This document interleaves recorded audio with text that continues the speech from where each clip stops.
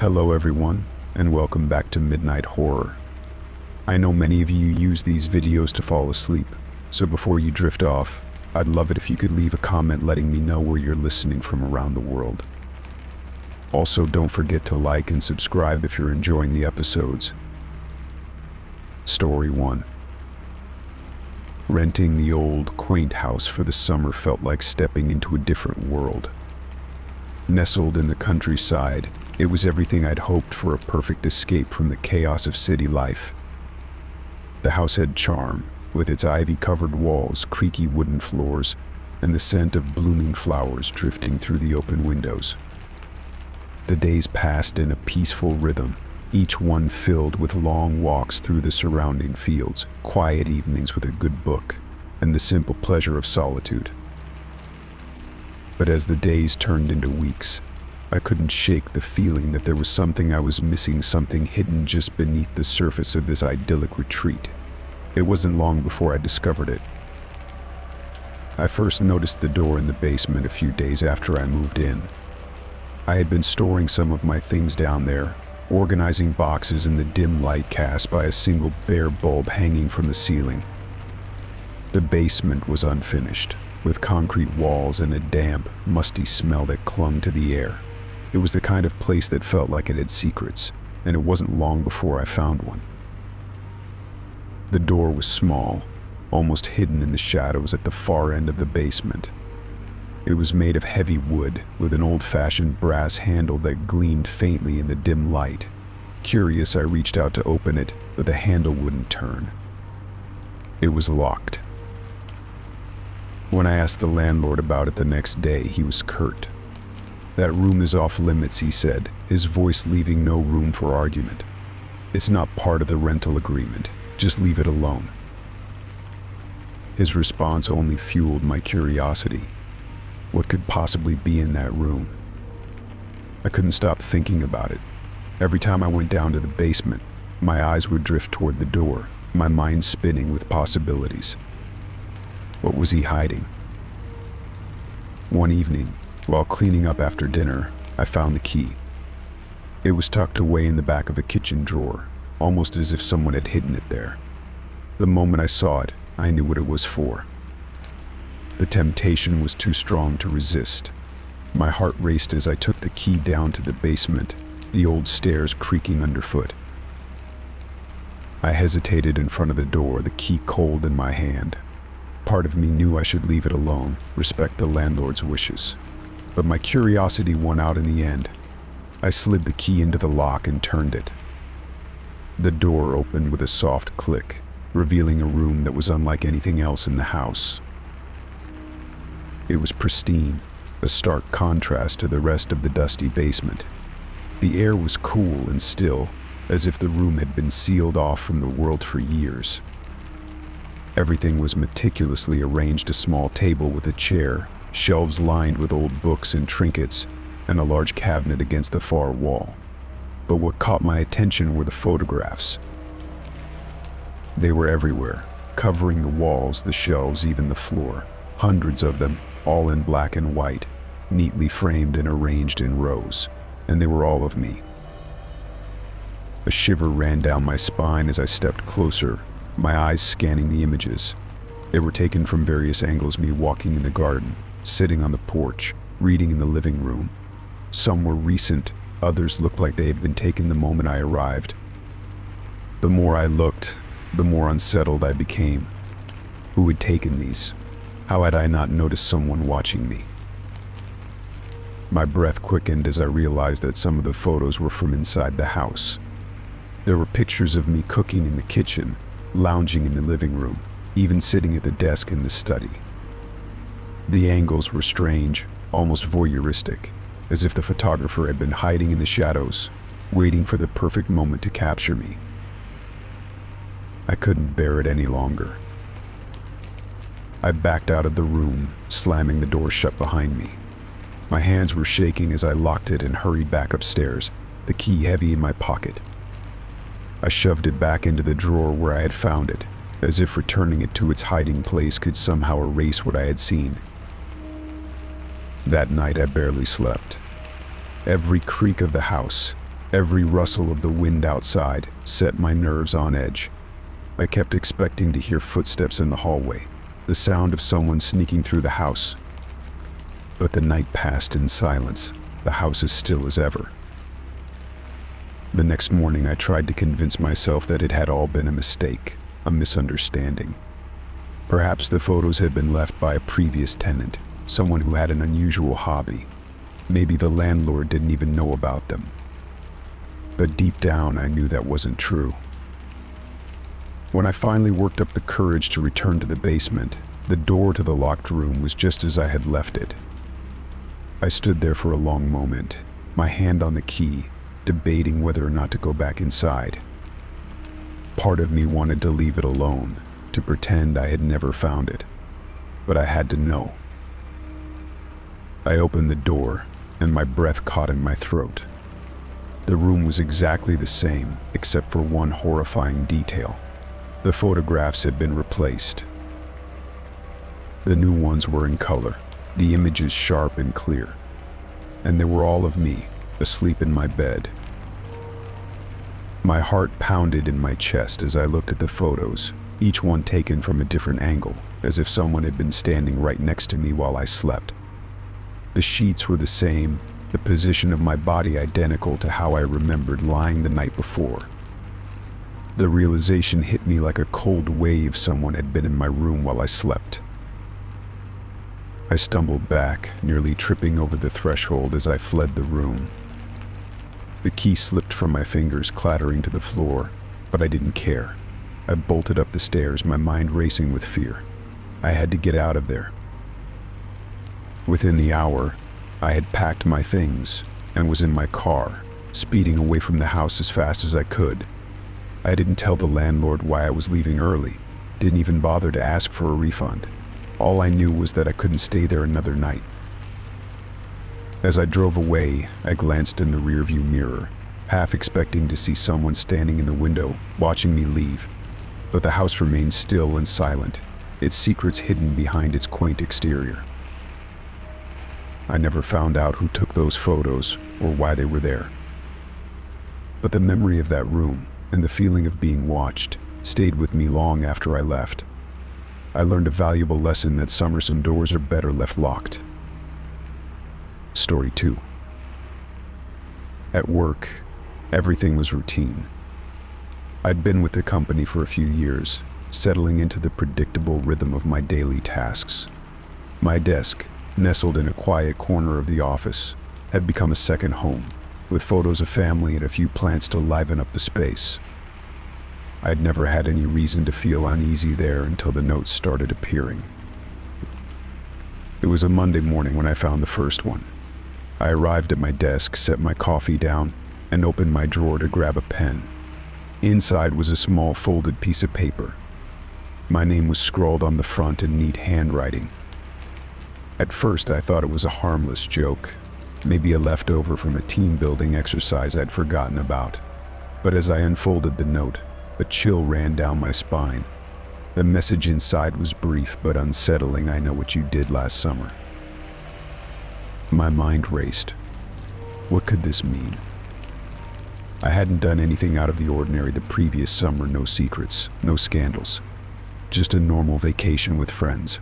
I laughed it off, chalking it up to a prank by a coworker with a strange sense of humor. I crumpled up the note and tossed it in the trash, determined to forget about it. But the notes kept coming. Every few days I'd find a new one waiting for me. They appeared in my desk drawer, slipped between papers, or even tucked under my keyboard. Each note was more personal, containing details that no one else should know. My childhood fears, my anxieties, even things I had never spoken aloud to anyone. The handwriting was always the same, perfectly neat, with a slight slant that was unfamiliar to me. The messages, however, were anything but neat. They hinted at my insecurities, my deepest fears, and always ended with a vague but unsettling statement, like I'm closer than you think or you can't hide from me. By the third note, I started to grow paranoid. I began looking around the office, trying to catch a glimpse of someone watching me or sneaking away from my desk. but nothing seemed out of the ordinary. Everyone went about their business as usual, oblivious to the turmoil churning inside me. I confided in a close friend at work, Sarah, hoping she might have some insight. She listened intently, her brow furrowed in concern. "Are you sure it's not just someone playing a prank on you?" she asked, trying to reassure me. But the look in her eyes told me she was just as unnerved as I was. "Maybe you should talk to HR," she suggested. So I did. I went to HR, feeling a bit foolish but needing to do something to regain control over the situation. The HR manager, a stern woman named Mrs. Dempsey, listened to my concerns with a stony expression. She assured me that they would look into it and asked if I had any idea who might be responsible. But I didn't. I had no enemies at work, no one who would go to such lengths to unnerve me. Days passed after my meeting with HR, and I heard nothing. No updates, no explanations. I began to feel like I was losing my grip on reality. Every time I opened my desk drawer, my heart would race, expecting another note. But for a while, there were none. Just as I started to convince myself that it was over, that maybe HR had quietly dealt with the issue, the notes returned. This time they were worse. The messages were no longer just cryptic, they were disturbing. One note simply read, "I know you're scared," and another, "You're not safe here." The last straw came one Friday afternoon. It had been a long week, and I was exhausted. As I sat at my desk trying to focus on finishing a report, I opened my drawer to grab a file and found another note. My breath caught in my throat as I read it. "I'm watching you right now." The words sent a jolt of fear through me. I felt a sudden, intense pressure on my chest, like a weight pressing down. My hands trembled as I clutched the note, my mind racing. The room felt suffocating, and the air was thick with tension. I felt it, a gaze on me, heavy and invasive. My heart pounded in my chest as I slowly turned around, expecting to find someone standing there, staring at me. But the office was empty. The cubicles were deserted, the usual hum of conversations and ringing phones replaced by an eerie silence. It was late in the afternoon, and most of my colleagues had already left for the weekend. The lights overhead flickered slightly, casting long shadows across the room. I stood up, my legs shaky, and walked around my desk, scanning every corner of the office. I checked behind partitions, peered into empty conference rooms, even looked out the windows, but there was no one. The feeling of being watched lingered, gnawing at me, but I couldn't find a single soul. My rational mind told me it was just my imagination, fueled by the paranoia the notes had stirred up. But a deeper, more primal part of me knew better. Unable to shake the fear, I gathered my things and left the office in a hurry. I didn't look back, afraid of what I might see or not see if I did. That weekend, I barely slept, haunted by the thought that someone out there knew me, knew my fears, and was toying with me. When Monday came, I dreaded returning to work. When I arrived, my desk was just as I had left it. I hesitated before opening the drawer, my heart pounding in my chest. But there was no new note, no sign that anything had been disturbed. For a brief moment, I felt a surge of relief until I noticed something else. The note from Friday was gone. The one that had said, "I'm watching you right now," I had left it in the drawer. But now it was missing. Someone had taken it. A cold dread settled in the pit of my stomach. Whoever was doing this was closer than I had ever imagined. I went back to HR, demanding answers, but Mrs. Dempsey seemed more annoyed than concerned. "We've checked the security footage," she said curtly. "No one has been tampering with your desk. Are you sure you didn't misplace the notes yourself?" Her words stung, and I left the office feeling more alone than ever. The notes had stopped, but the fear remained. I could no longer concentrate at work, always feeling on edge, always looking over my shoulder. I never found out who was behind the notes or how they knew such intimate details about my life, but the experience left a scar, a lingering sense of unease that I could never quite shake. Even now, I sometimes catch myself glancing over my shoulder, half expecting to see someone standing there, watching me from the shadows. Story 3. The first time the house alarm went off in the middle of the night, I dismissed it as a glitch. I had just moved into the old house a few weeks ago, and though the previous owner assured me that everything was in working order, I figured the alarm system was just showing its age. Groggy and half asleep, I shuffled downstairs to disarm the alarm, my heart pounding in my chest from the sudden jolt. I checked every window and door, making sure they were all locked and secure. Everything seemed fine, so I chalked it up to a technical error and went back to bed. But it didn't stop there.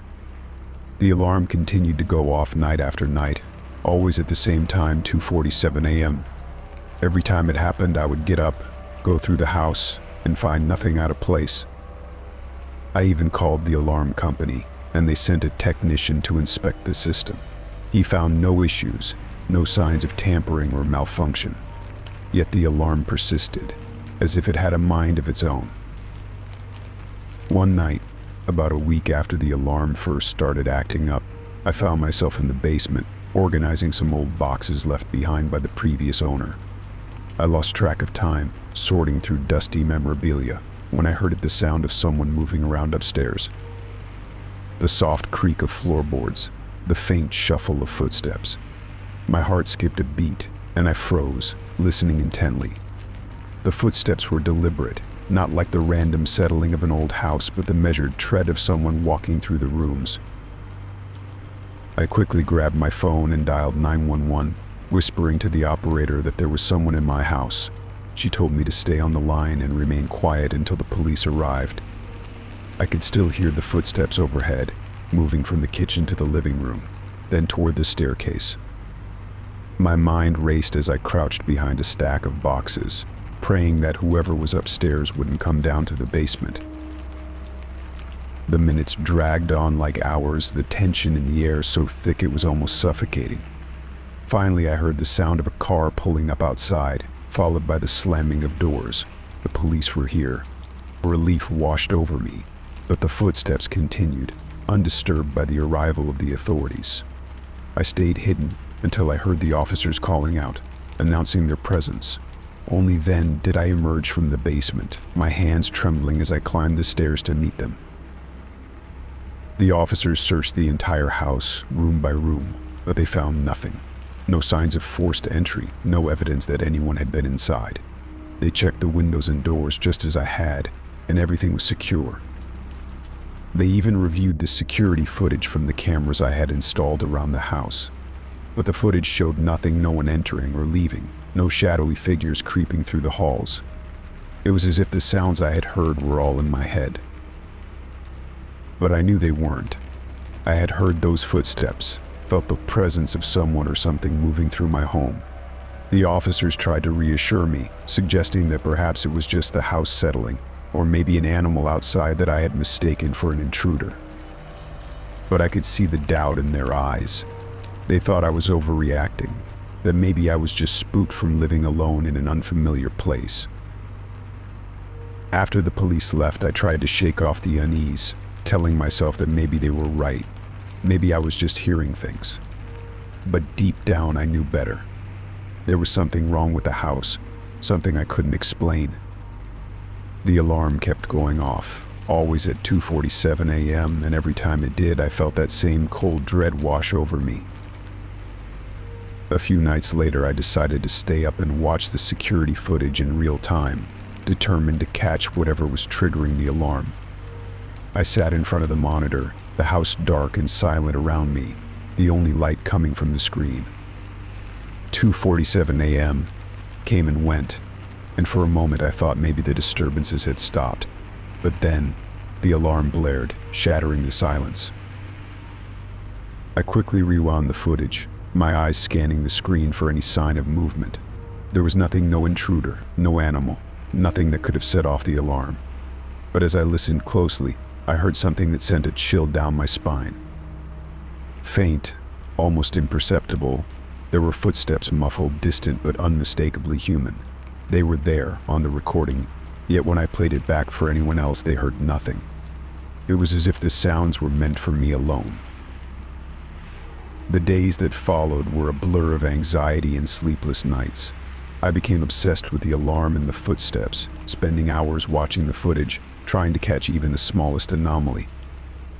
But no matter how many times I watched, the result was always the same: nothing visible. Only those faint, ghostly footsteps echoing through the house. I started to avoid going to bed, dreading the moment when the alarm would go off again. I'd lie awake, listening, waiting for the footsteps to start. Sometimes, I thought I could hear whispers too, just on the edge of hearing, as if someone were trying to speak to me from the other side of the walls. But the words were always just out of reach, leaving me with nothing but a growing sense of unease. Eventually, I couldn't take it anymore. I packed a bag and left the house, staying with a friend while I tried to figure out what to do. I couldn't live like that, constantly on edge, feeling like I was being watched, haunted by something I couldn't see.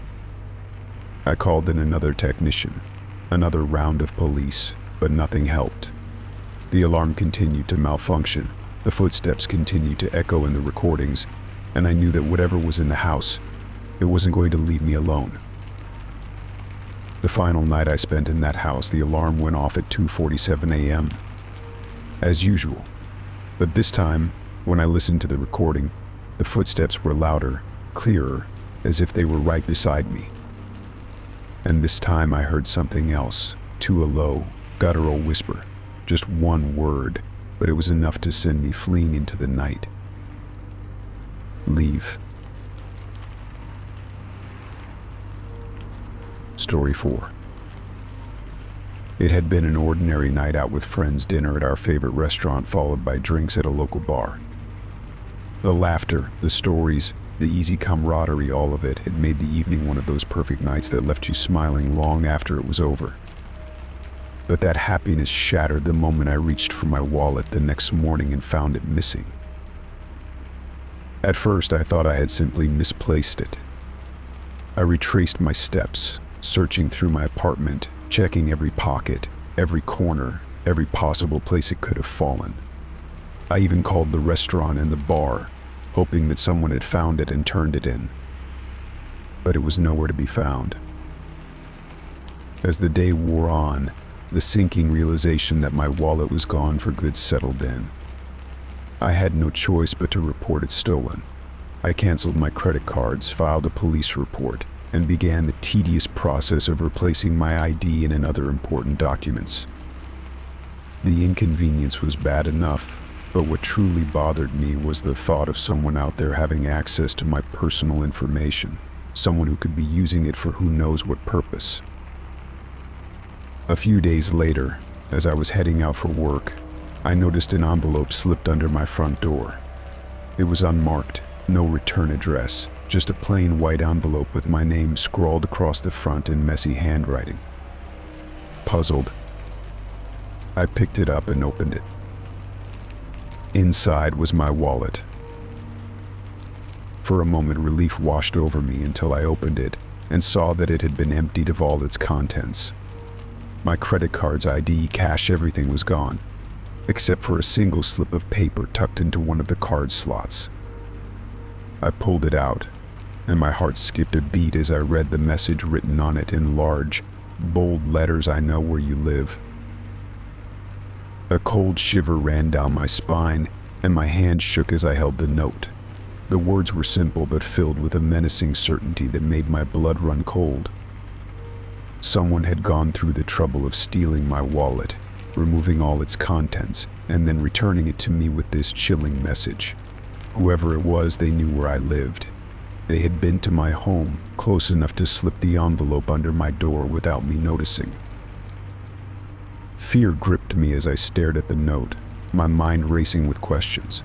Who had done this? Why would they return the wallet? What did they want? But no matter how hard I tried to piece it together, I couldn't make sense of it. All I knew was that I was no longer safe in my own home. The next few days were a blur of paranoia and anxiety. I couldn't shake the feeling that I was being watched, that someone was lurking in the shadows, waiting for the right moment to strike. Every creak of the floorboards, every rustle of leaves outside, made my heart pound. I barely slept, jumping at every little sound, convinced that someone was trying to break in. I decided to take action. The first thing I did was change the locks on my door. The idea that someone might have a key to my apartment filled me with dread, so I had a locksmith come out immediately. I watched as he installed the new locks, double-checking to make sure everything was secure, but even that didn't fully ease my fears. Next, I moved some of my belongings to a friend's place. I didn't have the time or resources to relocate entirely, but I thought if I could make it look like I wasn't staying there full-time, it might deter whoever was watching me. I packed up some clothes, important documents, and anything of value, and spent a few nights crashing on my friend's couch. But the fear followed me.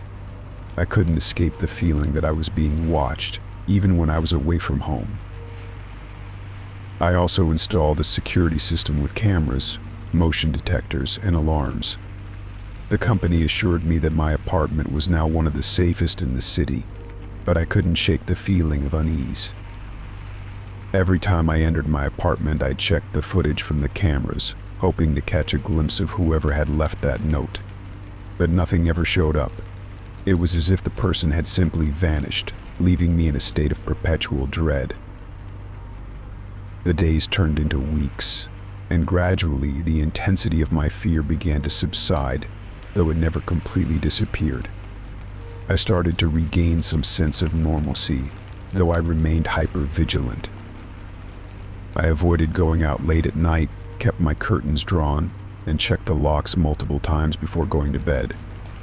But the memory of that note haunted me, a constant reminder that someone out there had invaded my life in the most personal way possible.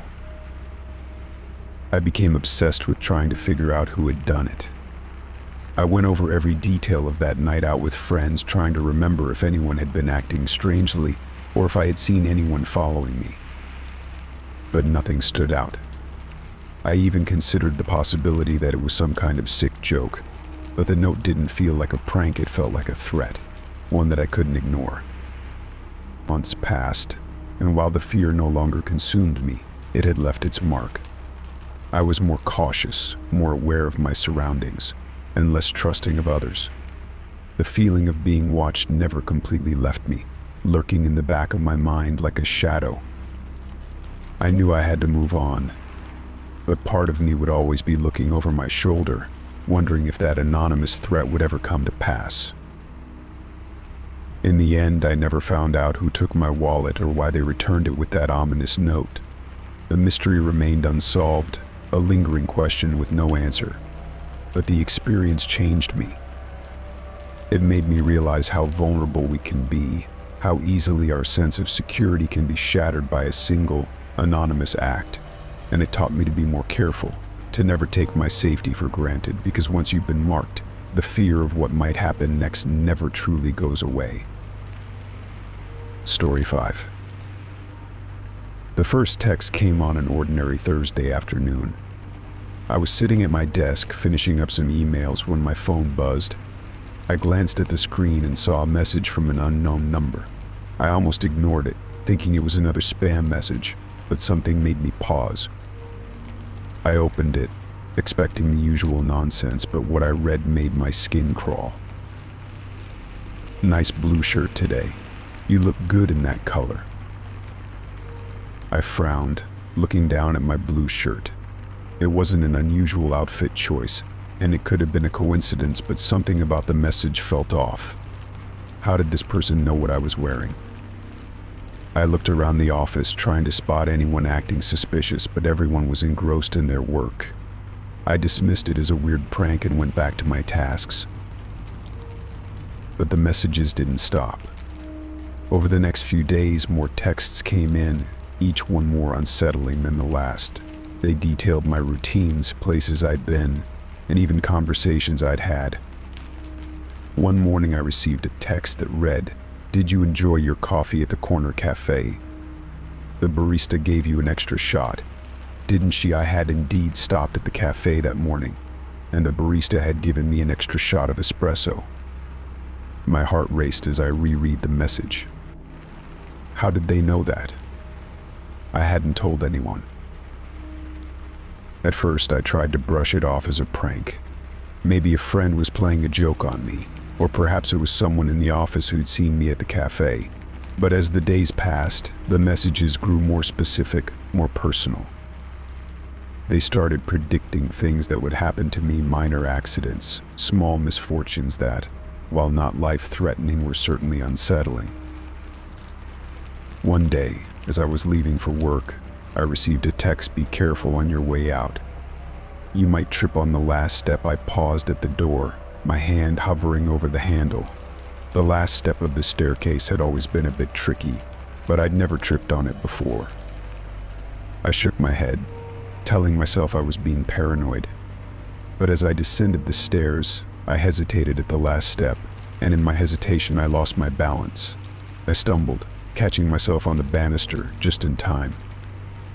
My heart pounded in my chest as I reached the bottom, the words of the text echoing in my mind. I decided to take action. I tried tracing the number, but every attempt led to a dead end. It was as if the number didn't exist, a ghost in the system. I reported the text to the police, but without any real threat, they couldn't do much. They suggested I change my number, but I hesitated. Part of me wanted to know who was behind this. The idea that someone was watching me, knowing so much about my life, was terrifying, but I also needed answers. The texts continued, each one a reminder that someone was out there, observing me. "You're running late today. Maybe skip the coffee and catch the earlier train." The text predicted delays, weather changes, and even the arrival of a package I hadn't been expecting. I started feeling like I was losing my grip on reality. How could someone know so much? How could they predict these things with such accuracy? I began to withdraw, avoiding my usual routines, hoping to throw off whoever was watching me. I changed my commute, stopped going to my favorite spots, even started taking different routes home.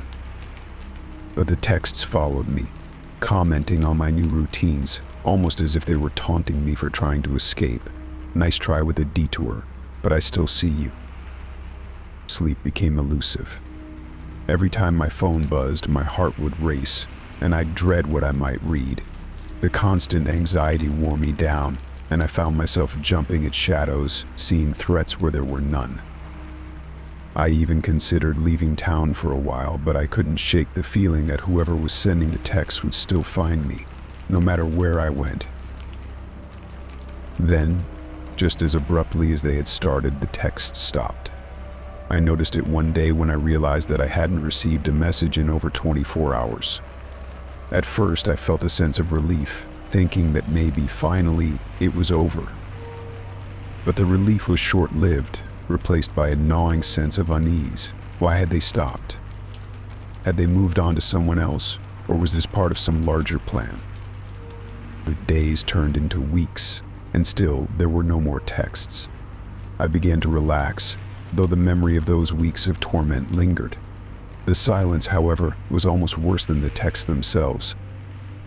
I found myself constantly on edge, waiting for the next message, the next sign that someone was still watching, but nothing came.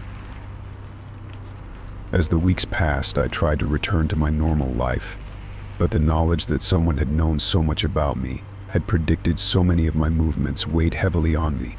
I became more cautious, more guarded, not just with my routines, but with the people around me. The experience had shaken me to my core, leaving a scar that time would never fully heal. One night, months later, I was sitting alone in my apartment, the memory of the texts a distant, but ever-present, shadow in my mind. My phone buzzed on the table, and I froze, my breath catching in my throat. I stared at the screen, the familiar anxiety flooding back in an instant. But when I picked it up, it was just a notification from a friend, nothing more. I let out a shaky breath, trying to calm my racing heart. But as I set the phone down, A single thought lingered, chilling me to the bone. Somewhere out there, someone still knew too much about me. Story 6. When I first moved into my new neighborhood, I was thrilled. The tree-lined streets, well-kept lawns, and friendly faces made it feel like the perfect place to start fresh. My small house at the end of the cul-de-sac felt cozy and inviting, and I quickly settled into a comfortable routine. The neighbors were welcoming, especially the man living next door. He introduced himself as Alan, a middle-aged man with a warm smile and a seemingly genuine interest in helping me get acclimated to the area. At first, I appreciated Alan's friendliness. He offered to help with my yard work, invited me over for coffee, and provided recommendations for local services. It was nice to have someone so willing to lend a hand, especially when you're new to a place. We'd chat occasionally over the fence, and he always seemed eager to learn more about me, where I worked, my hobbies, and even my family background. I found his interest a bit excessive, but I dismissed it as harmless neighborly curiosity. However, as the weeks passed, Alan's behavior began to shift from friendly to unsettling. He started asking increasingly personal questions. He wanted to know the details of my work schedule, the names of my friends, and even why I wasn't dating anyone. His questions were intrusive, and I began to feel uncomfortable with how much he wanted to know about my life. There was something about the way he asked, an intensity in his eyes that made me uneasy. I tried to distance myself, making excuses when he invited me over or tried to engage in long conversations, but Alan was persistent. He always seemed to be outside when I left for work or returned home, waving and calling out to me as if he were watching for my comings and goings. The feeling that he was always there, always watching, became harder to shake. Then one day I found something that made my blood run cold. It was a Sunday morning, and I was tidying up my front porch, arranging the flower pots that lined the steps. As I bent down to move one of the pots, something metallic caught my eye. Hidden behind the leaves was a small black object. I picked it up, and my heart skipped a beat when I realized what it was: a camera. A tiny, discreet camera, positioned perfectly to capture everything happening at my front door. My hands trembled as I held the camera, a sickening feeling of violation washing over me.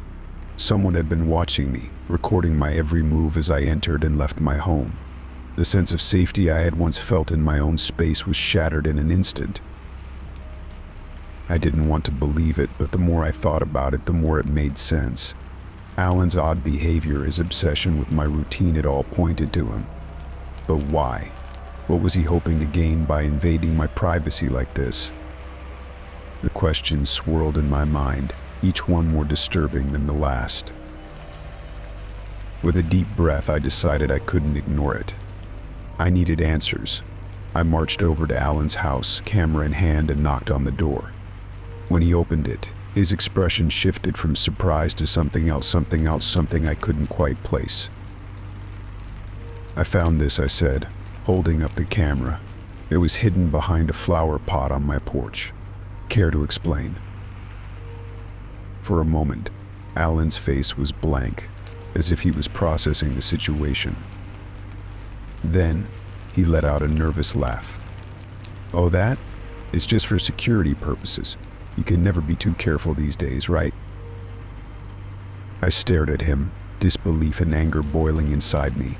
"Security purposes? You've been spying on me? That's not normal, Alan. That's not okay." Alan's smile faltered, and his eyes took on a pleading look. "I didn't mean to upset you. I was just trying to look out for you. You're new here, and I thought it would be good to keep an eye on things. You know, in case anything happened." His words did little to ease my anger. If anything, they only made me feel more uneasy. This wasn't about security, this was about control. He wanted to know everything about me, to monitor my every move, and that was something I couldn't tolerate. "I'm not comfortable with this," I said firmly. "You had no right to put a camera on my property without my consent." I want you to remove any other cameras you might have placed and leave me alone. Do you understand?"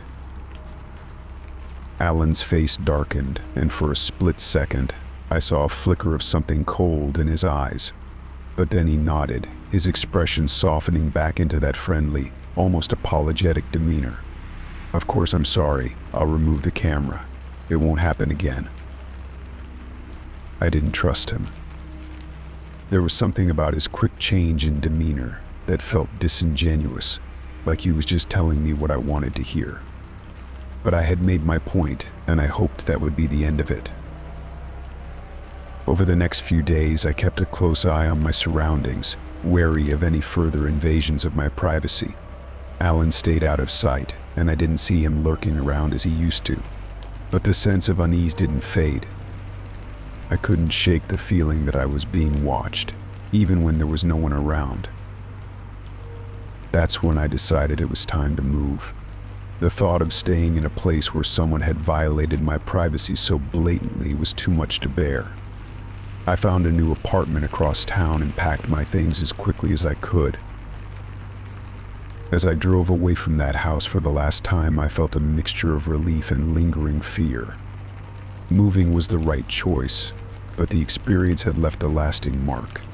The idea that someone had been watching me so closely, so obsessively, was haunting. Even in my new home, far from Alan's prying eyes, I found myself constantly checking the windows, scanning for hidden cameras, and feeling a chill whenever I thought I saw a shadow move outside. Alan was just a neighbor, a man who had seemed friendly and harmless at first. But beneath that facade was something darker, something that made me question everyone around me, wondering what secrets they might be hiding behind their smiles. Story 7. It started innocently enough, just a small annoyance that I shrugged off without much thought. My phone would ring late at night, always from an unknown number. At first I assumed it was some telemarketer who had managed to slip through my call filters, or perhaps someone dialing the wrong number. When I answered, there was nothing but silence on the other end. I would wait a few seconds, say hello a couple of times, and then hang up when no one responded. It was strange, but I didn't think much of it. The calls persisted, always at odd hours. They came just as I was settling into bed, my eyes heavy with sleep. It wasn't every night, but often enough that I began to dread the sound of my phone ringing. Each time, the same routine played out. My phone would light up, I would answer, and there would be nothing but silence on the other end. After a week of this, I decided to trace the number. I figured it couldn't hurt to know who or what was behind these calls. I used one of those online services that claimed to trace unknown numbers, but when the results came back, they showed nothing. No name, no address, not even a location. It was as if the number didn't exist. That should have been my first clue that something was wrong, but I dismissed it as just another glitch in the system. The next night, the calls continued, but something had changed. Instead of the usual silence, I started hearing strange noises like breathing or faint whispers just before the line went dead. The first time it happened, I felt a chill run down my spine. The breathing was slow, deliberate, like someone was listening closely, waiting for something. I pulled the phone away from my ear, staring at the screen as if it would somehow reveal the identity of the caller. But it was just the same unknown number. I couldn't shake the feeling that someone was watching me, even though I was alone in my apartment. I began to check the locks on my doors and windows every night, making sure they were secure. I even started keeping a small lamp on beside my bed, the soft glow comforting me in the darkness. But the calls continued, relentless and unsettling. A few days later, I told my friend Kate about what was happening. We were sitting in a coffee shop, the bustle of the city around us providing a stark contrast to the eerie silence of those late-night calls. "That's creepy," she said, her eyes wide. "Have you thought about changing your number?" "I have, but something's stopping me," I admitted. stirring my coffee absent-mindedly. It's like, I need to know who's behind these calls. It's getting under my skin. Kate gave me a concerned look. You should be careful. It might be some kind of prank, but it could also be something more serious. I nodded, but I wasn't sure what to do. I couldn't just ignore the calls, not when they were beginning to feel so personal. There was a growing unease in the pit of my stomach, a sense that something was very wrong. That night, I sat on the edge of my bed, my phone in hand, waiting. The clock ticked past midnight, and just as I was about to give up and go to sleep, it rang. My heart jumped in my chest as I saw the familiar unknown number flash on the screen. I hesitated for a moment before answering. "Hello," I said, my voice trembling slightly. For a few seconds, there was nothing, just the familiar silence. Then I heard it. The breathing. Slow, steady, and unnervingly close. It sent shivers down my spine, my body tensing as I strained to hear anything else. "Who is this?" I demanded, trying to keep my voice steady. "Why are you calling me?" The breathing continued, unchanging, as if my questions had no effect. I was about to hang up when I heard something else, a faint whisper, too quiet to make out. I pressed the phone closer to my ear, my heart pounding. "What did you say?" I whispered, fear and frustration mixing in my voice. There was a pause, and then the whisper came again, louder this time, clear enough for me to understand. It was my name. Mika. The voice was low, almost a hiss, and it sounded so familiar, but I couldn't place it. My blood ran cold, and I dropped the phone as if it had burned me. The call ended abruptly, the screen going dark as the phone landed on the bed. I sat there, frozen in place, trying to process what had just happened. How did they know my name? I felt exposed, vulnerable, like someone had reached into my life and pulled out something deeply personal. I didn't sleep that night. Every creak of the floorboards, every rustle of the wind outside set my nerves on edge. I kept the lamp on, the light doing little to chase away the fear that had taken root in my mind. I tried to tell myself it was just a cruel prank, that someone was messing with me. But deep down, I knew there was more to it than that. The next day, I went to the police. I told them about the calls, the strange noises, and the voice that whispered my name. The officer I spoke to was polite but dismissive. He suggested that it was probably a prank or a glitch, and that I should block the number and change my phone number if it continued. But I couldn't shake the feeling that this was something more than a simple prank. I'd blocked the number as the officer suggested, but a part of me dreaded the silence that might follow. As unsettling as the calls were, the idea of not knowing who was behind them or why they were calling was somehow worse. That night, my phone didn't ring. I sat in bed, staring at the screen, half expecting it to light up with that unknown number, but it remained dark. I should have felt relieved, but instead I was on edge, as if waiting for something to happen. Just as I was starting to drift off to sleep, my phone buzzed with a text message. My heart skipped a beat as I reached for it, my fingers trembling. The message was from an unknown number, but this time, it wasn't the same one as before. The message was short, just 2 words: "Miss me."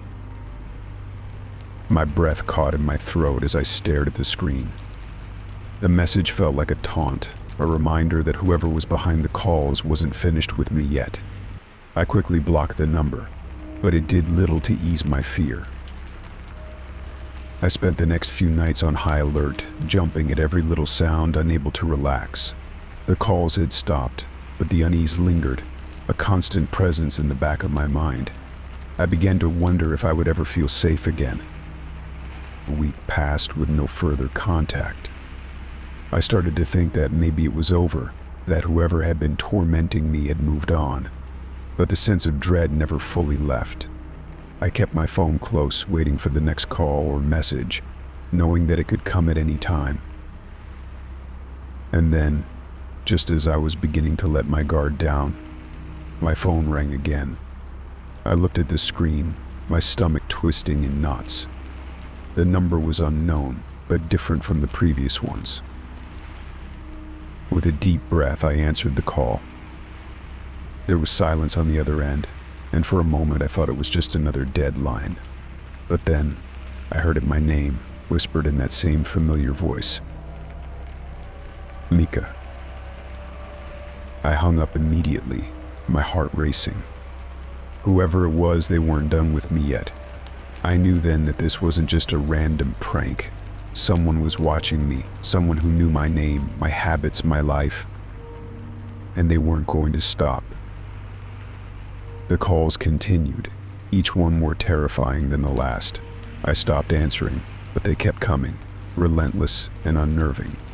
The whispers became more frequent, the breathing more labored, as if whoever was on the other end was getting closer and closer.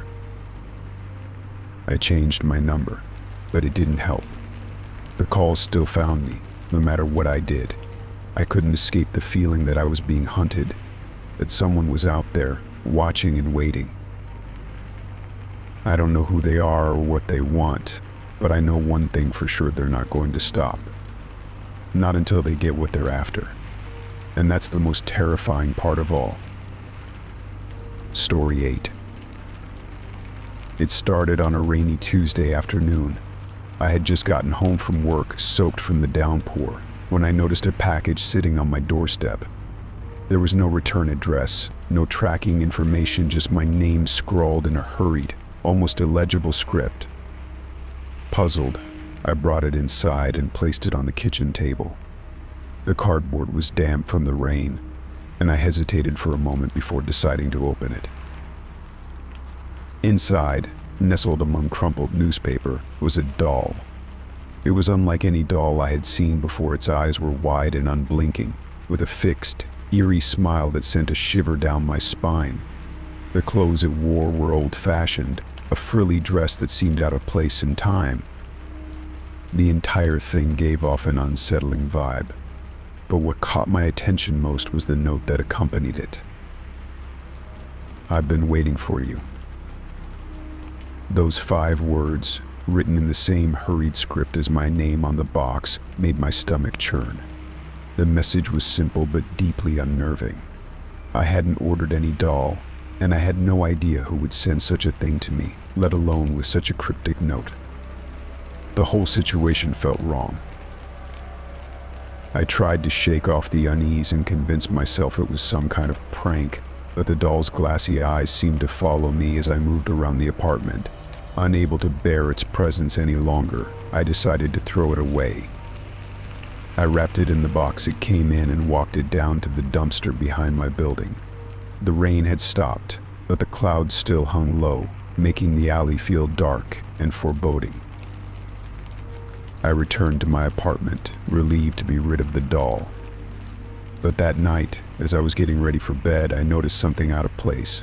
There, sitting on my dresser, was the doll. My heart skipped a beat. I was certain I had thrown it away. Panic gripped me as I approached it cautiously, as if it might suddenly move. The doll's expression hadn't changed, but it felt different now, more menacing, almost alive. I grabbed it, this time driving it to a dumpster several blocks away. I needed to make sure it was gone for good. The next day, I felt a little more at ease, convincing myself that it was just a weird coincidence. But when I returned home from work, my blood ran cold. The doll was back, sitting in the middle of my living room. I couldn't understand how it kept returning. I lived alone, and no one else had a key to my apartment. Was someone breaking in, playing a sick joke on me? My thoughts spiraled as fear and paranoia took hold. That night I couldn't sleep. Every creak, every shadow seemed like a threat. The doll sat in the corner of the room, its unblinking eyes fixed on me. The following morning I received an email from an address I didn't recognize. The subject line read, "Keep the doll or face the consequences." My hands trembled as I opened it, and the message inside was no less unsettling. You've been chosen.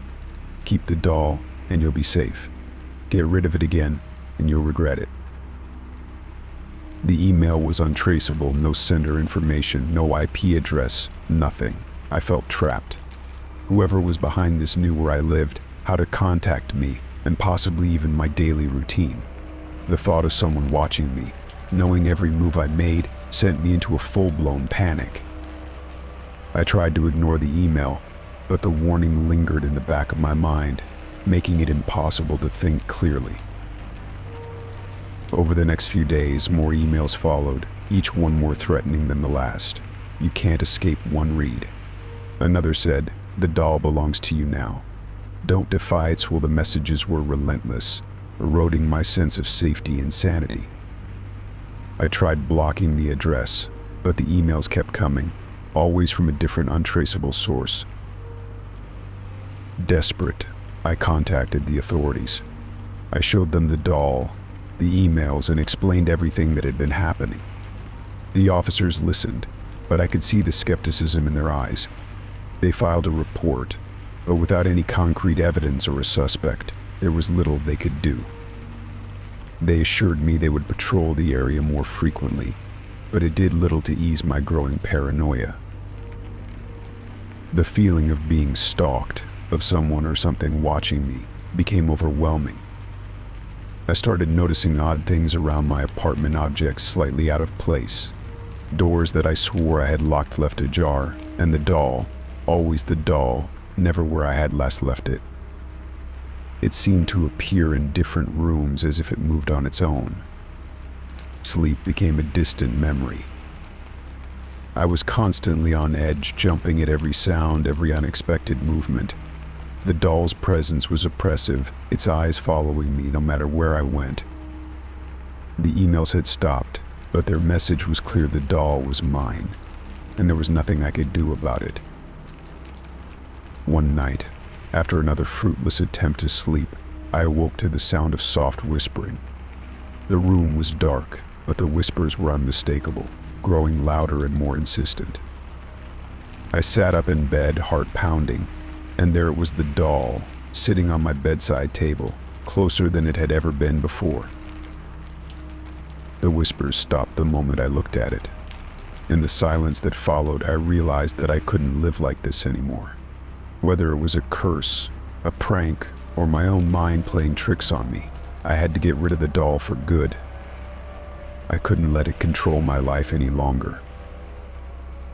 The next morning, I packed a bag and left my apartment, driving out of town to a remote area.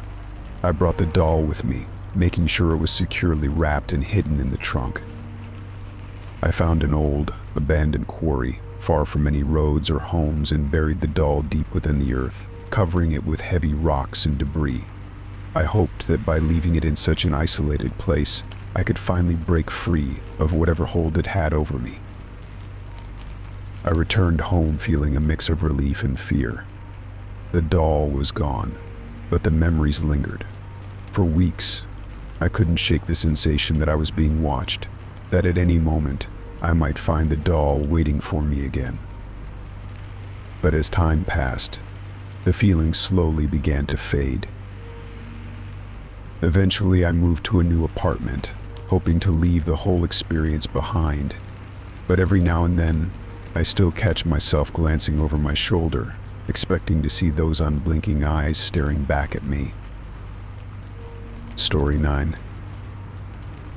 It all started with the lock on my apartment's front door. For months it had been working fine, a simple twist of the key securing my home. But then, almost imperceptibly at first, it began to malfunction. I'd come home to find the door ajar, despite my clear memory of locking it before I left. At first I thought it might just be a fluke, perhaps a misalignment or a minor glitch. However, as days passed, the problem became more pronounced. The door would randomly unlock itself, leaving me with an unsettling feeling each time I walked into my apartment. Determined to solve the issue, I decided to replace the lock.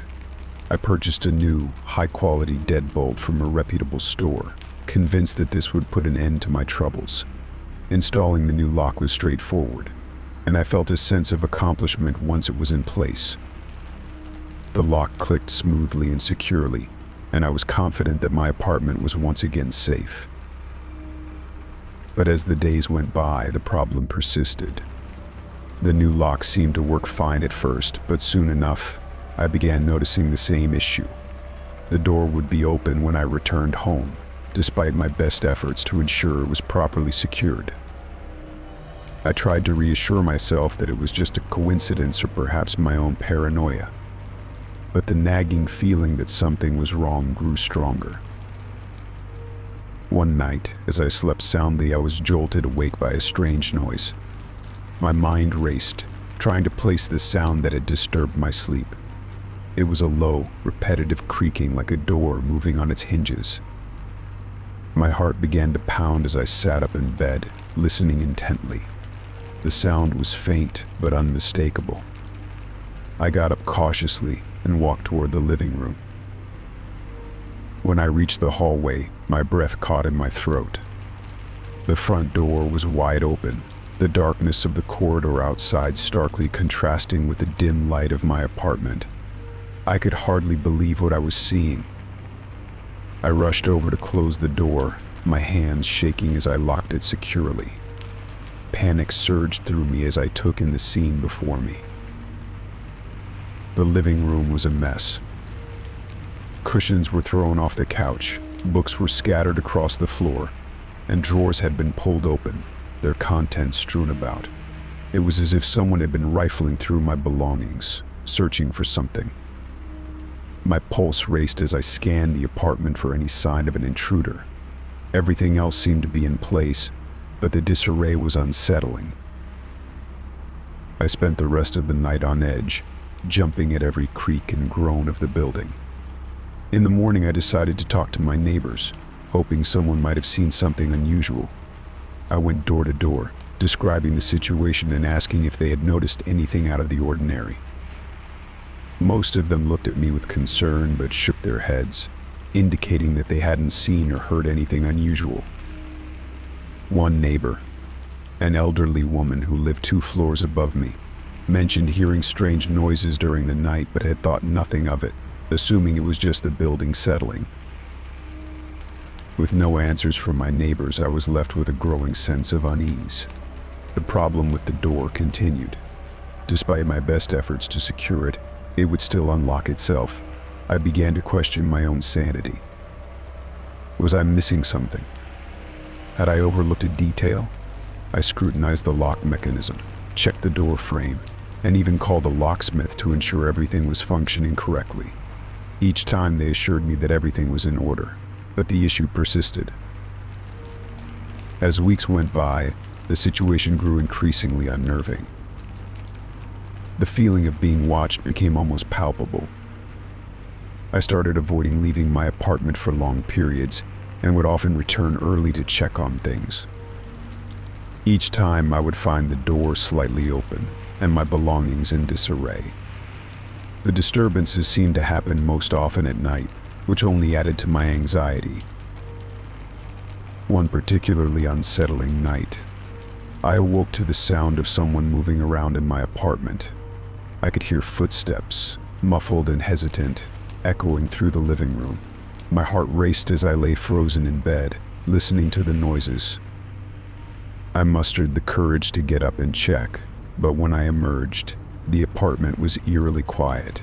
The door was shut, and everything seemed to be in place. It was as if the disturbances had never happened. I began to feel a growing sense of paranoia. Was someone trying to gain access to my apartment, or was it all in my head? I started to install additional security measures, cameras, a motion sensor, and even a temporary bar to reinforce the door. Despite these precautions, the problem remained. The door would still unlock itself, and my belongings would still be scattered, though nothing was ever stolen. In the end, I decided to move out, unable to bear the constant anxiety and the creeping sense that someone or something was trying to invade my space. My new apartment, with its solid locks and quiet corridors, felt like a sanctuary. The sense of security returned, but I couldn't shake the memory of those unsettling nights. The door, which had once been a simple barrier, had become a symbol of something far more sinister. And though I tried to put it behind me, the echoes of those disturbed nights lingered in the back of my mind, a haunting reminder of the fear that had taken root in my old apartment. Story 10. It started with the little things. I didn't think much of it at first. Who does? It's easy to misplace a set of keys or the remote control. Everyone has those moments of forgetfulness, right? You put something down, get distracted, and then spend half an hour retracing your steps, trying to remember where you left it. But then it kept happening. One evening, I came home from work, tossed my keys onto the kitchen counter, and went about my usual routine, changing out of my work clothes, checking the mail, and settling in to watch some TV. But when I went to grab the remote, it wasn't on the coffee table where I always left it. I checked the couch cushions, the floor, even the kitchen counter where I had just been. It was gone. Frustrated, I searched the entire living room, growing more agitated by the minute. I could have sworn I left the remote right there, in its usual spot, but after nearly an hour of looking, I gave up. The next morning, there it was, sitting neatly on the coffee table, exactly where I'd been sure it wasn't the night before. A sense of unease settled in my chest, but I pushed it aside. I had probably just overlooked it, too tired to notice in the dim light. But that explanation didn't sit right with me. Still, I forced myself to move on. Then it happened again. And again. My keys, the remote, a pair of reading glasses, a book when been in the middle of all of them disappeared, only to reappear later in the most obvious of places, right where I'd already searched. It was maddening. Every time, I felt a little more like I was losing my mind. I started questioning my own memory, wondering if I was really as forgetful as it seemed. But the part that gnawed at me most was the growing feeling that this wasn't just forgetfulness. It was deliberate. It felt as though something was moving my things on purpose, playing with me. The thought made my skin crawl, but I tried to shake it off. What else could it be? I lived alone, after all. Then one day I reached into a kitchen drawer for a pen and found something else instead. A folded piece of paper tucked neatly beneath the silverware tray. My heart skipped a beat as I unfolded it, dreading what I might find. The note was handwritten, in a neat, almost elegant script you'll never find what you're looking for. I stared at the words, my mind reeling. My breath caught in my throat, and a cold sweat broke out on my forehead. This wasn't some prank. This was real. Someone had been in my house. Someone had written this and left it for me to find. The implications hit me all at once. I wasn't just misplacing things. Someone had been moving them, watching me search, and leaving this note to taunt me. I stood frozen in the kitchen, clutching the note, my eyes darting around the room, as if expecting to see someone lurking in the shadows. But there was no one. The house was as still and silent as ever. But the silence felt different now, heavy, oppressive, as if the walls themselves were closing in on me. I spent the rest of the day checking every corner of my house, looking for signs of an intruder. I checked windows, doors, even the vents, but found nothing. Everything was locked, secure, just as it had been. Yet the note remained in my hand, an undeniable sign that someone had been here. I couldn't bring myself to sleep in the house that night. The thought of staying there, alone, with the possibility of someone watching me, was unbearable.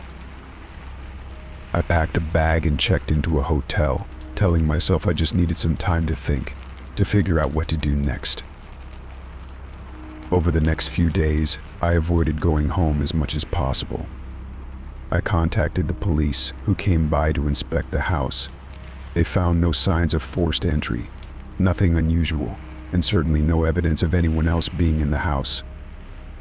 They suggested I might have misplaced the note myself, or that it could have been left by a previous tenant. But I knew that wasn't the case. I had lived there for years, and that note wasn't there before. The police left, and I was alone again.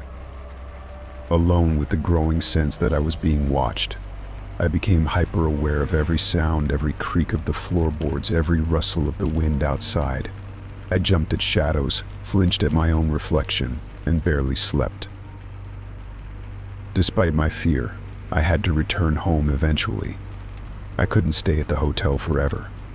But when I walked through the front door, I was hit with a wave of dread. The house didn't feel like mine anymore. It felt like a stranger's, like it belonged to someone or something else. I tried to go back to my normal routine, but nothing felt normal. I couldn't shake the feeling of being watched, the sense that my every move was being observed. The missing items continued to vanish and reappear, always in places I was sure I hadn't left them. It was driving me to the brink of madness.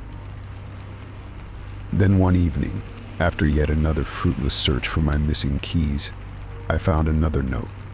This one was in the same drawer, folded neatly like the first. My hands trembled as I opened it, my heart pounding in my chest. "Stop looking." I dropped the note as if it had burned me, my pulse racing. The message was clear. Whoever or whatever was doing this didn't want me to figure it out.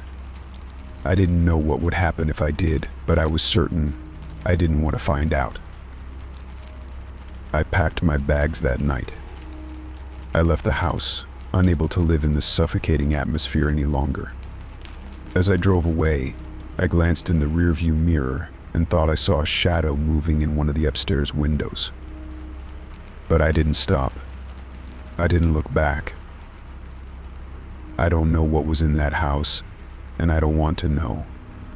I've moved far away, started fresh, and I've done my best to forget what happened. But sometimes late at night, when the house is quiet, I still feel like I'm being watched. And I can't help but wonder if whatever was in that house followed me, waiting for the right moment to strike again. Story 11. The crisp morning air invigorated me as I set out on my usual jogging route, the rhythmic pounding of my feet on the pavement a comforting routine. It was a beautiful morning, the kind that promised a day full of possibility. The neighborhood was just beginning to stir, with a few early risers tending to their gardens or walking their dogs. I was lost in the simplicity of the moment when I first noticed him. He was a man in a hooded jacket, standing at the edge of the park. At first, I dismissed him as just another passerby, but there was something unsettling about the way he stood there, unmoving and silent. His hood was pulled low over his face, casting his features in shadow.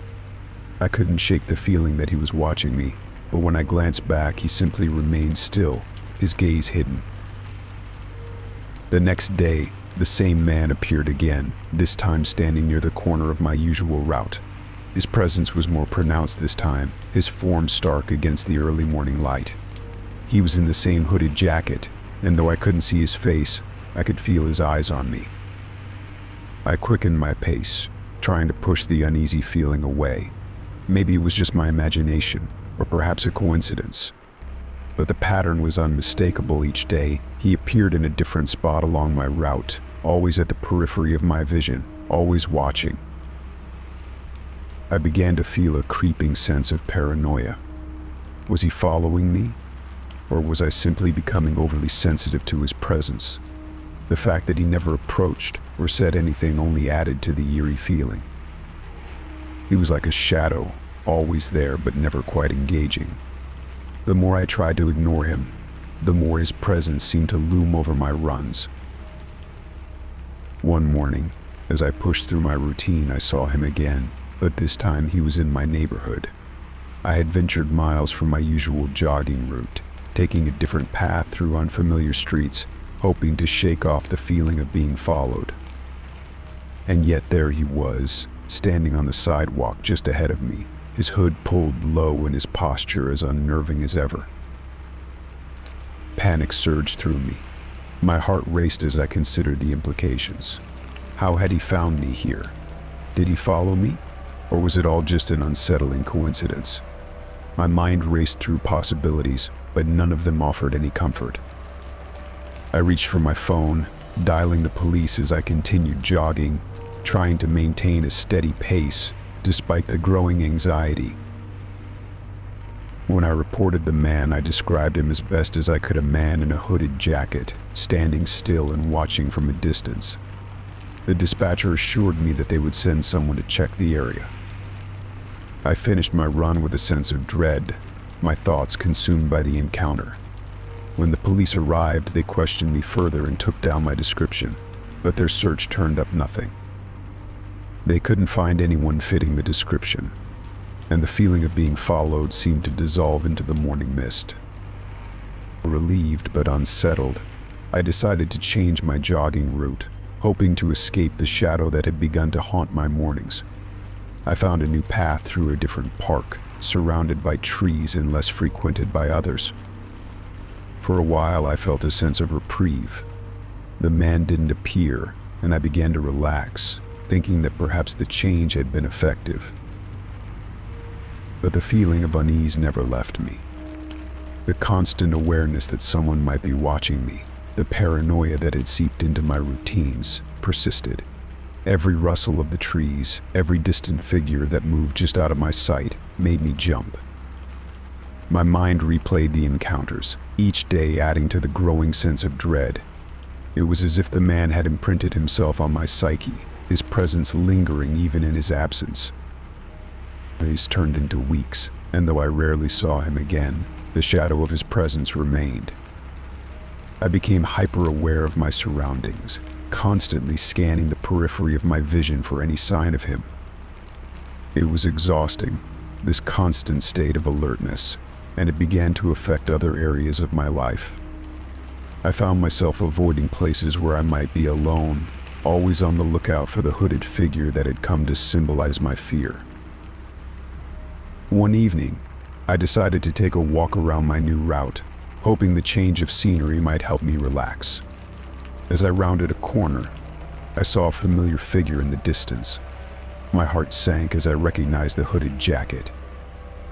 My pace quickened, my breath coming in shallow gasps. I couldn't tell if it was the same man, but the sight was enough to send me into a spiral of anxiety. I went home and debated whether or not to report it again. Part of me felt it was pointless after all. The police had already told me they couldn't find anyone fitting the description. But the fear that had taken root in my mind was too strong to ignore. I decided to call them once more, hoping that this time they might take my concerns more seriously.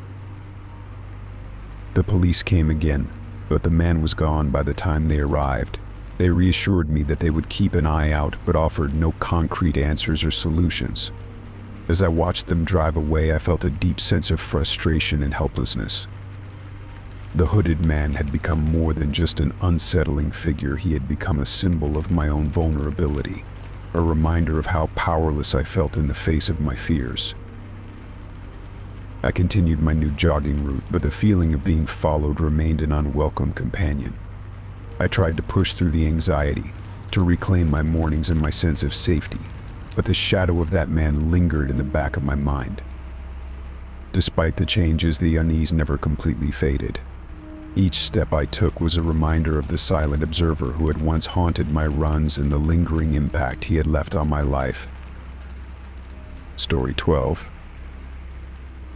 I woke up to an unsettling sight. My front door was slightly ajar. The morning light filtered through the gap, casting long shadows across the hallway. The sight of the door immediately jolted me awake, my heart racing with a sense of dread.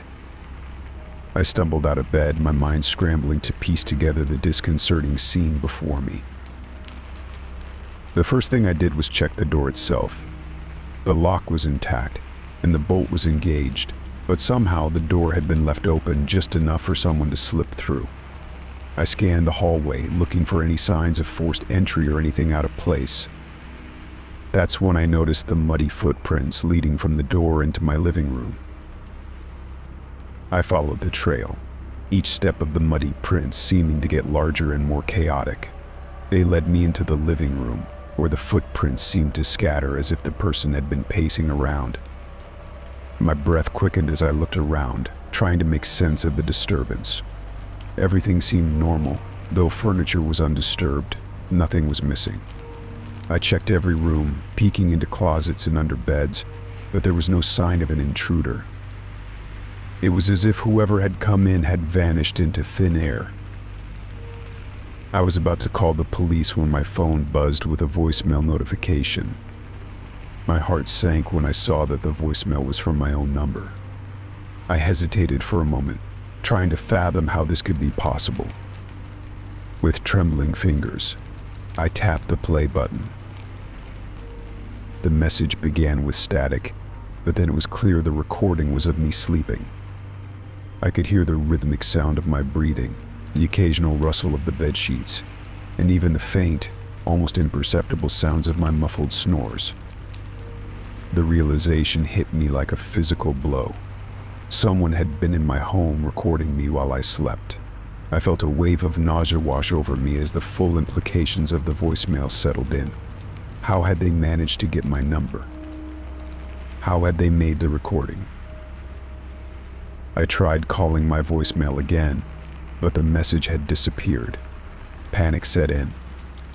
I called the police and reported the break-in, trying to convey my growing sense of fear and confusion. They sent an officer to take a report and dusted for fingerprints, but they found nothing useful. No clues, no leads. The officer assured me that the best thing to do was to upgrade my home security and keep an eye out for anything suspicious.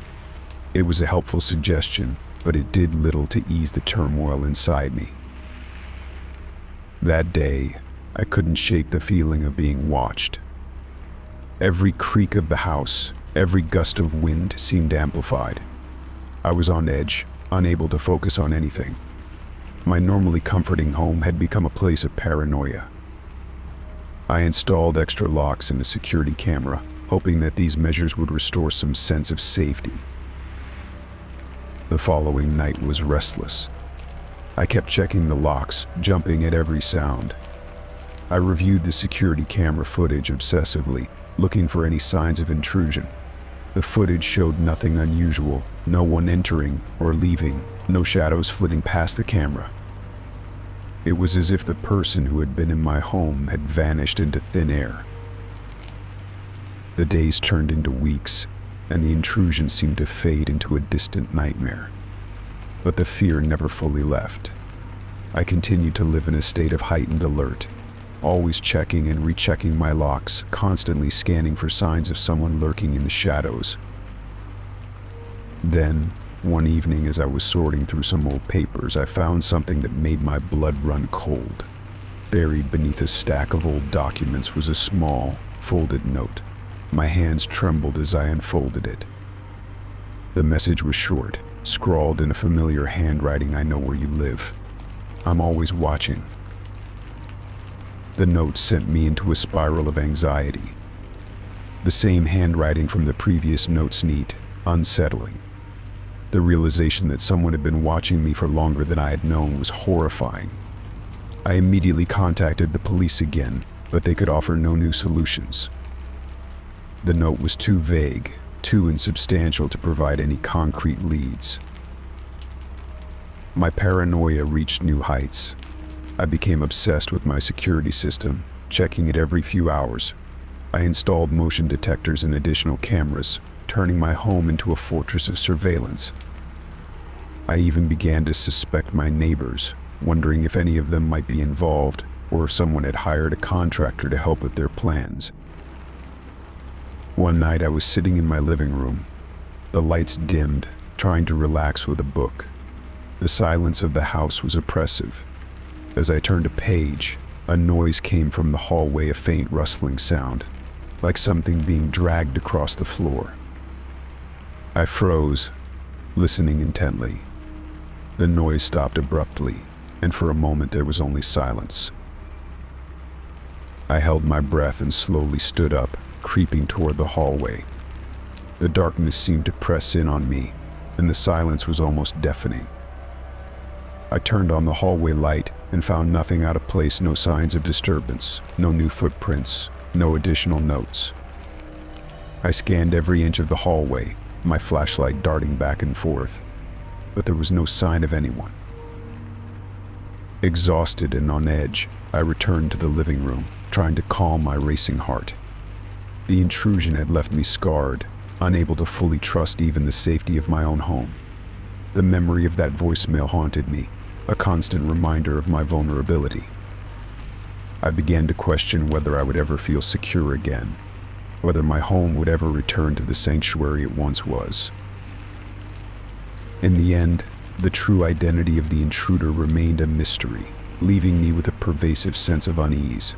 My home was now fortified and monitored, but the knowledge that someone had invaded my space, had watched me while I slept, lingered in the back of my mind. The trust I once had in the safety of my own environment was forever shattered. Story 13. It started subtly at first, a faint whisper just barely perceptible in the quiet of my apartment.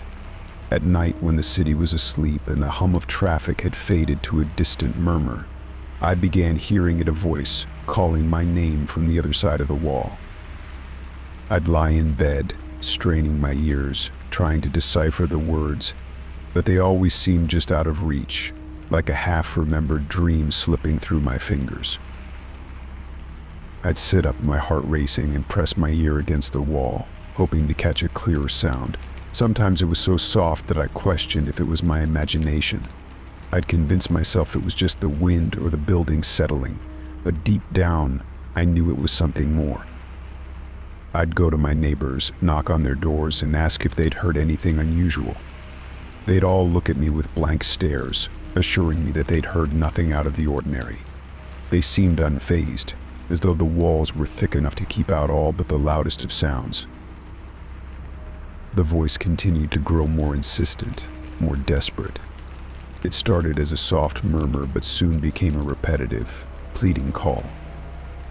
Each night, the urgency in the voice intensified, and it seemed to echo through the apartment, growing louder as though someone or something was trying to break through. I'd try to trace the source, moving from room to room, but there was no visible sign of anything amiss.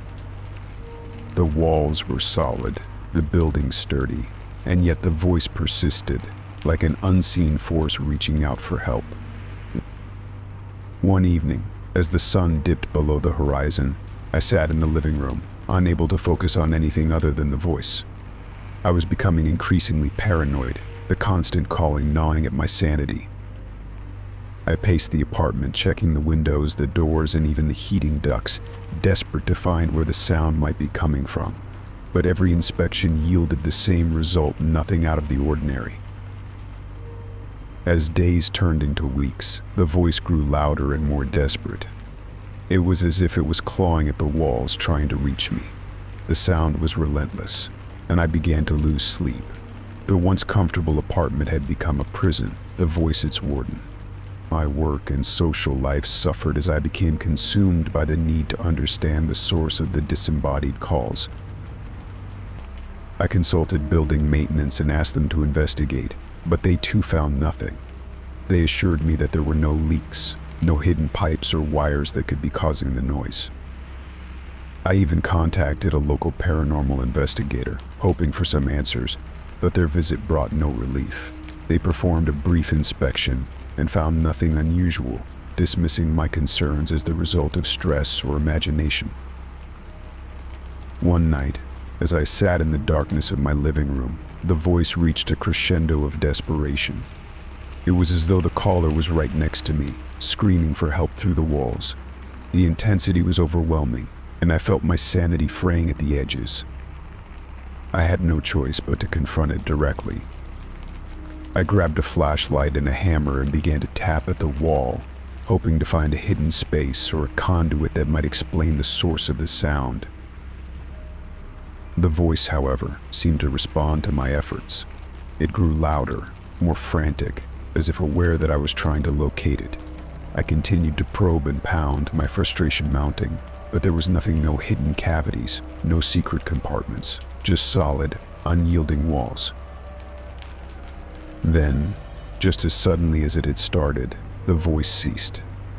The apartment fell into a heavy silence, the kind that presses down on you and makes every small noise your own breathing. The rustle of your clothes seemed amplified. The sudden quiet was almost more unnerving than the voice had been. It was as if the presence that had been calling my name had abruptly vanished, leaving an emptiness that filled the space where the sound had once been. I spent that night in a state of anxious alertness, the silence oppressive and unsettling. Every creak of the building, every distant sound from the street seemed amplified, and the weight of the silence felt like it was closing in on me. I lay awake, staring at the ceiling, trying to make sense of what had happened. Over the following days, the absence of the voice made the apartment feel eerily empty.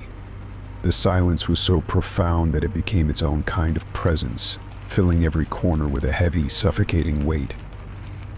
I tried to return to normalcy, but the shadow of the voice's desperation lingered, a ghost of a memory that haunted my thoughts. I continued to investigate, hoping to find an explanation, but the building remained unchanged, and no further answers emerged. I spoke with more neighbors, but their responses were the same as before, nothing out of the ordinary. The building's history revealed no clues, no previous incidents that could explain the mysterious calls. To this day, I never discovered who or what was behind the voice. The apartment returned to its former state of quiet, but I never felt the same comfort within its walls. The memory of that desperate, haunting call remained with me, a chilling reminder of the unknown.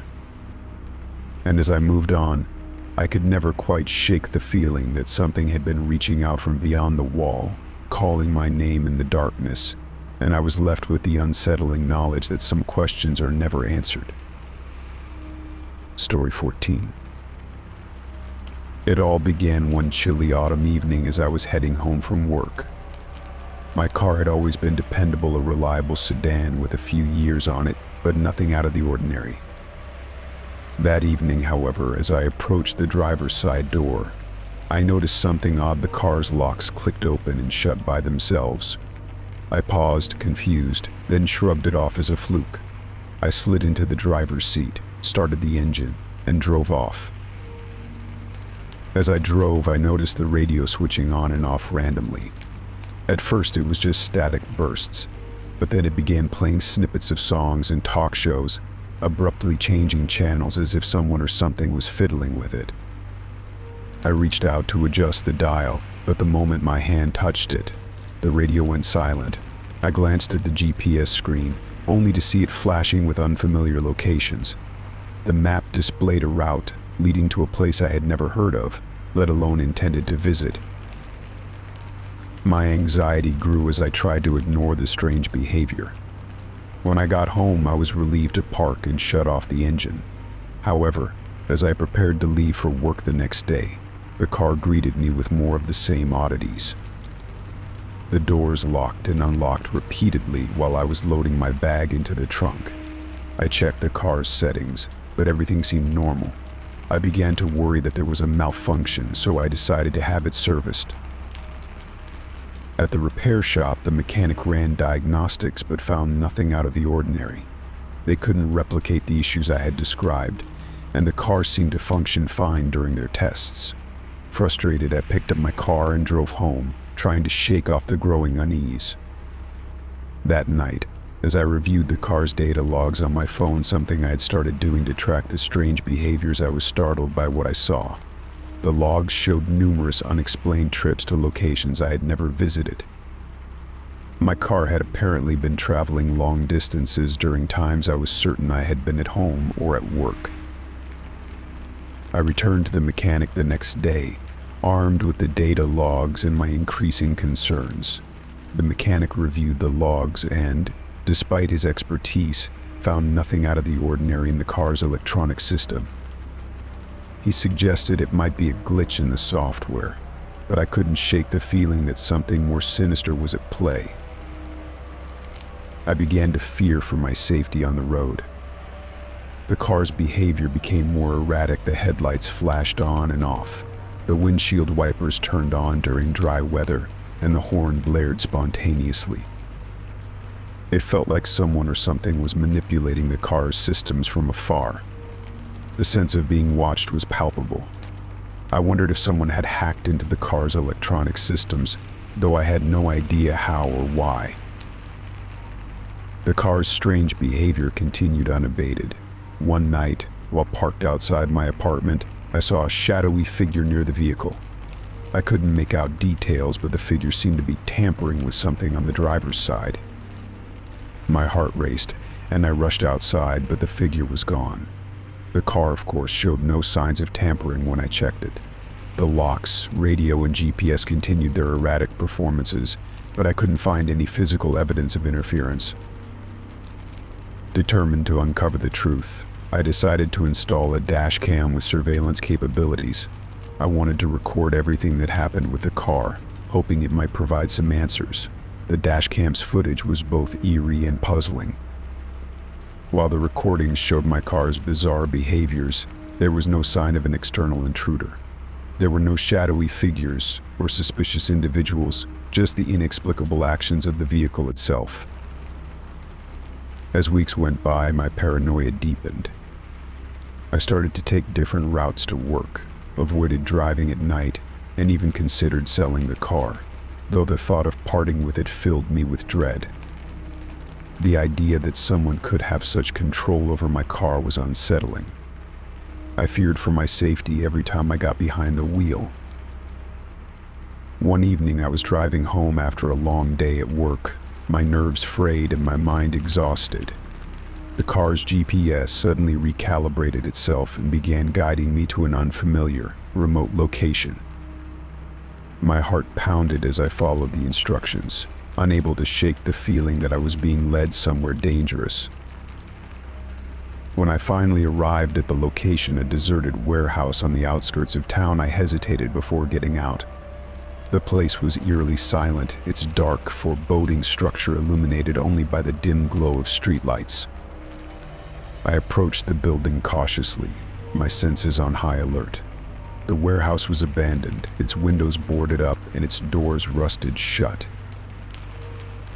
Just as I was about to turn back, I heard a faint noise behind me, a sound like a door creaking open. I spun around, but there was nothing there. I quickly got back into my car and drove away, my mind racing with thoughts of who or what might have led me to that place. The experience left me shaken, but it also drove me to take drastic measures. I sought help from a cybersecurity expert who specialized in automotive technology. He conducted a thorough investigation and found that my car had been compromised by a sophisticated hacking device, one that allowed an external party to manipulate the vehicle's systems. The hacker's motives remained unclear, but the expert assured me that the device had been removed and my car's systems were now secure. With the immediate threat removed, I felt a sense of relief. I still didn't fully understand why I had been targeted or who had done it, but the knowledge that my car was no longer being tampered with eased my fears.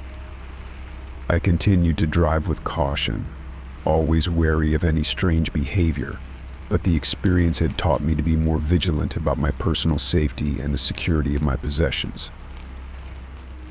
In the end, the mystery of the phantom car remained unsolved, but I had learned an important lesson. Sometimes the greatest dangers come from the places we least expect, and vigilance is the key to staying one step ahead. Story 15. The postcard arrived on an ordinary Tuesday, its arrival almost imperceptible amid the routine of my day. I was sorting through my mail, half listening to the news on the radio, when I came across it. The postcard was simple enough, an unremarkable piece of cardstock with a glossy image of my house on the front. The image was taken from a distance, capturing the front facade and the neatly trimmed lawn, but what struck me was the message scrawled on the back in an uneven, almost shaky handwriting. I know your secret. There was no return address, only a generic postmark from a location I couldn't place. The address written on the postcard was fictitious, a jumble of numbers and letters that led nowhere. I turned the postcard over in my hand, my heart pounding. My house looked the same as always in the picture, but the message was a chilling reminder that someone knew something about me, something they shouldn't. My initial reaction was disbelief. It had to be a prank, a misguided attempt at intimidation, or a misguided joke. I tossed the postcard aside, trying to push it from my mind, but as the hours passed, an uneasy feeling settled over me, growing with each tick of the clock. That evening, I decided to take action. The message was vague, but the implication was clear. Someone had been watching me, or at least my house, and they knew something about me that made me uneasy. I had to make sure my home was secure. I went through every room, checking windows and doors and scrutinizing every corner for any sign of tampering. Nothing seemed out of place. Everything was as it should be. Despite my thorough check, the feeling of vulnerability lingered. The postcard had been a disturbing reminder of how exposed I felt. The fact that someone knew my address, had access to a photo of my house, and was able to send such a menacing message filled me with dread. I considered contacting the police, but without more concrete evidence or a clear threat, there wasn't much they could do. I had already reported the texts I'd received earlier, and with little to show for it, I doubted they would offer much help this time. The days that followed were marked by a heightened sense of paranoia. I avoided leaving the house alone, often asking friends to accompany me if I had to run errands or go out. I found myself constantly glancing over my shoulder, jumpy at every sound. Even the slightest rustle outside made me freeze, my mind racing with all sorts of unsettling possibilities. I began to pay more attention to my surroundings, watching for anyone who seemed out of place. My neighbors, who had always been friendly and familiar, now seemed like potential suspects. I couldn't shake the feeling that someone was lurking, watching my every move. I even started to wonder if the postcard was just the beginning, a warning of something more sinister to come. One night, unable to sleep, I sat by the window, staring out into the darkness. The house was silent, the only sounds coming from the occasional car passing by on the street. My thoughts kept drifting back to the postcard, to the eerie message and the unsettling knowledge that someone had been watching me. As the weeks went by, the fear became a part of my daily life. I began to obsess over every detail, trying to find something, anything, that might explain who could have sent the postcard. I went through old photographs, searched through every document related to my house, and even contacted previous owners to see if they had experienced anything unusual. But there were no leads, no answers. The postcard remained on my desk, a constant reminder of the unknown threat. It was as if the message was engraved into my mind, a haunting mantra that kept me on edge. I tried to go about my life as normal, but the fear was always there, lurking in the back of my mind. One evening, as I was preparing dinner, I heard a knock at the door. My heart raced as I approached it, peeking through the peephole. I saw a stranger standing on the other side, holding a large envelope. I hesitated, my mind racing with thoughts of what might be inside. When I opened the door cautiously, the stranger handed me the envelope without a word and quickly left. I closed the door behind me and turned the envelope over. It was unmarked, with no return address, just like the postcard. I tore it open with trembling hands, hoping for some clue, some explanation. Inside, I found another postcard, this time with a different image, a close-up of the front door of my house. The message on the back was even more unsettling than the first. I'm always watching. You can't hide from me. The words sent a chill down my spine. It was clear now that the sender was not only aware of my location but was also actively monitoring my every move. The postcard had become a sinister game, and I was the unwilling participant. I took the new postcard to the police, but with no additional evidence, they could do little more than advise me to remain vigilant. They increased patrols in the area, but the reassurance felt hollow. The sense of being watched was all-consuming, and the postcards seemed to be a way to taunt me, to remind me of my helplessness. As the months went by, the postcards stopped arriving. The silence was almost as unnerving as the messages had been. I remained on edge, constantly aware of my surroundings, and took extra precautions to secure my home. The knowledge that someone had once known so much about me and had intruded into my private space lingered, a haunting reminder of how vulnerable I had felt. In the end, the postcards had not only disturbed me but had changed the way I lived my life. I had become more cautious, more aware, and less trusting. The haunting messages were a stark reminder of the fear and anxiety that can accompany the unknown, leaving an indelible mark on my sense of security. Story 16. The excitement of moving into a new apartment quickly gave way to an unsettling sense of dread. My new place was supposed to be a fresh start, a place where I could leave behind the stresses of my old life and find some semblance of peace. The building was old but well maintained, with spacious rooms and charming features that I had fallen in love with at first sight. Little did I know, the peace I saw would be quickly overshadowed by a mounting sense of fear. It began with the first note. I came home one evening to find a small, folded piece of paper slipped under my door. The note was neatly written in black ink, but the message was anything but friendly. "I know what you did it read, and I'm watching you." There was no signature, no indication of who might have sent it. I brushed it off as a prank or a misunderstanding, though the ominous tone left me feeling uneasy. Over the next few days, more notes appeared. Each one was different, but carried a similar theme of accusation and intimidation. "You think you can hide one note read, but I see everything another threatened. You're not safe here. I know all about your past." The details were chilling specifics about my job, my daily routines, even my family members. It was as if the writer knew me intimately, yet I had no idea who they could be. The mounting paranoia began to affect every aspect of my life. I couldn't shake the feeling that someone was watching me, following me, even when I was out in public. My nerves were on edge, and every small sound in the apartment seemed amplified. I would check the locks on my doors multiple times each night, and I began avoiding leaving the apartment alone, fearful of what might happen if I did. Desperate for answers, I contacted the landlord. Mr. Collins was a gruff but well-meaning man in his late 60s. When I explained the situation, he seemed genuinely concerned and promised to look into it. However, after a few days of investigation, he returned with little progress. "We've checked the security footage and spoken with the staff," he said, "but no one has seen anything unusual. The building surveillance doesn't show anyone coming and going who shouldn't be." I was frustrated and disheartened.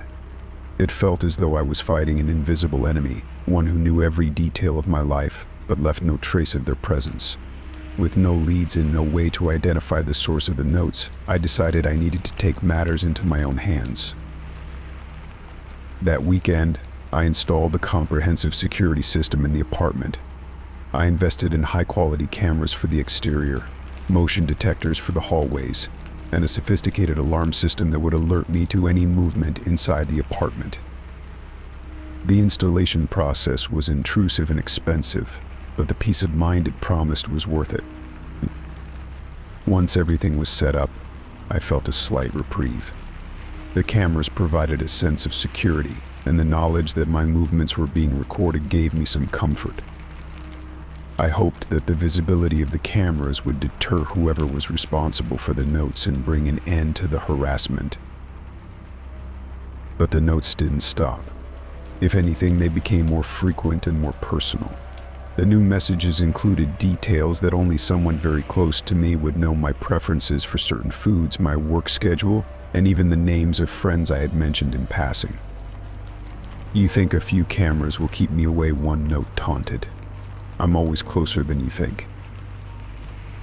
The constant fear of an unseen threat began to erode my sense of normalcy. I would review the security footage obsessively, hoping for some clue or sign of who might be behind the harassment. Each night, as I watched the recorded footage, I scanned for any unusual movements or people lingering near my apartment, but there were no clear answers. The situation reached a boiling point when I received a note that detailed a specific event from my past, a painful experience that I had rarely spoken about. "You haven't forgotten, have you?" it said. "Your past is catching up with you." I was horrified. How could someone know about such personal and private aspects of my life? It felt as though my entire existence was under scrutiny. Feeling trapped and exhausted, I reached out to the police for assistance. They conducted a thorough investigation, but despite their efforts, they couldn't find any evidence or trace of the stalker. "We'll keep an eye out for anything unusual," Officer Martinez said, "but without more information, it's challenging to pinpoint who might be behind this." I felt helpless and isolated, trapped in a cycle of fear and anxiety. The security system, while providing some peace of mind, did little to quell the growing sense of paranoia. I became hyper-aware of my surroundings, always on edge and constantly looking over my shoulder. The once charming apartment had turned into a prison, with each day feeling like a battle to maintain a semblance of normalcy. Despite the ongoing harassment, I eventually found some solace in the routine of the security measures. I continued to document every note and detail of the incidents, hoping that one day would lead to a breakthrough. The police remained involved, though the case seemed to stall. It was only when I decided to move out of the apartment that the harassment abruptly stopped. As I packed my belongings, I couldn't help but feel a sense of relief mingled with lingering fear. The apartment that had once been my sanctuary had become a place of constant dread, and leaving it behind was both a victory and a concession. The new place, though not without its own challenges, offered a fresh start. I had learned to be more cautious and aware, and I vowed to never let my guard down again. The notes and the fear that had consumed me were behind me, but the experience had left a mark. Even now, as I settle into my new home, I remain vigilant, aware that the shadows of the past can sometimes follow you, even when you think you've escaped them. Story 17. I was alone in my apartment, relishing the solitude after a long week of work. The place was modest but comfortable, a sanctuary where I could unwind without interruption. My evenings were usually spent relaxing with a good book or catching up on my favorite shows. But lately something had been disturbing my peace. It started subtly. I began to feel a sense of unease whenever I was alone at night, an inexplicable feeling that I was being watched. At first I chalked it up to stress or maybe just my imagination playing tricks on me. But then, one evening I noticed a figure outside my window. I was in the living room, absorbed in a book, when I happened to glance up. There, just beyond the glass, was a dark silhouette. It was featureless, an indistinct shape that seemed to blend into the darkness outside. My heart skipped a beat as I squinted, trying to make out any details, but the figure remained a shadowy outline, unmoving. I stood up and moved closer to the window, my curiosity piqued despite the growing sense of dread. The figure didn't move, but I felt an intense gaze upon me. It was as if the person or whatever it was observing me with a chilling intensity. I tried to shake off the fear and considered calling the police, but when I looked back, the figure was gone. I checked the street outside, but there was no sign of anyone lingering. I assumed it was probably just someone passing by, a trick of the light or my own overactive imagination. Still, the incident left me unsettled. The next night, the same thing happened. I was sitting in the same spot, reading when I saw the silhouette again, watching me through the window. This time I felt a deep, unsettling chill. The figure was always in the same place, just beyond the reach of the streetlight, cloaked in darkness. I decided to confront whatever or whoever it was. I approached the window cautiously, pulling back the curtain just enough to get a better look. But as soon as I got close, the figure vanished into the night, leaving me staring at an empty street. Determined to get to the bottom of this, I started to take more precautions. I installed heavy curtains and blinds on all my windows, hoping they would provide some privacy and keep the figure at bay. I also started locking my windows and checking the locks obsessively before going to bed. But even with these measures in place, the feeling of being watched didn't go away. I began to keep a small flashlight on my nightstand, just in case I needed to check outside in the middle of the night. I also started keeping my phone close, ready to call for help if necessary. But the figure never reappeared while I was actively looking for it. It was as if it knew exactly when to disappear. The anxiety began to take its toll on me. I found myself jumping at every sound, and I couldn't shake the feeling that someone was always lurking just out of sight. My sleep became fitful, plagued by dreams of dark silhouettes and shadowy figures. I started avoiding the living room at night, preferring to stay in the safety of my bedroom with the door locked. One evening, after a particularly long day, I was determined to relax. I prepared a nice dinner, set up a cozy spot on the couch, and tried to unwind. I was almost successful in forgetting the eerie feeling that had plagued me, until I happened to glance towards the window. There was again the silhouette, watching me from the darkness. This time, I felt a surge of frustration. I grabbed my flashlight and headed for the window. I yanked the curtains open and shone the light outside, but the figure was gone. My hands were trembling and I felt a mix of anger and fear. I stood there for a few minutes, hoping to catch a glimpse of whatever had been tormenting me, but there was nothing. I decided it was time to take more drastic measures. The next morning I contacted a local security company and had cameras installed around my apartment. I also requested a consultation with a security expert to ensure that my home was as secure as possible. They were very professional, offering advice on improving my security and ensuring that I felt safe in my own home. That night, I sat in the living room, the new security cameras blinking softly in the dim light. I tried to ignore the nervous anticipation building inside me. I had hoped that the presence of the cameras would dissuade whatever had been watching me, but I couldn't shake the sense of dread that still lingered. As the night wore on, I watched the live feed from the cameras on my laptop. The footage was clear and showed every angle of the perimeter around my apartment. I reviewed the footage periodically, looking for any sign of movement or disturbance. The cameras showed no unusual activity, and the streets outside remained empty. Despite the added security, I found it hard to relax. I kept the lights on, and the constant hum of the camera system provided a false sense of comfort. I eventually managed to fall asleep, though my dreams were filled with dark shapes and lurking shadows.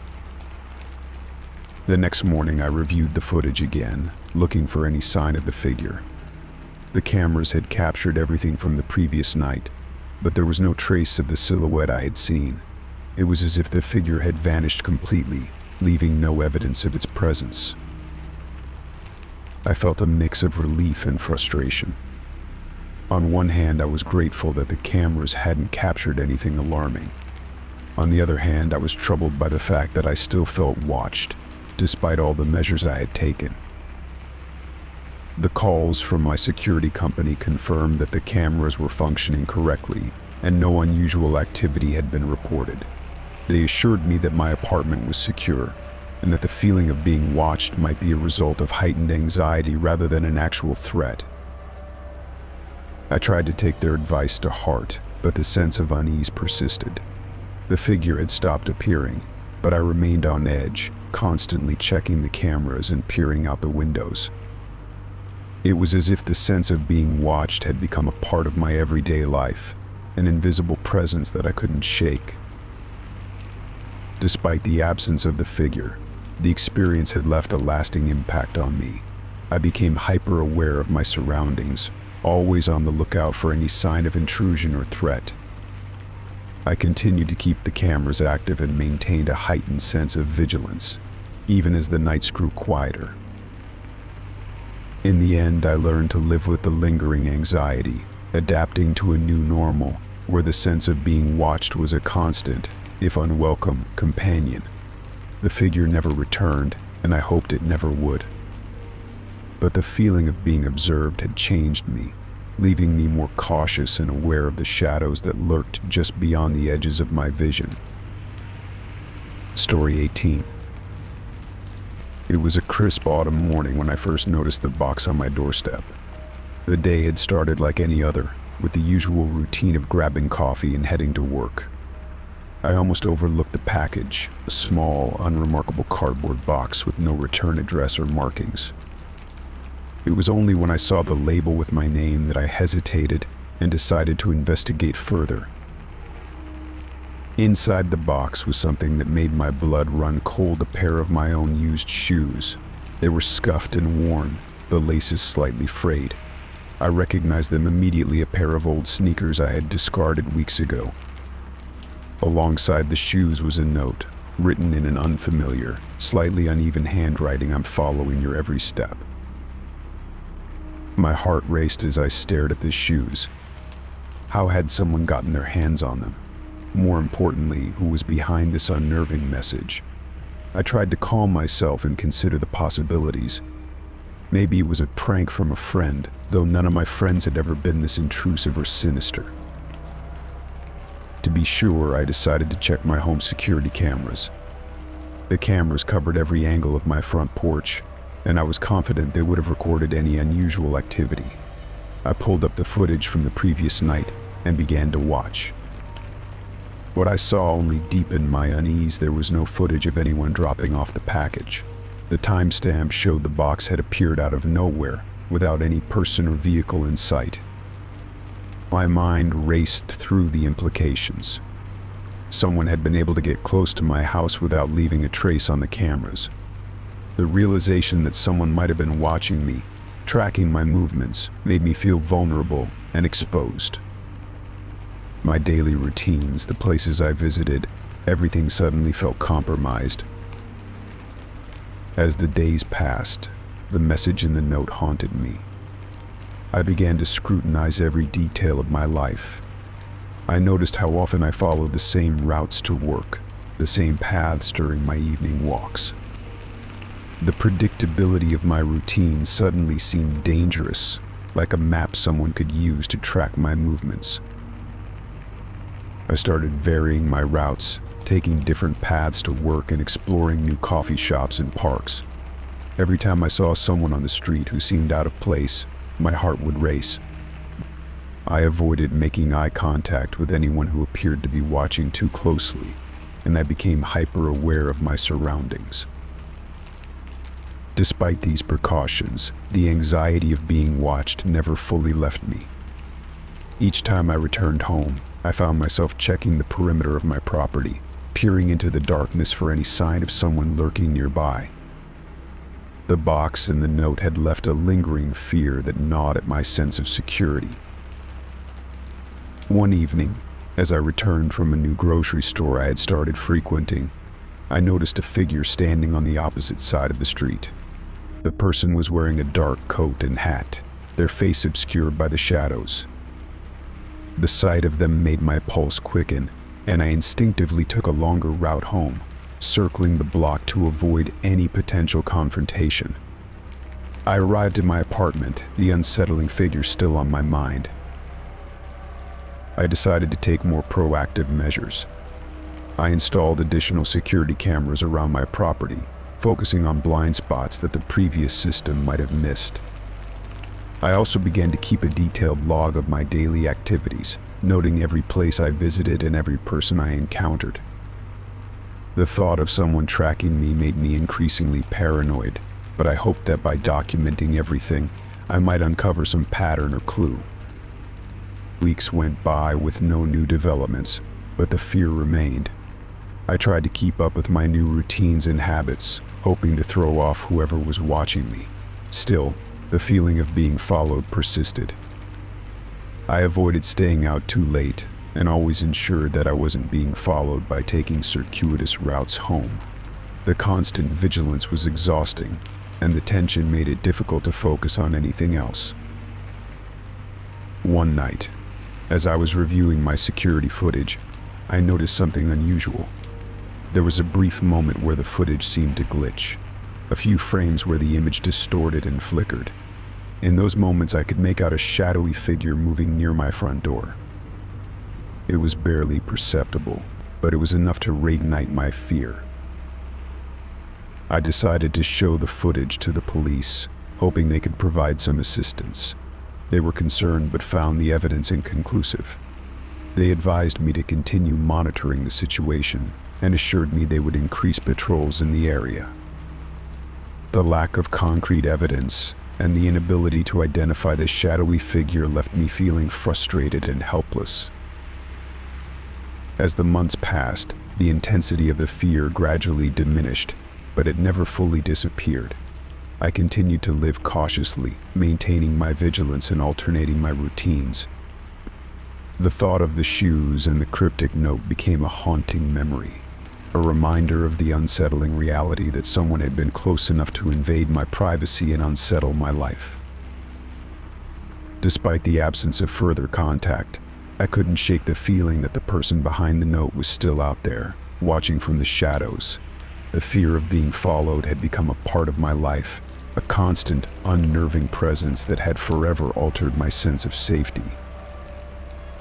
Every now and then, when I notice something unusual or catch a glimpse of someone watching from afar, the anxiety flares up again. The memory of the shoes and the note serves as a chilling reminder that, even in the most familiar of places, danger can be closer than we think. Story 19. It started as an ordinary evening. I was cleaning the bathroom, something I found soothing after a long day. The bathroom mirror was my focus, its surface fogged up with steam from a hot shower. As I wiped away the condensation with a soft cloth, I noticed something odd. My reflection didn't quite match my movements. At first, I thought it was a trick of the light. Maybe the steam had created some sort of optical illusion. I shrugged it off and continued scrubbing the mirror, but the feeling of unease persisted. My reflection seemed to lag slightly behind my actual movements, as if there was a brief delay in synchronization. I paused and stared at the mirror, trying to see if I was imagining things. My reflection remained frozen in a smile while my real self frowned in confusion. I shook my head, trying to clear my thoughts. Perhaps fatigue was playing tricks on me. I wiped the mirror again, hoping to dispel whatever strange effect was occurring. But the distortions only grew more unsettling. My reflection began to twist and warp, displaying a series of unsettling expressions, frowns, sneers, and even looks of terror, while my own face remained neutral. It was as if the mirror was showing me the emotions of someone else, someone I didn't recognize. I felt a shiver run down my spine as I watched my reflection contort into shapes that were almost grotesque. Desperate to understand what was happening, I tried to wipe the mirror clean again. I even used a different cloth, scrubbing with more force. But no matter how much I cleaned, the distortions remained. Each time I looked away and then back, the reflection would change, as if it were mimicking someone or something else. I felt a growing sense of dread as the expressions became increasingly distorted and unsettling. My reflection's eyes would widen in fear, or it would make a face as if screaming silently. I tried to calm myself, convincing myself that it was just a trick of the mirror, or perhaps a psychological phenomenon. But every time I looked away and then back, the reflection seemed to be more insistent, more animated, as if trying to communicate something. The situation reached a crescendo one night when I was brushing my teeth before bed. As usual, I glanced at the mirror while brushing, and for a moment, everything seemed normal. But then I noticed a subtle shift. My reflection's eyes were following me with an intensity that was both unsettling and unnerving. I spat out the toothpaste and leaned closer to the mirror, trying to understand what was happening. That's when the reflection did something that made my blood run cold. It began to mimic my movements with a lag, but then started to do things that I wasn't doing at all. It turned its head slowly, as if examining me with curiosity. It raised its hand and traced a path across the mirror, leaving a smudge that didn't align with my own hand. The movements were deliberate, almost mocking. I pulled back in shock, dropping my toothbrush. The reflection followed my every move, mimicking my startled reaction but with an eerie delay. My reflection's eyes widened in a way that suggested it was looking at something behind me, even though I was alone in the room. I felt a cold sweat break out on my forehead as I turned to see if anyone was there, but the room remained empty. Each subsequent night, the distortions grew more intense. My reflection seemed to take on a life of its own, showing me different scenes, sometimes even mirroring actions that I wasn't performing. Once it appeared as though my reflection was engaged in a silent conversation with an invisible entity, its lips moving in a way that suggested words without sound. I began to fear looking into the mirror, avoiding the bathroom as much as possible. When I did have to use it, I would keep my eyes averted, focusing on other tasks to avoid the growing terror. I installed a curtain over the mirror, hoping to block out whatever malevolent force seemed to be taking hold. Despite these precautions, the sense of unease never left me. Even with the curtain drawn, I could feel the presence of something watching me. The distortions in the mirror had left me feeling like a prisoner in my own home, trapped by an unknown force that was trying to communicate or perhaps torment me. In a final attempt to understand the phenomenon, I reached out to a local historian who specialized in the supernatural. After explaining my experiences, he suggested that old mirrors sometimes hold on to residual energies or entities. He recommended having the mirror blessed and then disposed of, claiming that it might rid the space of any lingering presence. With no other options left, I followed his advice. I arranged for a local priest to bless the mirror, and then carefully wrapped it in cloth before disposing of it. I replaced it with a new mirror, hoping that the issue had been resolved. The new mirror did not exhibit any strange behavior. My reflection was now normal, and the distortions had ceased. However, the experience left a lasting impression on me. I could no longer look at a mirror without feeling a twinge of apprehension, and the echoes of that unsettling night haunted me. The mirror had been a gateway to something inexplicable, a reminder of the shadows that linger just out of sight, waiting for the chance to reveal themselves. Story 20. The morning started like any other. I woke up, groggy from a night of restless sleep, and stumbled out of bed. As I shuffled into the living room, still wrapped in my blanket, I froze. There, sitting comfortably on my couch, was a stranger, deeply engrossed in a book. The sight was so surreal it took a moment for my brain to register what was happening. The man was in his mid-30s, wearing a light blue shirt and jeans. His posture was relaxed, and he appeared completely at ease, flipping through the pages of the book with a calm, deliberate pace. The sun streaming in through the windows cast a warm glow on the scene, but it did nothing to dispel the cold fear that gripped me. For a few seconds I stood there, frozen in place, my mind racing. How had he gotten in? My doors were locked, and I had no idea who this person was or what his intentions might be. I finally managed to muster enough courage to speak. "Who are you?" I asked, trying to keep my voice steady. "What are you doing in my house?" The man looked up from his book, his expression softening into a benign smile. "I was waiting for you," he said, his voice calm and unhurried. My heart pounded in my chest. The way he spoke, as if this were a perfectly normal situation, only heightened my sense of unease. I quickly reached for my phone, my hands shaking, and dialed 911. I tried to maintain my composure as I explained the situation to the operator, though my voice wavered with fear. As I spoke, I kept my eyes on the intruder, who continued to sit there, seemingly unfazed by the commotion. He didn't make any move to leave or approach me, just sat there, as if waiting for some invisible cue. The police arrived within minutes, their footsteps echoing through the house. I led them to the living room, but to my shock and growing anxiety, the man was gone. The room was empty, save for the book lying on the couch. My stomach churned as I noticed the book's cover. It was a classic novel, one I had never seen before, and it was now resting on my furniture, an eerie reminder of the stranger's presence.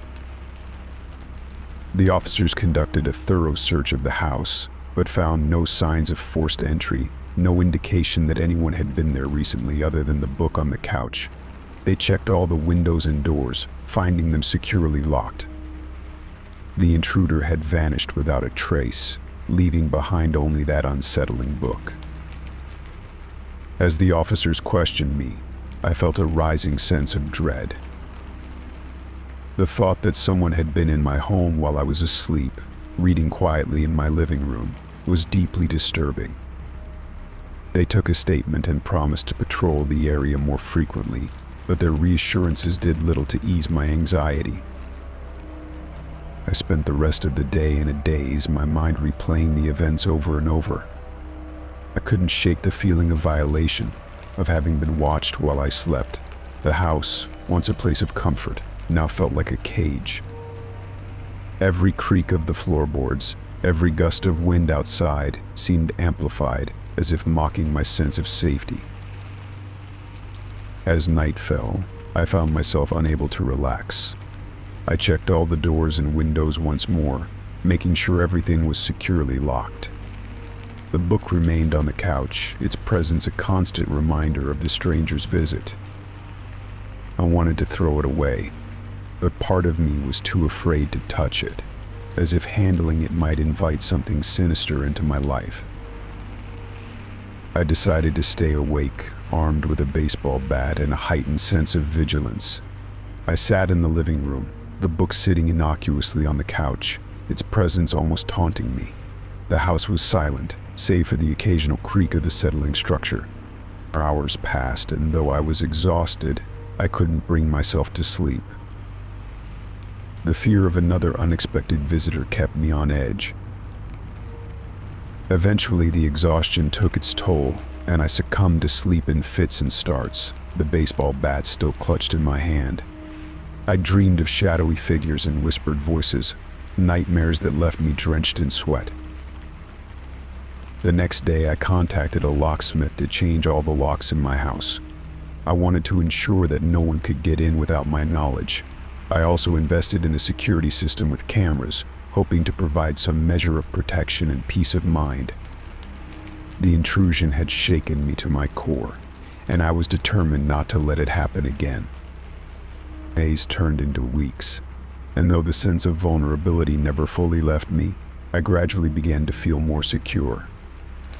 I tried to avoid thinking about that unsettling morning and the strange man who had appeared out of nowhere.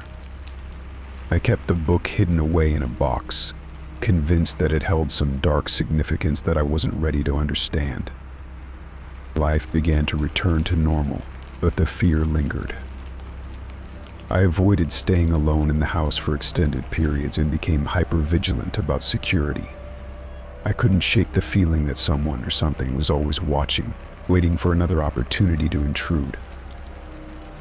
Though the police never found any leads or identified the man, I remained vigilant, hoping that the security measures I had put in place would keep me safe.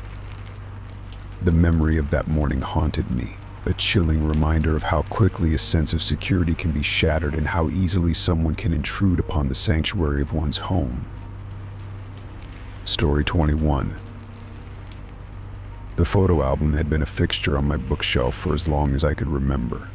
It was a modest leather-bound volume, its once crisp edges softened by years of use.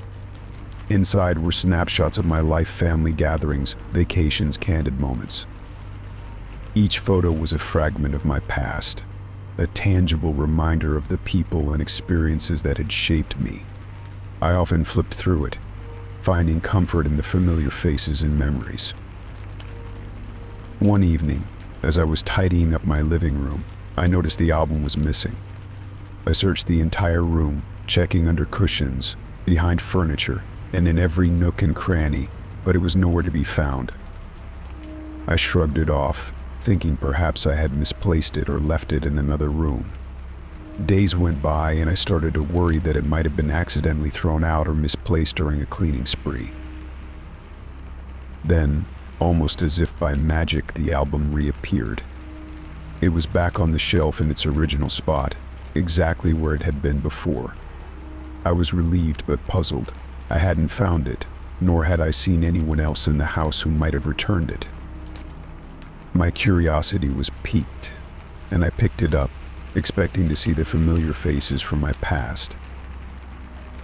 However, when I opened the album, a chill ran down my spine. The photos had been rearranged, and the images were unlike any I had seen before. The familiar snapshots were gone, replaced by disturbing and unfamiliar faces. Each page was filled with strangers, their expressions ranging from serene to unsettlingly intense. They stared out from the pages, their eyes seeming to follow me as I flipped through the album.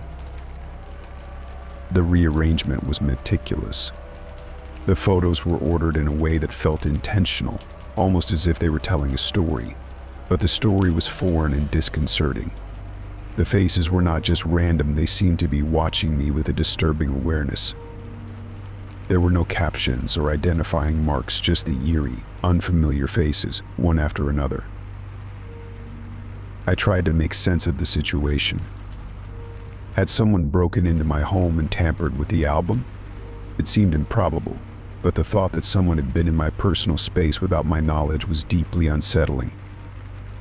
I searched the rest of the house for signs of tampering, but everything else appeared untouched. There were no signs of forced entry or disturbance. The more I examined the album, the more the images seemed to affect me. Some of the faces had an almost spectral quality, their features blurred or distorted in a way that made them appear unnatural. I felt as though they were not just photographs but something more sinister. The way the eyes seemed to follow me made it hard to look away. Every time I turned the page, I half expected to see one of the figures reaching out, or worse, emerging from the photo. I reached out to friends and family, hoping to get some perspective. I showed them the album and described the situation, but they were equally puzzled. None of them recognized the faces in the photos, and no one could offer an explanation for their appearance. They suggested that I might have dreamt about the album, or that it was a result of some obscure prank. But the more I thought about it, the more the sense of intrusion grew. The photos were not just disturbing, they were a violation of my privacy. It felt as if someone had deliberately invaded my personal space and rearranged my memories to unsettle me. The album, once a cherished collection of moments from my life, had become a source of anxiety and fear. I decided to take the album to a local photo expert, hoping they could provide some insight. The expert examined the photos and confirmed that they were genuine prints, not digitally altered. However, they couldn't identify the subjects or explain how they had ended up in my album. Their inability to provide answers only added to my unease. As days turned into weeks, the album remained a constant source of dread. I tried to avoid looking at it, but it was hard to ignore the presence of those unsettling faces. I considered disposing of it, but the thought of throwing away something that had been in my possession for so long felt wrong. I couldn't shake the feeling that getting rid of it might be admitting defeat, or worse, acknowledging that the intrusion had won. I began to notice other subtle changes around the house. Small objects would be out of place, or I would find things in locations I was sure I hadn't left them. It was as if the house itself was conspiring to reinforce the feeling of unease that the album had introduced. Every creak of the floorboards or rustle of the curtains made me jump, and I became increasingly paranoid about my surroundings. I even began to wonder if the album was somehow connected to these occurrences. Had it somehow opened a door to something sinister, or was it merely a catalyst for my own growing anxiety? The constant presence of those unsettling faces made it hard to think clearly. Eventually, I decided to lock the album away in a box and store it in the attic, hoping that removing it from my immediate environment might help me regain a sense of normalcy. The attic was a dark, dusty space, rarely visited, and I hoped that by keeping it there I could distance myself from the feeling of intrusion it had brought. Despite my efforts, the unease remained. The faces from the album lingered in my mind, and the feeling of being watched persisted. The album had transformed from a simple collection of memories into a symbol of violation and fear. It was a constant reminder that even the most familiar and comforting things could be turned into sources of dread. Story 22. It was a quiet evening when my phone rang with an anonymous number. I was in the middle of cooking dinner, the aroma of garlic and herbs filling the kitchen. I glanced at the screen, puzzled by the unknown caller. The phone rang again, and despite my better judgment, I answered. "Hello," I said, trying to keep my voice steady. There was no response at first, just a disconcerting silence on the other end. Then, I heard it heavy breathing, labored and uneven, like someone struggling to catch their breath. The sound was unnervingly close, and it sent a shiver down my spine. I waited, expecting the caller to speak, but instead there was a series of strange noises, muffled thumps, indistinct murmurs, and a low, unsettling hum. "Hello," I repeated, more urgently this time. But there was no reply. The call ended abruptly, leaving me with a lingering sense of dread. I tried to shake it off, convincing myself it was a wrong number or a prank. Over the next few days, the calls didn't stop. They came at all hours, early in the morning, late at night, and even during work hours. Each call was the same heavy breathing and strange noises. I tried to block the number, hoping it would stop the harassment. But instead of decreasing, the calls began to come from different numbers, each one more disturbing than the last. The anonymity of the calls only added to my growing sense of fear. One night, the phone rang just as I was about to go to bed. I hesitated but answered, hoping to confront the caller directly. The same heavy breathing greeted me, accompanied by an eerie, rhythmic scratching sound that seemed to echo through the phone line. I could barely make out a faint, almost imperceptible whisper in the background, but the message was too garbled to understand. By now, the calls were affecting my sleep and work. I found myself constantly checking my phone, anxious about the next call and unable to focus on anything else. My stress levels soared as I began to suspect that whoever was making these calls had sinister intentions.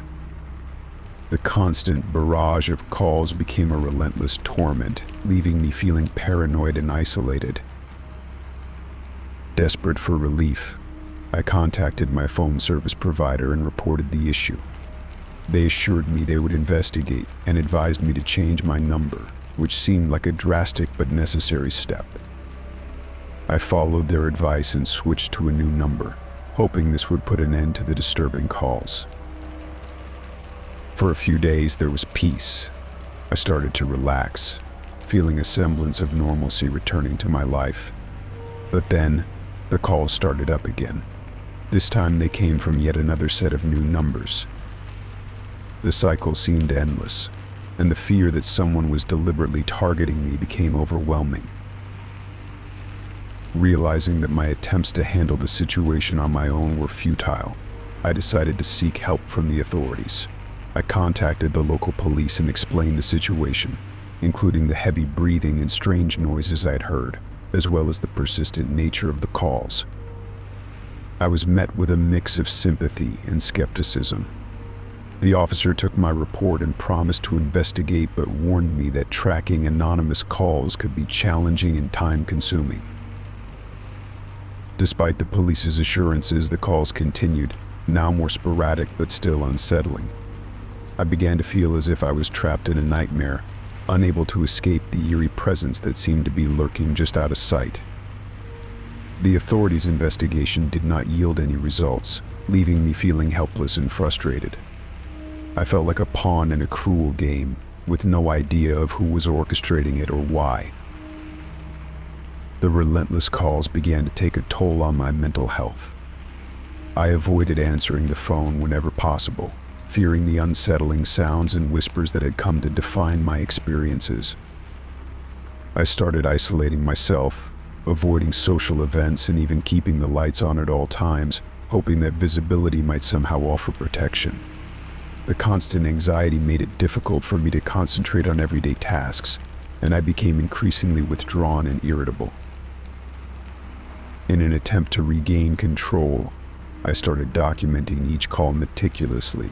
I noted the time, date, and any distinguishing features of the noises I heard. I hoped that this detailed record might provide the authorities with something useful. I also began exploring personal security measures, installing additional locks and a security camera at my home. I hoped that increased vigilance might help me feel safer, even if it didn't stop the calls. Despite my efforts, the calls continued intermittently, and the mystery of their origin remained unsolved. The weight of the unknown was the most disturbing part, as I could not figure out why I was being targeted or who was behind the harassment. The sense of violation and intrusion into my private space left me feeling perpetually on edge. Eventually, the calls began to taper off, though they never entirely ceased. I continued to receive the occasional call from unknown numbers, but the frequency diminished. I remained vigilant, always wary of the next call, but I also tried to reclaim some sense of normalcy in my life. The experience left a lasting impact on me. I became hyper-aware of my surroundings and more cautious about my privacy. The fear of being watched or followed became a constant undercurrent in my daily life. Despite the passage of time, the unsettling memory of those calls remained with me, a chilling reminder of the vulnerability we all face in an increasingly connected world. Story 23. It was a typical Wednesday evening, and I had just returned home from a long day at work. I was looking forward to a quiet night, so I tossed my keys on the kitchen counter and headed to my bedroom to change into something more comfortable. As I was undressing, I noticed something odd, an unfamiliar glint of metal catching the light from the corner of my eye. At first, I thought it was just a misplaced object or a trick of the light. But as I investigated further, I discovered a small, inconspicuous camera hidden behind a loose panel in the bedroom wall. It was tiny, barely noticeable, but it was there, positioned in a way that suggested it had been deliberately placed to monitor my movements. My blood ran cold as I realized what I had found. My heart raced as I pulled the camera out and examined it closely. It was a modern device with a lens so small that it could easily be overlooked. The realization that someone had been watching me, possibly for weeks or even months, sent shivers down my spine. I felt a surge of panic and anger. How had this gone unnoticed? And more importantly, who had done this? Without wasting any time, I picked up my phone and dialed 911. I explained the situation to the operator, trying to keep my voice steady despite the rising tide of fear. Within minutes, the police arrived, and I showed them the camera I had found. They took it into evidence and began an investigation. The officers were professional and courteous, but I could tell from their expressions that they were as disturbed by the discovery as I was. They conducted a thorough search of my home, checking for other hidden devices or signs of tampering. They interviewed me about any recent strange occurrences or suspicious individuals I might have noticed. I told them about the occasional strange noises and the feeling of being watched, but I hadn't suspected anything as sinister as this. The police took the camera for forensic analysis, hoping to find any clues about its origin or the person who had placed it. They promised to keep me updated on their progress, but as days turned into weeks, their updates were few and far between. The forensic results were inconclusive. There were no fingerprints, no identifying marks, and the camera's data didn't lead to any concrete leads. It seemed to be a dead end. The violation of my privacy had a profound effect on me. I found myself constantly on edge, unable to shake the feeling that I was being watched even when I was alone. The safety and comfort of my home were shattered, and every small noise or movement seemed magnified, a reminder of the intrusion I had experienced. I took it upon myself to conduct a more exhaustive search of my home, looking for any other hidden cameras or recording devices. I checked every nook and cranny, examining electrical outlets, vents, and any potential hiding spots. I even hired a professional to conduct a sweep of the property, but they found nothing. It was both a relief and a source of frustration. Relief that there were no more hidden devices, but frustration that I could not understand why someone had targeted me.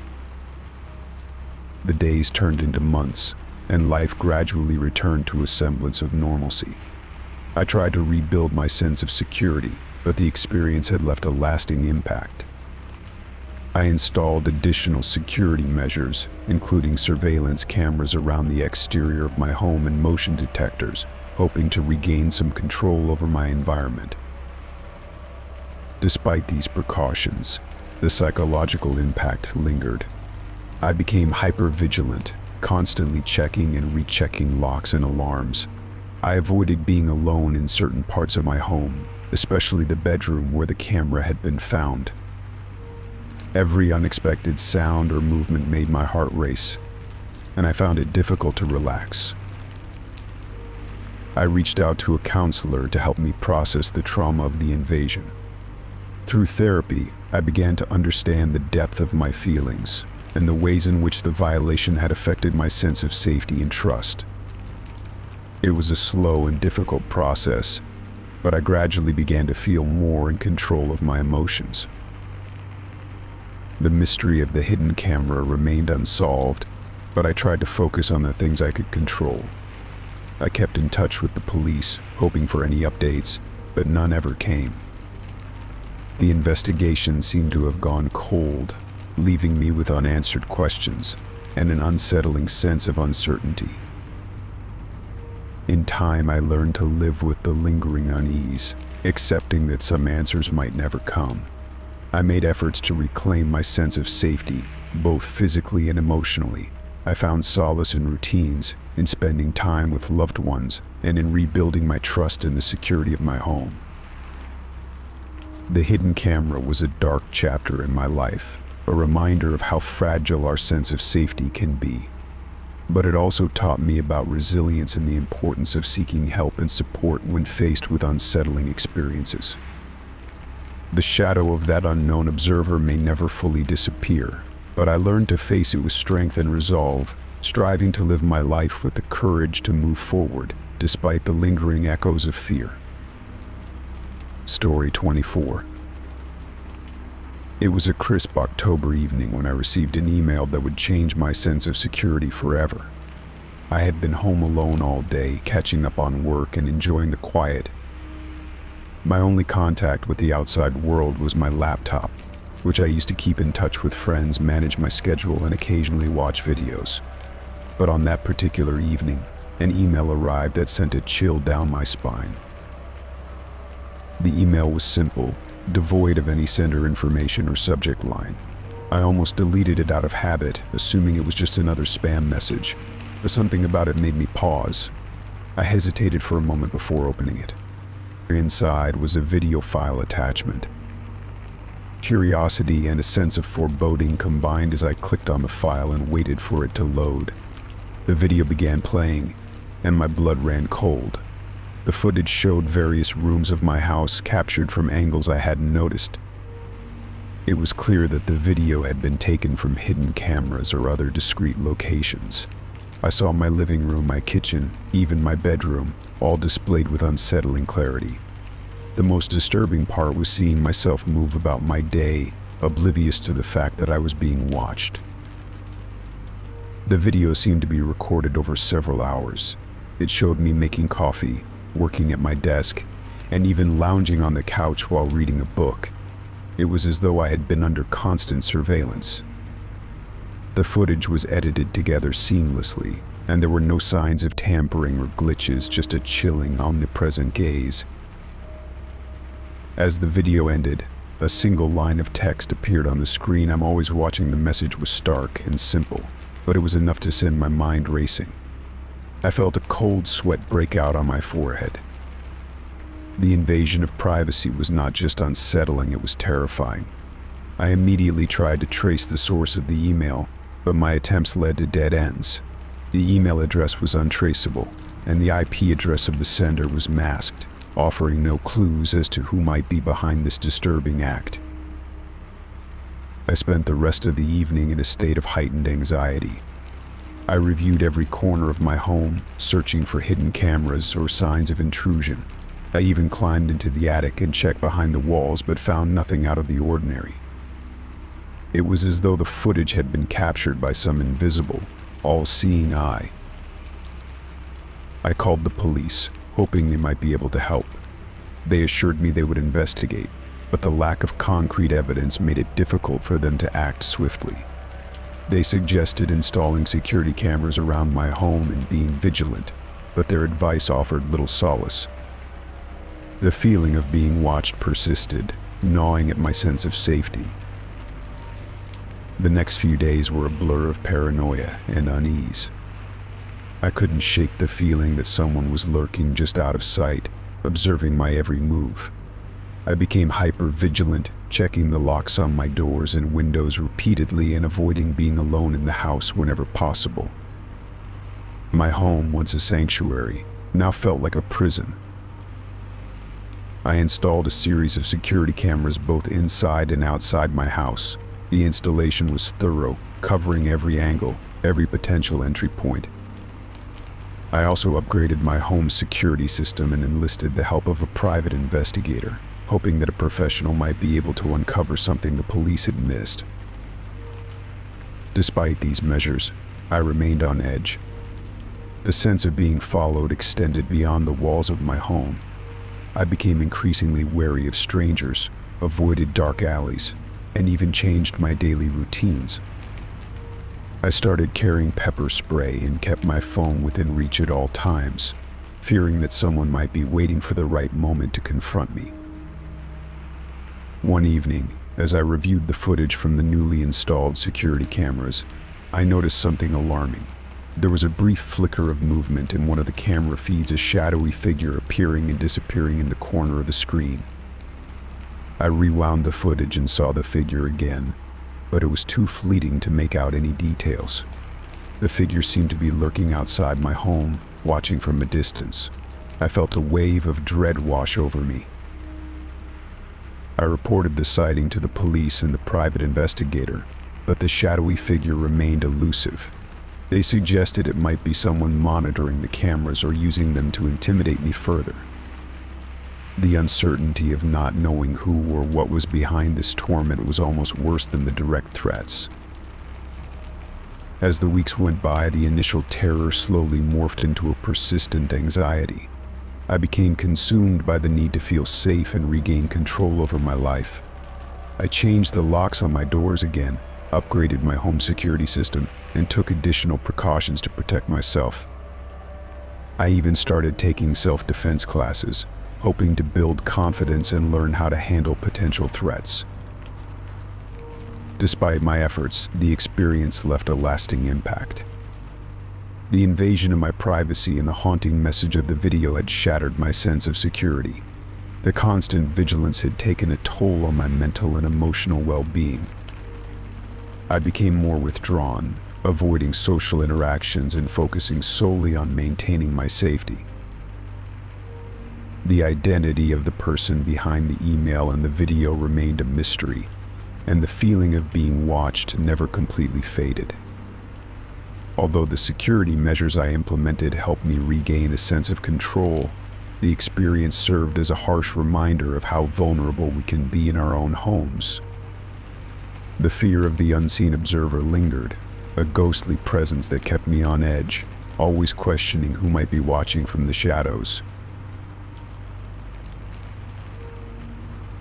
Story 25. It started on an otherwise uneventful evening. I was settling into my favorite armchair with a book, the soft hum of the refrigerator providing a comforting background noise. As I turned the page, I heard a faint scratching sound coming from somewhere within the walls. At first, I dismissed it as the house settling or perhaps a loose wire. It wasn't uncommon for old homes to make peculiar noises. But as the days went by, the scratching grew more frequent and persistent. It wasn't a random sound, it was rhythmic and deliberate, as if someone or something was trying to communicate. The scratching seemed to follow me around the house. When I was in the living room, it would come from the walls behind me. When I moved to the kitchen, the sound would shift to the walls there. It was as if whatever was making the noise was shadowing my every move. The sound was unsettling, a constant reminder of an invisible presence. I began to feel like I was being watched, the scratching serving as a haunting, ever-present soundtrack to my daily life. My initial thoughts were that it might be pests, mice, or rats perhaps, but when the noises didn't subside, I decided to call an exterminator to get a professional opinion. The exterminator arrived on a cool autumn morning, carrying his toolkit and a confident air. He started by inspecting the usual places where pests might be found under the sink, behind the refrigerator, and in the attic.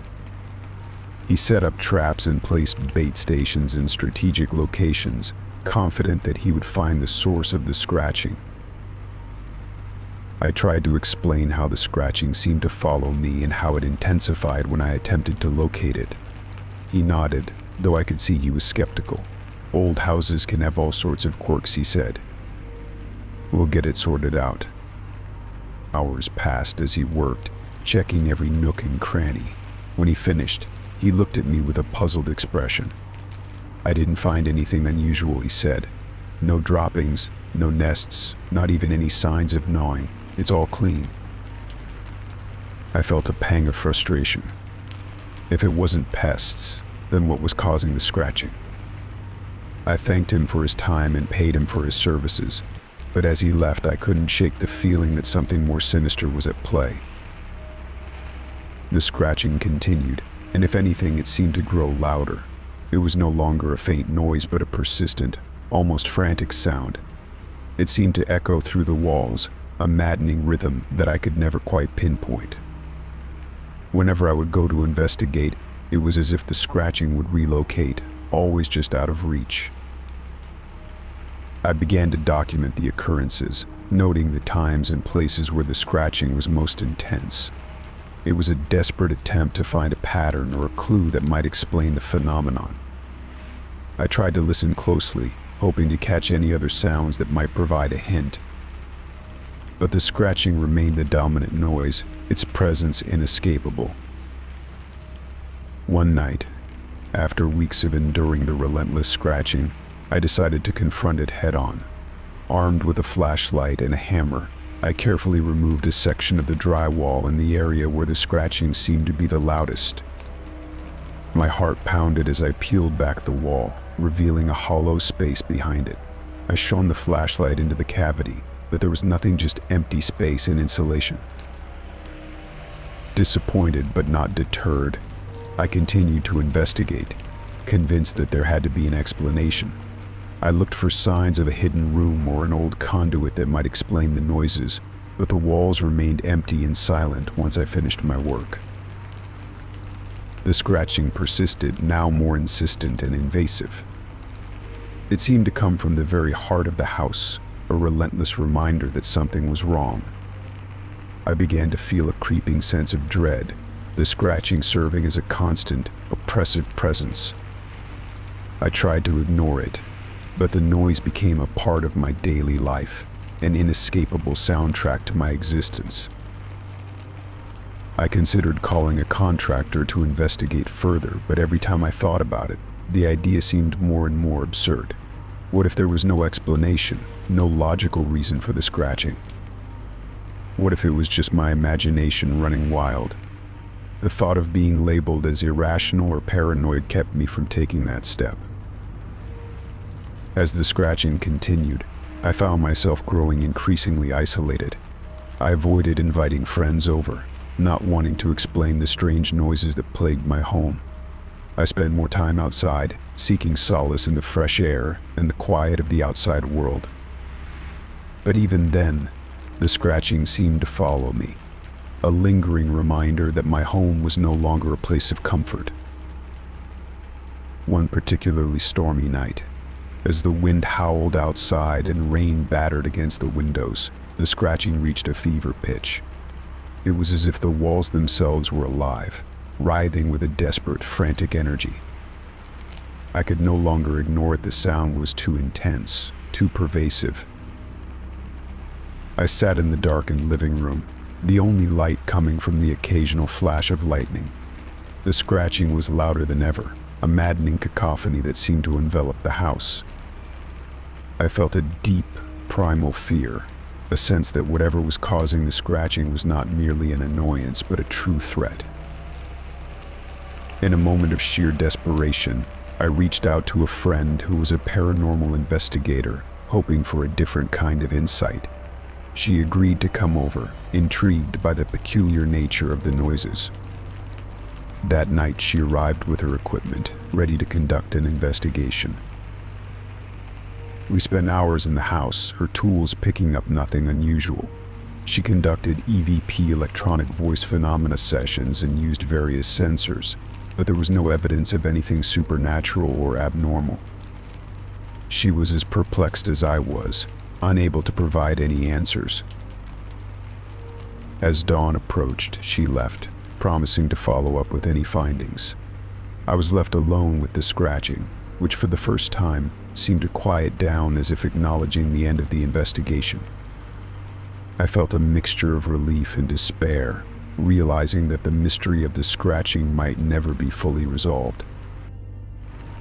The following days were marked by a tentative peace, the scratching reduced to a faint whisper. Yet the experience had left a lasting impact. The house, once a place of comfort, now held a shadow of unease. I remained vigilant, always listening for the telltale signs that the scratching might return. Despite the quiet, the sense of dread lingered. The scratching had been a haunting reminder of the unknown, a phenomenon that defied explanation and left me questioning the boundaries between reality and fear. The house had become a symbol of the mysteries that can lurk just beyond our understanding, a reminder that sometimes the true source of our fears may never be fully revealed. Story 26. The day started like any other. I woke up early, made coffee, and began my usual routine. The apartment was quiet, a peaceful sanctuary that had become my haven from the world outside. But as I checked my mail that morning, I noticed a package waiting for me. It was small and unremarkable, wrapped in plain brown paper with no return address. My name was scrawled in neat, handwritten letters, but there was no clue as to who might have sent it. Curiosity got the better of me, and I decided to open it. I carefully peeled away the wrapping and found a book inside. It was an old leather-bound volume, its cover worn and dusty. The title was barely legible, obscured by age and grime. I flipped it over, but there were no identifying marks or clues about the sender. I was intrigued but didn't think much of it at first. I set the book on my kitchen table and went about my day, my mind occasionally drifting back to the mysterious package. After finishing my work, I decided to sit down and examine the book more closely. As I opened it, I discovered a folded note tucked between the pages. My heart skipped a beat as I unfolded it, revealing a handwritten message. "You don't know me, but I know you." The note sent a shiver down my spine. It was unsettling, a cryptic statement that left me feeling exposed and vulnerable. Who could have sent this, and why? The fact that the sender was anonymous only added to my growing sense of unease. I took a deep breath and flipped through the pages of the book, hoping for some context or explanation. What I found inside was even more disturbing. The pages were filled with handwritten notes, observations, and comments about my life. There were details about my daily routine, my work schedule, and even my recent activities. It was as if the book had been meticulously crafted to document my every move. The notes were disjointed and sometimes incoherent, but the underlying message was clear. Someone had been watching me, tracking my movements, and compiling a disturbing record of my life. There were references to personal conversations I'd had with friends, descriptions of places I'd recently visited, and even mentions of my family members. It felt like an invasion of privacy, a violation that left me feeling exposed and anxious. The more I read, the more I felt the weight of the book's contents bearing down on me. The book wasn't just a collection of observations, it was a chilling reminder that someone out there knew intimate details about my life, details that should have been private. My pulse quickened as I realized how vulnerable I truly was. Determined to find out more, I contacted the police. I explained the situation, showing them the book and the note. Officer Ramirez, who took my report, seemed concerned but also cautious. "We'll look into it," she said, "but without any identifying information, it's difficult to trace the sender." I agreed, feeling a mix of frustration and helplessness. The police assured me they would investigate, but I knew from experience that cases like these often took time, and the chances of finding the perpetrator were slim. In the meantime, I needed to take precautions to protect myself. I started by installing additional security measures in my apartment. I upgraded my alarm system, adding motion detectors and cameras to cover every possible angle. I also changed the locks on my doors and windows, ensuring that no one could gain entry without my knowledge. Every sound, every movement outside my apartment became a source of anxiety. I felt like I was living in a constant state of alert, always on edge, waiting for the next unsettling event. I also took steps to modify my daily routine. I began varying my schedule, avoiding predictable patterns that might make it easier for someone to track my movements. I avoided discussing my plans or activities with anyone, even friends and family, for fear that someone might be listening in or monitoring my conversations.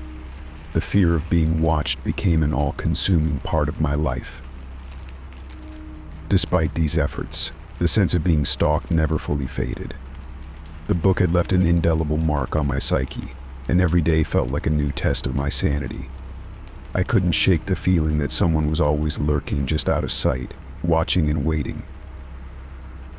In the following weeks, I noticed an increase in the number of strange incidents. There were times when I thought I saw shadows moving outside my windows, or when I heard unfamiliar noises in the hallway. The paranoia began to affect my relationships, as I became increasingly isolated, unable to trust even those closest to me. The book and the note remained a constant reminder of the threat that loomed over me. I kept them locked away in a safe, but the fear they represented was ever present. The constant anxiety took a toll on my mental health, and I found myself grappling with sleepless nights and relentless worry. Eventually, the police provided an update. They had identified a few leads, but nothing conclusive. They advised me to continue with my security measures and to remain vigilant. Their assurances did little to ease my fears, but I took comfort in knowing that they were doing what they could to help. As time passed, the notes in the book remained a chilling reminder of the invasion of my privacy. Although the physical threats seemed to diminish, the psychological impact lingered. The apartment, once a place of refuge, had become a battleground for my peace of mind. Despite the ongoing fear, I tried to reclaim some semblance of normalcy. I resumed my social activities and attempted to rebuild my sense of security, though the shadow of the book still loomed large. The experience had left me more cautious and aware, forever changed by the unsettling reminder that there are people in the world who will go to great lengths to invade your privacy and control your life. The book and the notes served as a constant reminder of the fragility of security and the power of fear. Even as I moved forward and tried to put the experience behind me, the knowledge that someone had been watching, documenting, and intruding into my life would always remain a haunting memory. Story 27. It started with something small, a necklace I'd had since high school. I remembered taking it off and placing it on my dresser, but when I went to retrieve it the next day, it was gone. I searched the entire room, checking under furniture, behind dressers, and even inside drawers, but it was as if the necklace had vanished into thin air. At first, I thought I might have misplaced it, so I let it go, assuming it would turn up eventually. But then it happened again. This time, it was a pair of expensive earrings I'd recently bought. I had placed them in a jewelry box on my nightstand. A week later, they were nowhere to be found. I retraced my steps, checked every possible hiding place, and even asked friends if they had seen them, but no one had any idea where they might be. I couldn't shake the feeling that something was off, but I pushed the worry aside and decided it was just bad luck. When I replaced the missing items, I hoped that it was just a string of coincidences. I bought a new necklace and another pair of earrings, thinking that maybe I'd lost them during a hectic week or misplaced them while cleaning. But to my dismay, the new items disappeared just like the old ones. It was becoming a pattern, and the frequency of these losses started to worry me. The first few times I tried to convince myself that I was just being careless. Maybe I was forgetting where I'd put things or misplacing them in my cluttered apartment. But as the losses continued, the sense of unease grew. I began to feel like someone was deliberately taking my possessions, and the more items that went missing, the more paranoid I became. The situation escalated one evening when my laptop went missing. I had left it on the kitchen table while I went to take a shower. When I came back, it was gone. I searched the apartment thoroughly, checking every nook and cranny, but the laptop was nowhere to be found. I felt a pang of panic. It wasn't just a matter of replacing a piece of jewelry anymore. My laptop contained important work documents and personal files. I considered the possibility of a break-in, but found no signs of forced entry. The locks on the doors were intact, and nothing else in the apartment seemed disturbed. It was as if someone had taken only the items they wanted and left everything else untouched. I felt a growing sense of vulnerability, as if my home had become a target for someone who knew exactly what to take. I decided to install a few security cameras to keep an eye on things. I set them up around the apartment, hoping they would catch any suspicious activity. The cameras were discreet, hidden among everyday objects like picture frames and decorative items, so they wouldn't draw attention. The first night with the cameras was filled with anticipation. I watched the footage carefully, expecting to see someone sneaking around, but the cameras showed nothing unusual, no one entering or leaving the apartment, no strange movements. Everything appeared normal, and yet my belongings continued to disappear. One morning, after a particularly restless night, I was making coffee when I noticed that my favorite watch had vanished. I had left it on the kitchen counter the previous evening, but now it was gone. I felt a surge of frustration. I reviewed the security footage again, hoping that I had missed something. The video showed me making coffee and then leaving the kitchen, but there was no sign of anyone else entering the room. I began to think I was losing my mind. The constant disappearance of my possessions was taking a toll on me. I started double-checking every corner of my apartment, convinced that there was some hidden compartment or secret passage where my belongings were being stashed. I even contacted a locksmith to inspect the locks and ensure there were no hidden vulnerabilities, but they found nothing unusual. The next few weeks were marked by a growing sense of dread.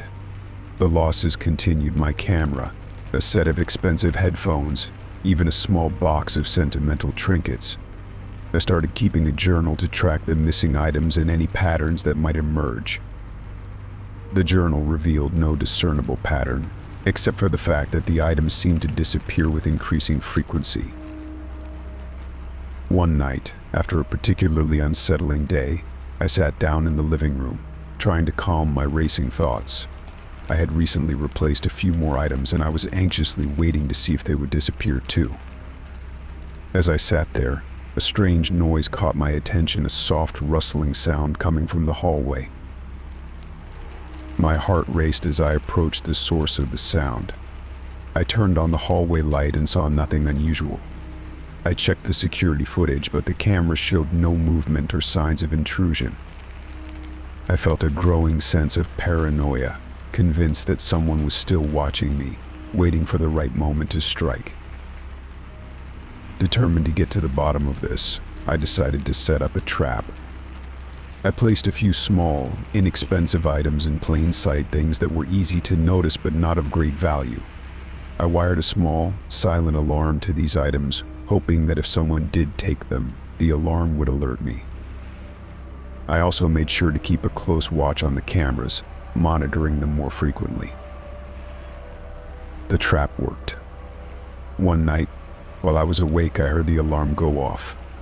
I rushed to the source of the sound and found a small, hidden compartment behind a loose panel in the wall. Inside, there were several of my missing items, jewelry, electronics, and other belongings that had disappeared over the past few weeks. It was as if someone had been hiding them there all along. I felt a mixture of relief and anger. The discovery confirmed that someone had been taking my possessions and stashing them away in this hidden space. But the question remained, who was behind this? I called the police, who investigated the compartment and took the recovered items for fingerprints and further analysis. In the meantime, I decided to take additional measures to secure my home. I installed a more comprehensive security system, including motion detectors and additional cameras. I also changed all the locks and made sure that my apartment was as secure as possible. The police investigation revealed no clear suspects or motives. They found no evidence pointing to anyone specific, and the case remained unsolved. The feeling of being targeted persisted, but with the new security measures in place, the disappearances ceased. As time went on, I tried to move past the experience, but the memory of those missing items in the hidden compartment lingered. I became more vigilant and cautious, always keeping an eye on my belongings and ensuring that my home was secure. Though the mystery of the vanishing items remained unsolved, I found some solace in knowing that my home was now a safer place. The experience had left me more aware of my surroundings and more determined to protect what was mine. Story 28. It started on an overcast Tuesday, the kind of day where the sky seems permanently shrouded in gray and the world feels damp and cold. I had just returned home from work, eager to escape the dreary weather, when I noticed an unusual, rancid smell wafting through my apartment. It was a sickening, putrid odor that seemed to cling to the air and make my stomach churn. Initially, I thought it might be a temporary issue, perhaps related to the weather or something that had gone unnoticed. I began a thorough inspection, checking every corner of my small apartment. I looked for signs of mold, dead animals, or anything else that might cause such a foul stench. I examined the pipes under the sink, the space behind the refrigerator, and even the vents and air conditioning units. I moved furniture, poked around in the closets, and scrutinized every possible source of the odor. Despite my exhaustive search, I found nothing. The apartment was clean, with no signs of decay or damage. The smell was persistent, though, and seemed to grow stronger each time I was alone. My attempts to pinpoint its source proved fruitless, leaving me increasingly frustrated and unsettled. As the days went by, the odor continued to plague me. It would appear suddenly, filling the room with its revolting stench, only to fade away when I had company or when I was busy with other tasks. It was as if the smell had a will of its own, surfacing only when I was alone and vulnerable. The foul odor wasn't the only thing that disturbed me. Each time it became unbearable, an eerie feeling would accompany it, an unsettling sensation that something was lurking just out of sight, watching me from the shadows. It was a feeling of being observed, of having my every move scrutinized by an unseen presence. One evening, as I sat in the living room trying to relax, the smell returned with a vengeance. It was so overpowering that it made my eyes water and my throat tighten. I decided to take action and try to mask the odor, hoping that strong scented candles or air fresheners might help. I lit several candles and placed them strategically around the apartment, but the smell persisted, cutting through the fragrance of vanilla and lavender. That night, as I lay in bed trying to ignore the smell, the feeling of being watched intensified. I heard faint rustlings and whispers that seemed to come from nowhere. My heart raced as I turned on the lights, searching the apartment for any sign of intrusion. The whispers ceased as soon as the lights were on, and I found nothing out of place. Yet the sensation of being watched lingered, making it impossible for me to relax or sleep. The next morning, I decided to call a professional to investigate. An exterminator came by and inspected the apartment, searching for any signs of pests or hidden problems. He checked the insulation, the walls, and the floors, but found nothing unusual.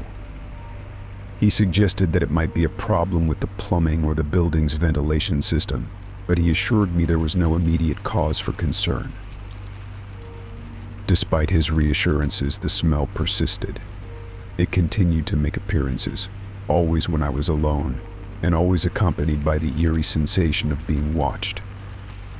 I began to feel like a prisoner in my own home, unable to escape the oppressive stench and the unsettling feeling of being observed. One day, as I sat at my desk working from home, the smell grew particularly intense. I was on the verge of tears, my patience wearing thin. I decided to take a break and stepped out onto the balcony for some fresh air. As I stood there trying to calm myself, I noticed something strange, a series of small, dark stains on the wall of the building directly adjacent to mine. They appeared to be smeared, as if something had been dragged or pressed against the wall. I felt a shiver run down my spine. The stains seemed to have no logical explanation, and I couldn't shake the feeling that they were somehow connected to the strange occurrences in my apartment. I took a photo of the stains and went back inside, hoping that they might provide a clue. When I examined the photo closely, I noticed that the stains formed a pattern almost like a message, though it was difficult to decipher. I couldn't make sense of it, but the pattern looked deliberate, as if someone had been trying to communicate something. Determined to find answers, I decided to investigate further. I reached out to my neighbors, asking if they had noticed anything unusual. Most of them hadn't, but one elderly woman who lived a few floors down mentioned that she had seen someone moving in and out of the building late at night. She hadn't paid much attention at the time, but her comments made me wonder if someone had been secretly entering the building. The following night, I set up a camera on the balcony to monitor any unusual activity. I hoped that by capturing footage, I might be able to identify the source of the smell and the unsettling feeling of being watched. I reviewed the footage the next morning, but it revealed nothing out of the ordinary. No one had entered or exited the building in a suspicious manner.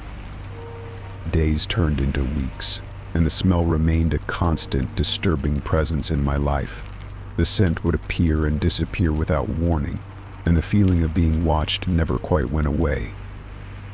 I became increasingly anxious and exhausted, my daily routines disrupted by the constant fear and discomfort. In a final attempt to rid myself of the smell, I decided to have the apartment thoroughly cleaned by a professional service. They deep cleaned every surface, sanitized the vents, and even used ozone generators to remove odors. The smell seemed to diminish, but the eerie feeling of being watched persisted. Months later, I still can't fully explain the source of the odor or the sense of being observed. The smell is mostly gone, but every so often I catch a faint whiff of it, and the unsettling feeling returns. The experience left me with a lingering sense of unease, a reminder that sometimes the inexplicable can intrude into our lives in ways we can't always understand or control. Story 29. It started subtly, almost imperceptibly. I first noticed the fingerprints on my living room windows one morning as I was preparing my coffee. The sun was streaming in, casting a warm glow over the room, and it was then that I saw them faint, smudgy fingerprints on the glass, not my own.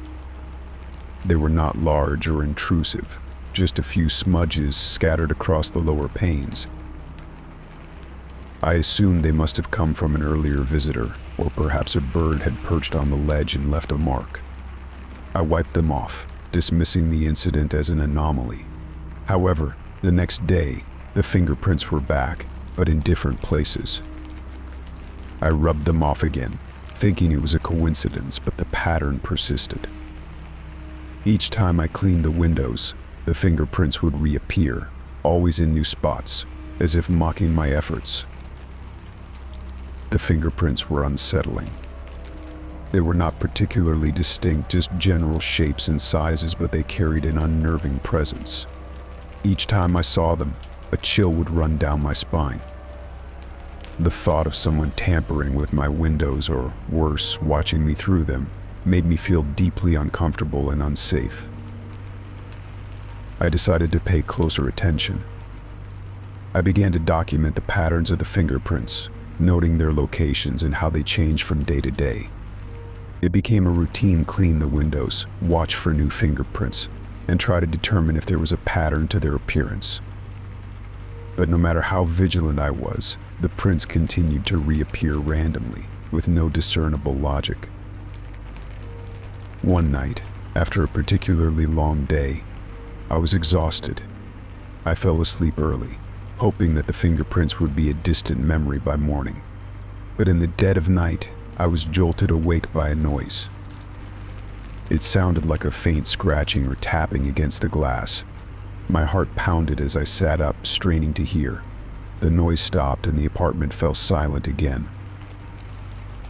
I lay back down, trying to shake off the unease, but the noise returned, more persistent this time.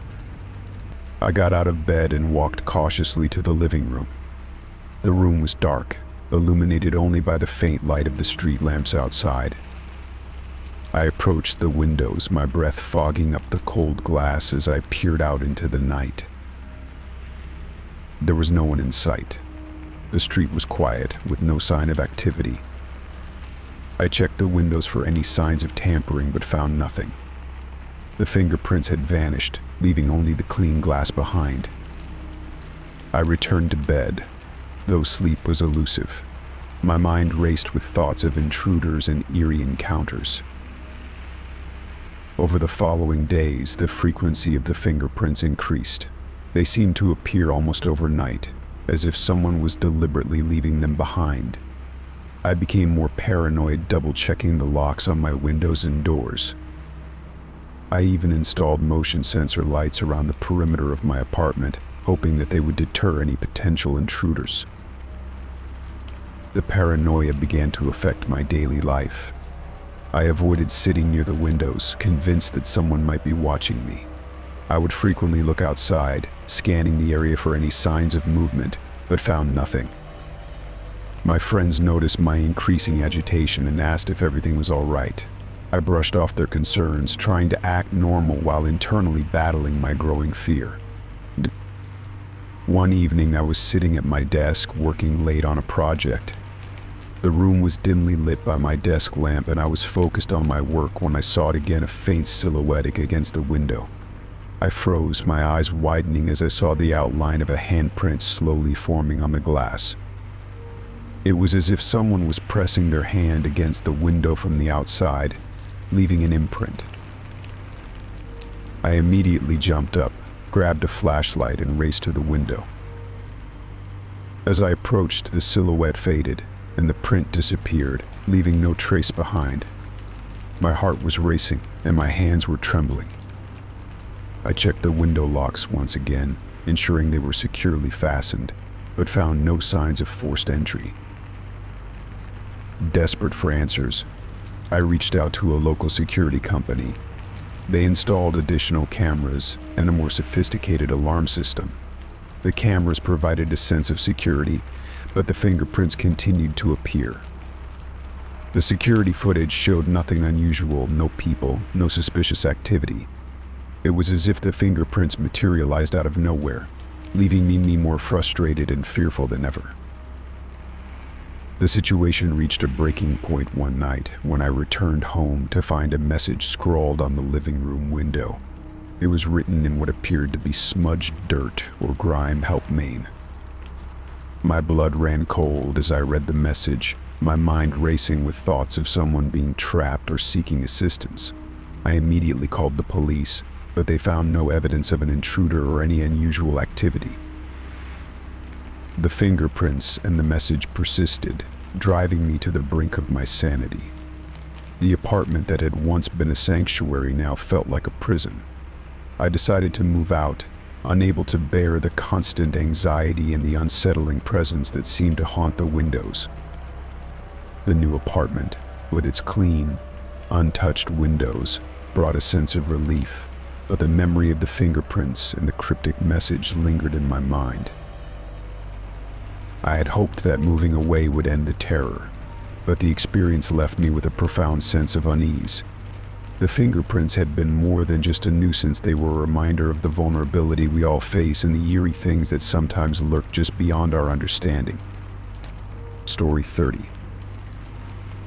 It was a chilly autumn afternoon when I decided to tackle the attic. The task was long overdue. Years of accumulated junk, forgotten boxes, and dusty memories awaited me. The house had been in my family for generations, and I was determined to clear out some of the clutter that had built up over the years. With a deep breath and a sturdy box cutter, I began the laborious process of sorting through the piles. Among the cobweb-covered boxes and stacks of old photographs, I discovered a small, unassuming leather-bound diary. It was wedged between a stack of old magazines and a box of my grandmother's costume jewelry. The diary's leather cover was worn and cracked, and it had a delicate brass latch that creaked as I opened it. I hesitated for a moment, feeling a shiver of curiosity mixed with unease. The diary had clearly seen better days, but something about it intrigued me. I flipped through the pages, revealing entries written in a meticulous, old-fashioned script.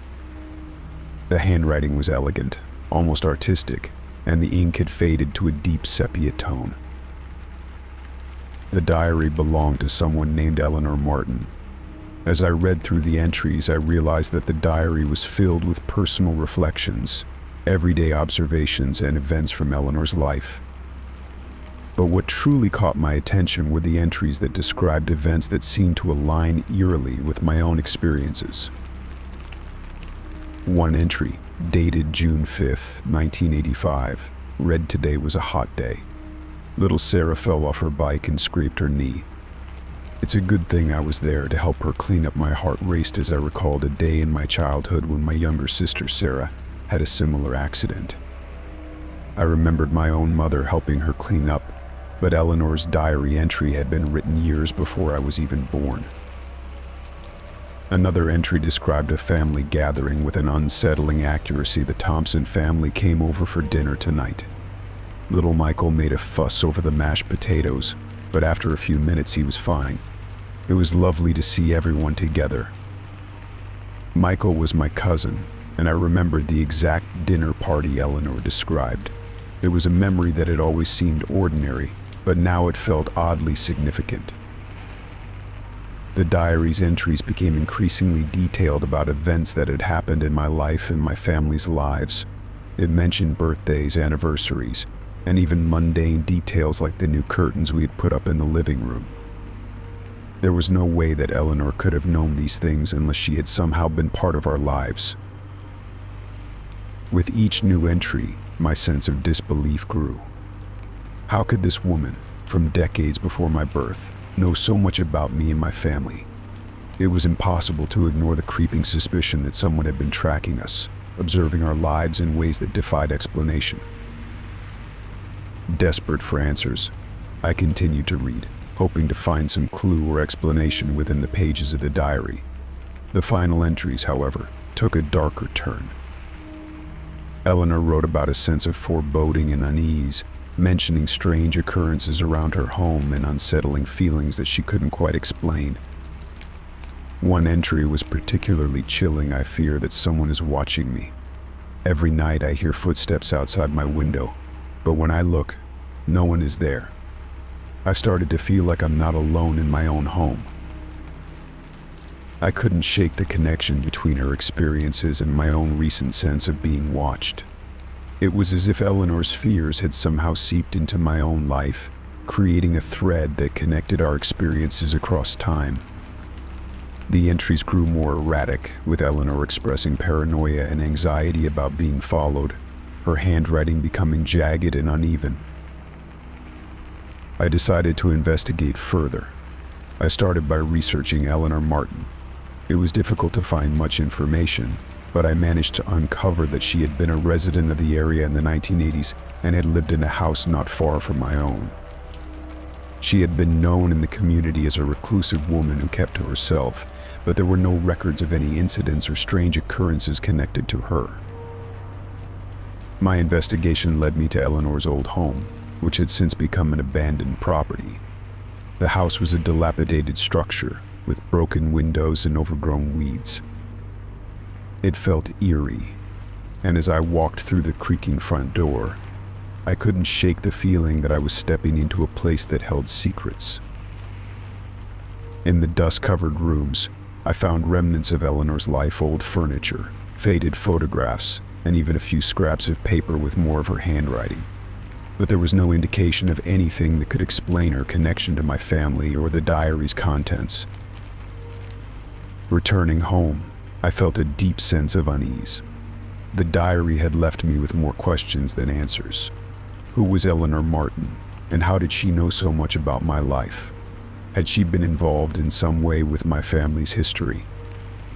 And what did her final entries mean? Had she truly been watched, or was it a manifestation of her own fears? Despite my efforts to understand the mystery, the diary's presence had left a lingering chill in my home. I couldn't shake the feeling that Eleanor's sense of being watched had somehow transferred to me, that her experiences had bled into my own life. The diary now rests in a box in my attic, where I found it, and I've avoided opening it again. I've taken extra precautions to secure my home, and while I try to go about my daily life, the sense of unease lingers. I can't escape the thought that there might be a connection between Eleanor's experiences and my own, and the mystery of her diary remains an unsettling enigma in my life. Story 31. The photo albums had always been a cherished part of my life, a way to relive the memories of time spent with friends and family. Each album was a carefully curated collection of moments that marked the passage of time: birthdays, holidays, family vacations. They were a visual diary of my life, a repository of nostalgia that I could always turn to for comfort and connection. One rainy afternoon, as I was cleaning out the attic, I came across my old photo albums. I hadn't looked at them in years, and I felt a surge of fondness as I dusted off the covers and began to flip through the pages. The images were familiar smiling faces, shared moments of joy, snapshots of days long past. I was lost in the sea of memories when something strange caught my eye. At first, it was subtle. A photograph in one of the albums seemed slightly out of place. I leaned in closer, squinting at the unfamiliar face that stared back at me. The photograph was of a man I didn't recognize, dressed in clothes that were definitely not from any family gathering or event I remembered. Puzzled, I turned the page, only to find more of the same pictures of strangers interspersed among the cherished images of my loved ones. I tried to dismiss it as a mistake, maybe a mix-up from when the photos were developed or a misfiled picture that had somehow ended up in the wrong album. But the more I looked, the more unsettling the realization became. Pictures of friends and family had been replaced with images of strangers. It was not just a single album, each one I checked had been tampered with in the same disturbing way. I took a deep breath and tried to calm my racing thoughts. Who would do something like this? Why would anyone want to invade my personal history so deliberately? The feeling of violation was overwhelming. It was as if someone had reached into my private space, not just to take something but to alter and manipulate my memories. I started to look through the albums more closely, trying to make sense of the changes. The strangers' faces seemed to follow a pattern, though I couldn't quite decipher what it was. Some of the photos depicted what appeared to be ordinary scenes, parks, streets, and rooms, yet they felt strangely out of context with the rest of my life's narrative.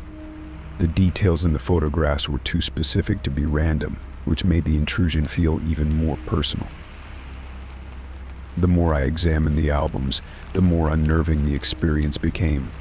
I began to notice other small, disconcerting details. Some of the replaced images showed the strangers in positions that mirrored the original photos of my friends and family. It was as if the unknown faces had been inserted into scenes where they didn't belong, creating a dissonance that left me feeling deeply unsettled. I decided to confront the situation head-on. I contacted the police, hoping that they could provide some insight or at least investigate the matter. I explained the situation, showing them the albums and describing the unsettling changes. The officers took the albums for evidence, but their response was less than reassuring. They told me it might be a prank or a case of mistaken identity, but without more evidence or a suspect, there was little they could do. Returning home, I felt a growing sense of paranoia. It was difficult to shake the feeling that someone was watching me, that the intrusion into my personal history was only the beginning. I found myself constantly checking locks, peering out the windows, and even questioning the safety of my own home. Every creak of the floorboards or rustle of the curtains seemed to amplify my anxiety. In the days that followed, the feeling of being watched became inescapable.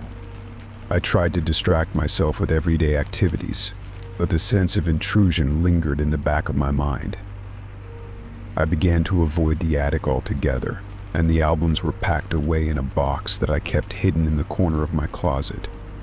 The photographs that had once brought me comfort now served as a constant reminder of the invasion of my personal space.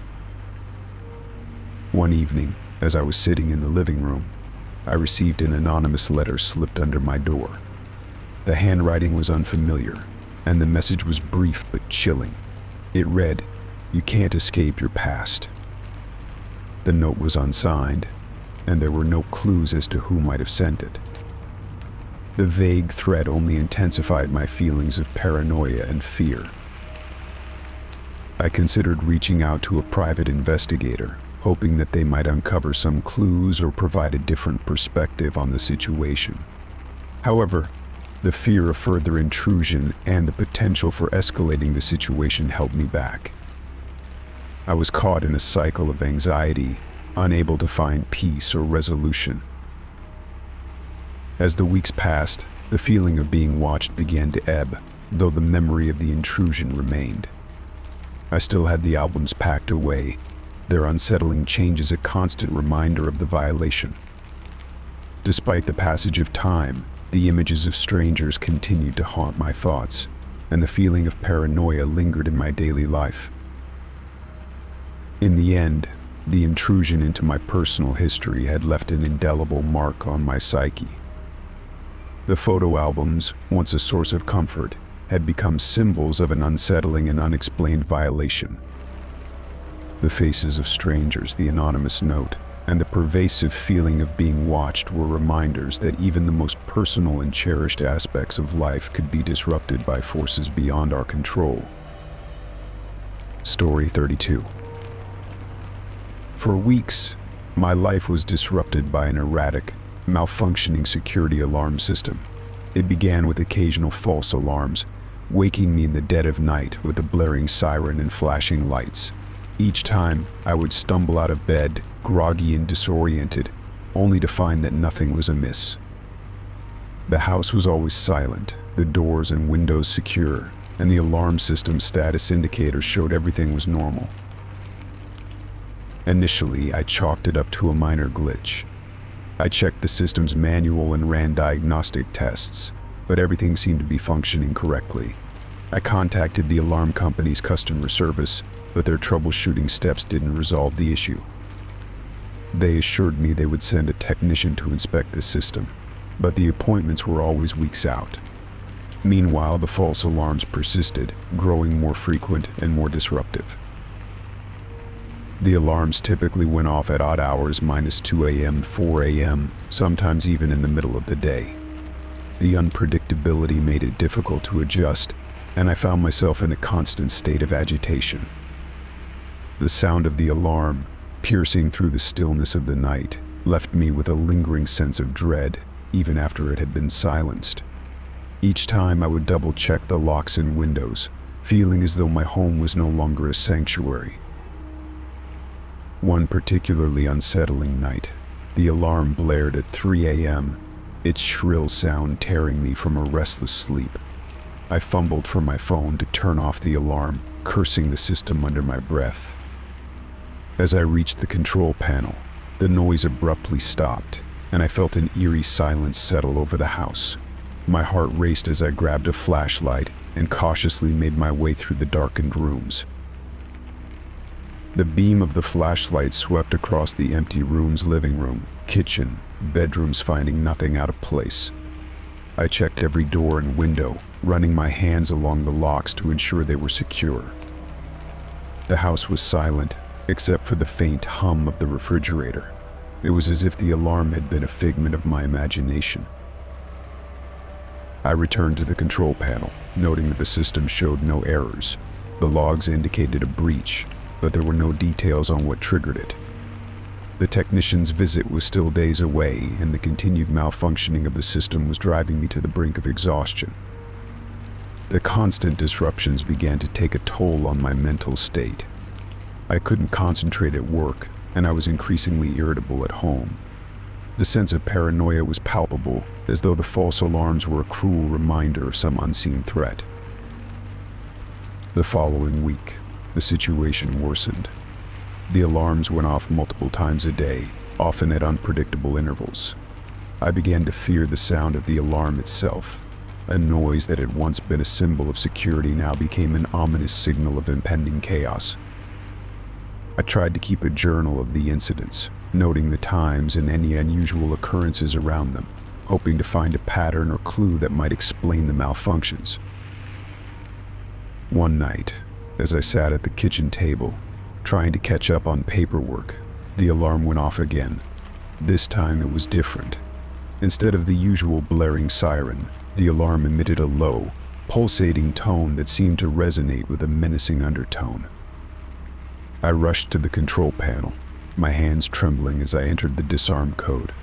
The tone stopped abruptly, and a chilling silence followed. I investigated the house, feeling a growing sense of unease. As I moved through each room, I noticed something peculiar, small, almost imperceptible changes. A picture frame slightly askew, a cushion on the couch shifted. They seemed insignificant on their own, but together they painted a disturbing picture of intrusion. I checked every corner, every closet, but found nothing out of the ordinary. The next morning I contacted the alarm company again, expressing my frustration and urgency.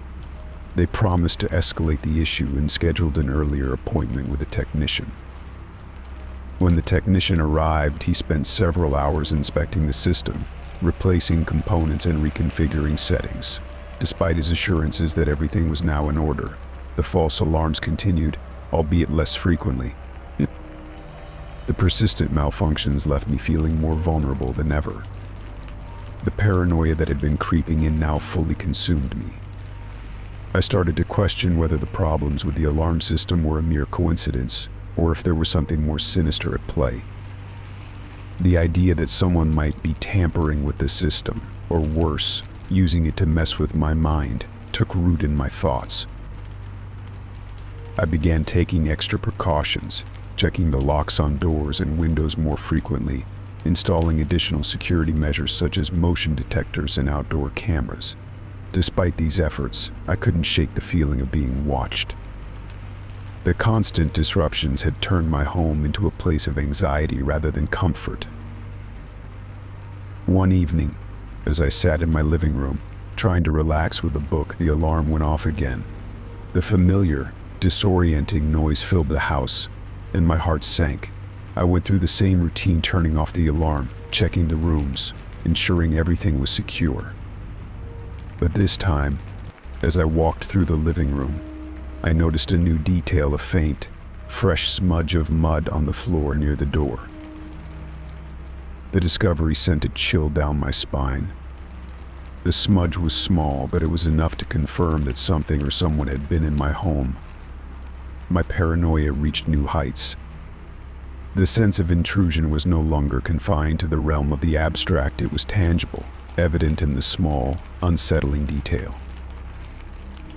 In the end, despite all my efforts, the exact cause of the alarm malfunctions remained a mystery. The feeling of being constantly on edge persisted, leaving me with a pervasive sense of unease.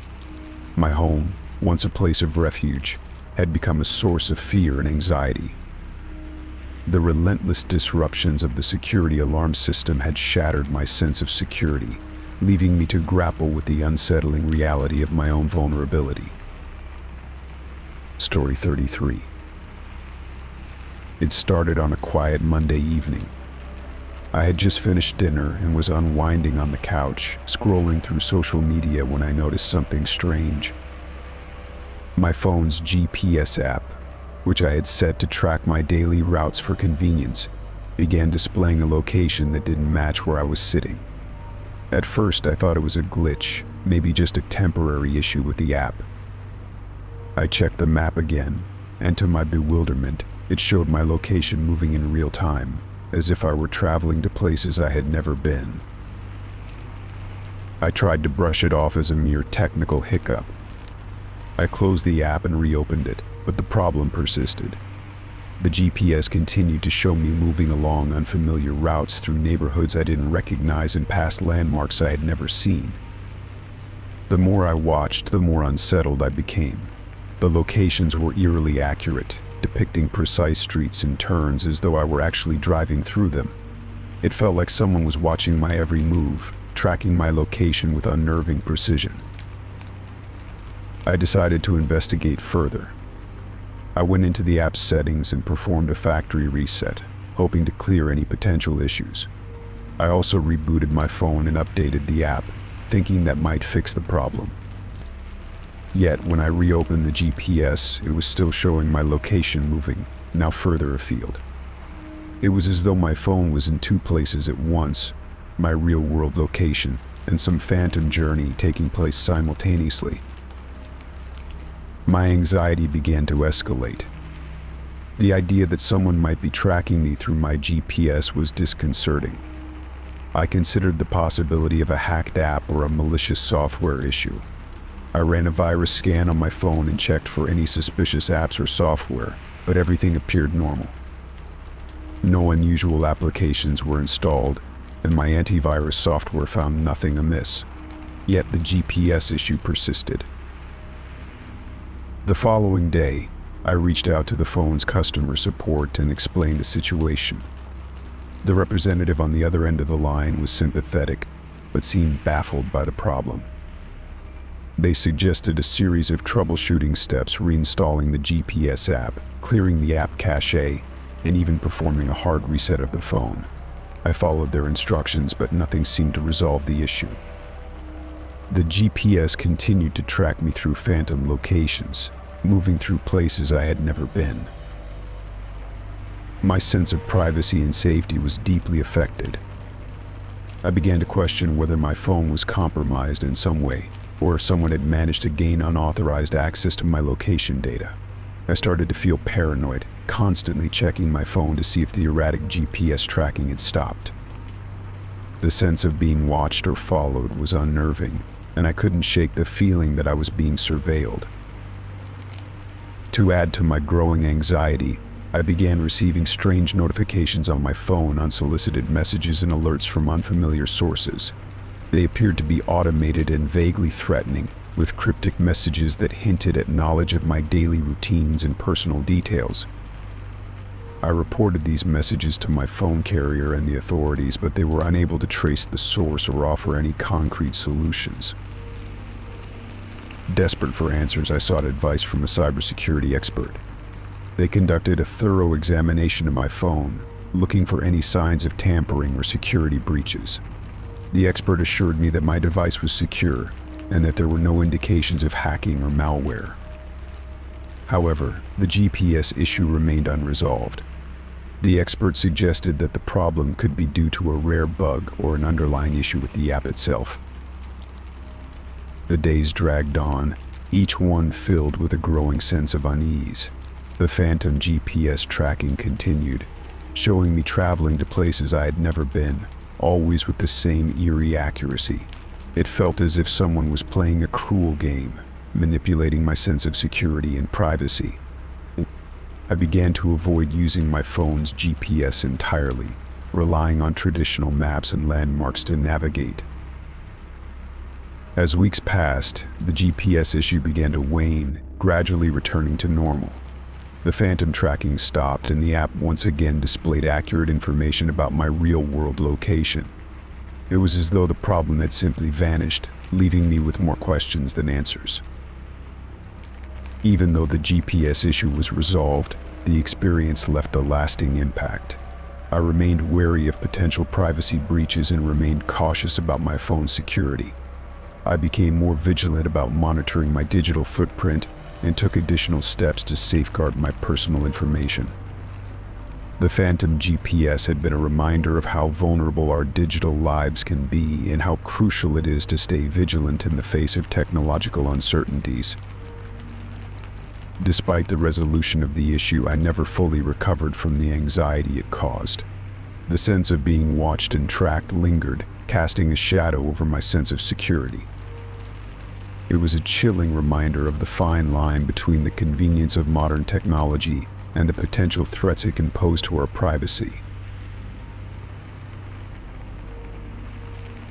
Story 34. It was a typical Thursday evening when I returned home from work, expecting nothing out of the ordinary. I had spent the day immersed in meetings and paperwork, and the thought of relaxing in my own space was a welcome relief. My home office, a cozy nook with warm lighting and a comfortable chair, was my sanctuary, a place where I could retreat and focus on my tasks without interruption. The office desk, a sturdy wooden piece with a polished finish, was my pride and joy. It housed all my important documents, office supplies, and personal mementos. For added security, I had installed a small lock on one of the desk drawers, where I kept sensitive documents and private notes. I trusted that this measure would safeguard my belongings from prying eyes, though in reality the risk seemed minimal. As I entered the office that evening, something felt off. The drawer that I had meticulously locked was slightly ajar. My heart skipped a beat. I approached the desk with trepidation, my mind racing with thoughts of possible intrusions. I pulled open the drawer fully, my anxiety growing as I took in the scene before me. Everything inside the drawer had been moved. My neatly organized folders were scattered haphazardly, and my personal notes, which I had carefully stacked, were now strewn about. Despite the disarray, nothing appeared to be missing. My sensitive documents were still there, untouched, but the sight of my private space being invaded made me feel a profound sense of violation. I immediately checked the rest of the office and the house for any signs of forced entry. I examined the window locks, door hinges, and the security system. Everything seemed intact, with no indications of tampering or break-ins. The lock on the drawer itself appeared to be functioning properly. It was as though someone had managed to access the drawer without leaving a trace. The unsettling feeling of being watched lingered as I struggled to make sense of the situation. My first instinct was to change the lock on the drawer. I quickly found a new lock and replaced the old one, hoping it would provide some measure of reassurance. I also began to keep a closer eye on my belongings, frequently checking the drawer and the surrounding area for any further signs of tampering. The following days were marked by a heightened sense of paranoia. I began to meticulously document the state of my office, taking note of the arrangement of items and ensuring everything was in its place. I also invested in a small camera system to monitor the room, hoping it might provide some insight into the strange occurrences. Despite these precautions, the sense of intrusion persisted. Every time I entered my office, I couldn't shake the feeling that someone had been there, rifling through my things. I became increasingly cautious, avoiding leaving the office unattended and double-checking the locks whenever I left the house. One evening, while reviewing footage from the newly installed cameras, I noticed something that sent a shiver down my spine. There was a brief moment on the video where the camera's view shifted slightly, as if someone had tampered with it. The footage then showed a shadowy figure entering the room, but the figure remained obscured and indistinct. The figure seemed to approach the desk, but the camera's view was distorted and unclear. The sight of the shadowy figure was both eerie and perplexing.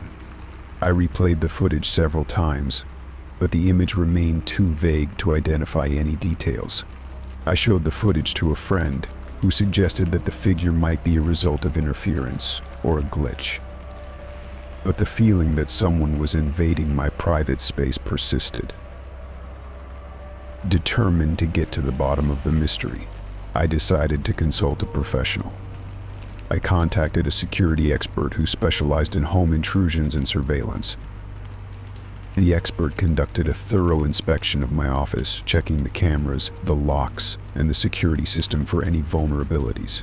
They found no evidence of external tampering or unauthorized access. The expert's assessment provided some relief, but did little to assuage my growing sense of unease. The feeling of being violated remained, and the knowledge that someone had accessed my private space without leaving any trace continued to haunt me. I felt a profound loss of control and privacy, as if my home had become a stage for an unsettling drama I could neither understand nor escape. In an attempt to regain a sense of normalcy, I focused on creating a new routine. I adjusted the placement of my desk and rearranged my office, hoping that changing the environment might help alleviate some of the anxiety. I also took steps to improve my overall security, including installing additional locks and reinforcing windows and doors. Despite these efforts, the sense of intrusion never fully dissipated. The drawer lock had been changed, and the security system had been upgraded, but the psychological impact of the violation lingered. I found myself constantly on edge, scrutinizing every detail and second-guessing every noise. The experience had left an indelible mark on my sense of security. The once trusted sanctuary of my home office had become a reminder of the fragility of privacy and the unsettling reality that someone had managed to breach my personal space. I continued to live with a heightened awareness of my surroundings, forever changed by the knowledge that even the most secure environments could be compromised by unseen forces. In the end, the mystery of the intruder remained unsolved, and the feeling of being watched never fully faded. The drawer, now securely locked, stood as a testament to the invasion of my private space, a constant reminder of the boundary that had been crossed and the trust that had been shattered. Story 35. It was a crisp autumn morning when I first noticed the muddy footprints on my front porch. I had just returned from a quick grocery run, the bags in my hands making a soft rustling sound as I approached my front door. The sun was shining brightly, casting long shadows on the ground, but as I reached the porch, something caught my eye: muddy footprints, distinct and deep, leading right up to my front door. I froze for a moment, my heart racing. The footprints were recent, the mud still fresh and dark against the concrete. They were large, heavy, and seemed to come from a single pair of shoes. There was a strange quality to them. They looked deliberate, as if someone had carefully walked up to my door with purpose. I set the grocery bags down and bent over to inspect the prints more closely. They were irregular, as if the person had walked slowly, with each step leaving a deep impression. But what unsettled me the most was the fact that the footprints stopped abruptly at the edge of the porch. There were no signs of them continuing beyond the doorstep. It was as if the person had simply vanished into thin air. I took a deep breath and decided to check the security footage to see if the cameras had captured anything unusual. My security system was relatively new, equipped with multiple cameras around the perimeter of the house. I went inside and accessed the footage on my laptop, hoping to find an explanation for the mysterious footprints. The footage was time-stamped and organized by camera angles. I started with the camera facing the front yard, which gave a clear view of the porch and the path leading up to it. I scrolled through the video, watching carefully for any unusual activity. As I reviewed the footage from the past few hours, I saw nothing out of the ordinary. There were no cars pulling up, no people walking by, and certainly no one approaching my front door. I rewound the footage, checking multiple times and from different angles. Each time the result was the same, a peaceful, uneventful view of my yard, with no sign of anyone leaving or arriving. The footprints remained a ghostly mystery, appearing and disappearing without any trace. My sense of unease grew with each passing minute. I went back outside to examine the footprints again, hoping that a second look might reveal something I had missed. I scrutinized the area around the porch, checking for any additional signs of disturbance or clues that might explain the sudden appearance of the prints. There was nothing, just the muddy footprints leading up to the door, and then an eerie emptiness where they ceased. As the day wore on, the unsettling feeling in the pit of my stomach grew stronger. I kept glancing out the window, half expecting to see someone lurking in the shadows or moving about in the yard. The footprints seemed to have left an invisible mark on my sense of security, a constant reminder that something was not quite right. That evening, as darkness settled over the neighborhood, I decided to take extra precautions.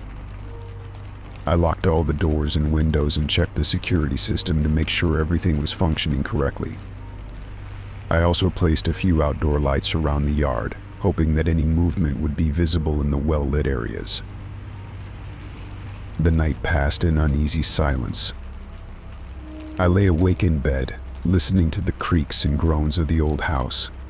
The sound of the wind outside, combined with the occasional rustling of leaves, seemed to amplify the feeling of paranoia. Every little noise made me jump, and I found myself constantly checking the window, my eyes scanning the darkness for any sign of movement. The following morning, I found the footprints were still there, the mud having dried but leaving the prints clearly visible. I tried to shake off the lingering sense of dread and went about my day, but the thought of the footprints haunted me. I made another round of the house, checking every nook and cranny, and even contacted a neighbor to see if they had noticed anything unusual. My neighbor, an elderly woman named Mrs. Thompson, listened patiently as I described the situation. Her expression turned from curiosity to concern as I spoke. "That's very strange," she said, her voice low. "You know, there have been a few odd things happening around here lately. Maybe you should be extra cautious."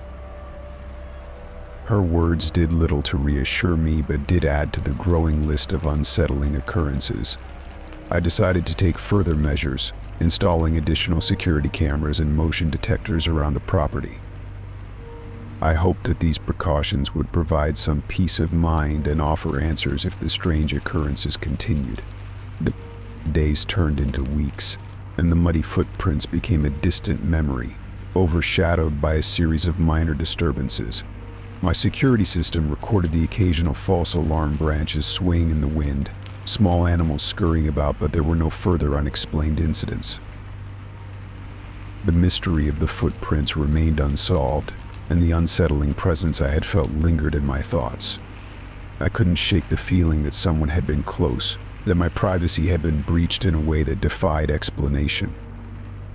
The incident had left a mark on my sense of safety, a reminder of how easily our sense of security can be shattered by the inexplicable. Though the footprints were never explained, the experience had taught me to be more vigilant and to trust my instincts. The house, once a haven, had become a reminder of the thin line between safety and vulnerability. And while I continued to live in the same home, the memory of the muddy footprints served as a haunting reminder of the mysteries that sometimes walk silently alongside us, just beyond the reach of understanding. Story 36. It began with a peculiar discovery, a small, folded note tucked beneath the leg of my living room couch.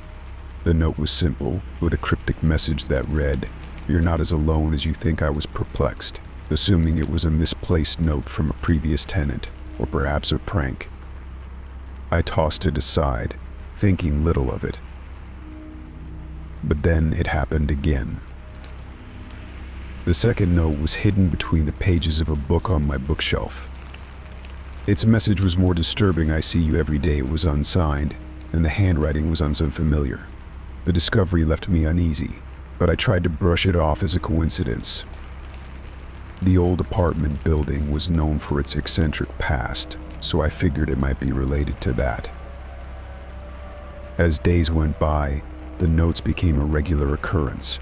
They would appear in the most unexpected places, underneath kitchen cabinets, inside my mail, and even slipped between the pages of my daily planner. Each note carried a cryptic message that hinted at personal details about my life. "I know what you're afraid of," one read. "You can't hide from me," said another. The sense of invasion was profound. These messages, which seemed to come from an unknown source, were unsettling because they revealed knowledge about my daily routines and personal fears. I had never shared these fears with anyone, so the idea that someone could know them was deeply disturbing. The paranoia began to set in, making me question everything. I took precautions, trying to understand who might be behind the notes. I installed new locks on all my doors and windows and set up additional security cameras around my apartment. I meticulously searched every nook and cranny, hoping to find some clue that might lead me to the person responsible. But despite my efforts, the notes kept appearing.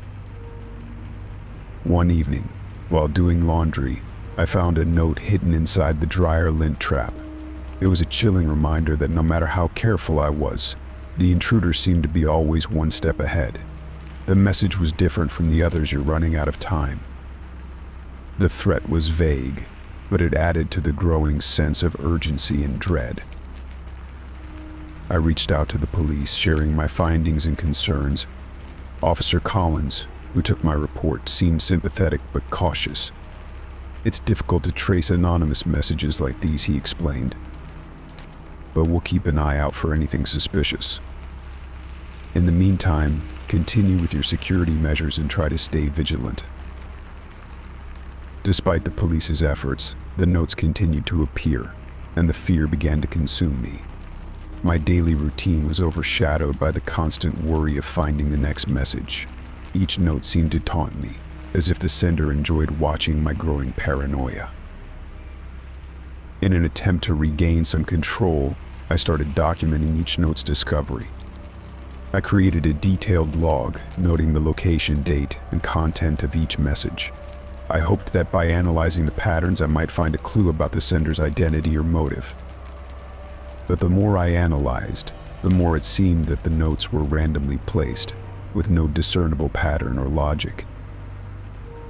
The situation began to affect my relationships. I grew increasingly isolated, reluctant to invite friends or family over for fear that they might be involved, or that their presence might somehow trigger another note. My social life dwindled, and I became consumed by the mystery of the hidden messages. One night, after a particularly distressing day, I found a new note on my bedside table. It was handwritten in the same cryptic style as the others. "The truth is closer than you think." The message felt ominous, and the fact that it was left in such a personal space heightened my anxiety. I felt as though my entire life had been turned upside down, with every aspect scrutinized by an unseen observer. In an attempt to regain my sense of security, I sought help from a private investigator. Detective Harris, a seasoned professional with a reputation for solving complex cases, took on the challenge. She reviewed the notes, interviewed neighbors, and conducted a thorough investigation. Despite her expertise, she struggled to find any concrete leads. As weeks turned into months, the notes became a constant source of tension. The cryptic messages continued to intrude into my life, leaving me feeling trapped and paranoid. Each new note seemed to strip away a layer of my sanity, and the relentless nature of the harassment left me emotionally exhausted.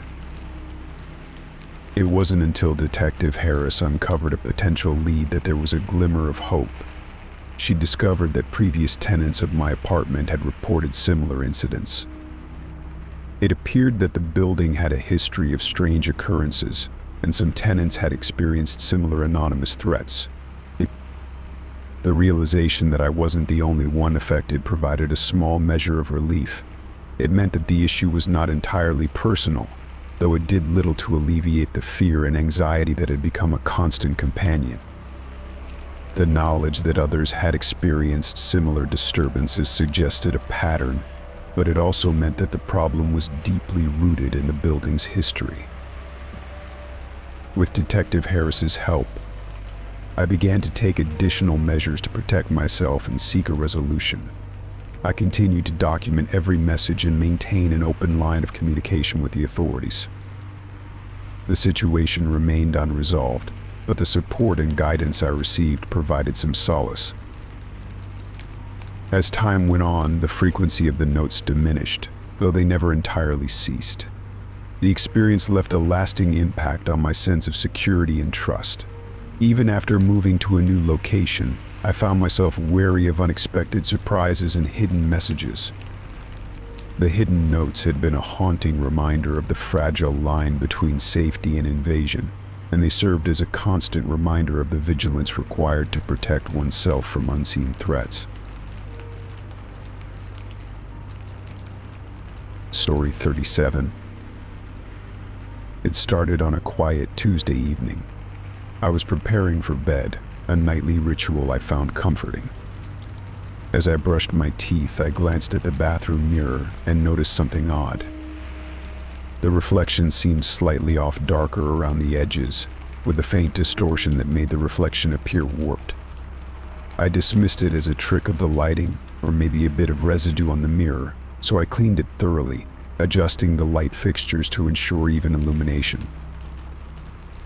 The next morning, the distortion was still there, though less noticeable. I thought it might be due to the old age of the mirror, or perhaps an issue with the glass itself. I continued with my daily routine, but the feeling of unease lingered. I decided to inspect the mirror more closely. As I examined it, I noticed a subtle shimmer in the glass, almost as if it was alive. The distortion became more pronounced over the following days. It wasn't just the warping, it was as if the mirror was playing tricks on me.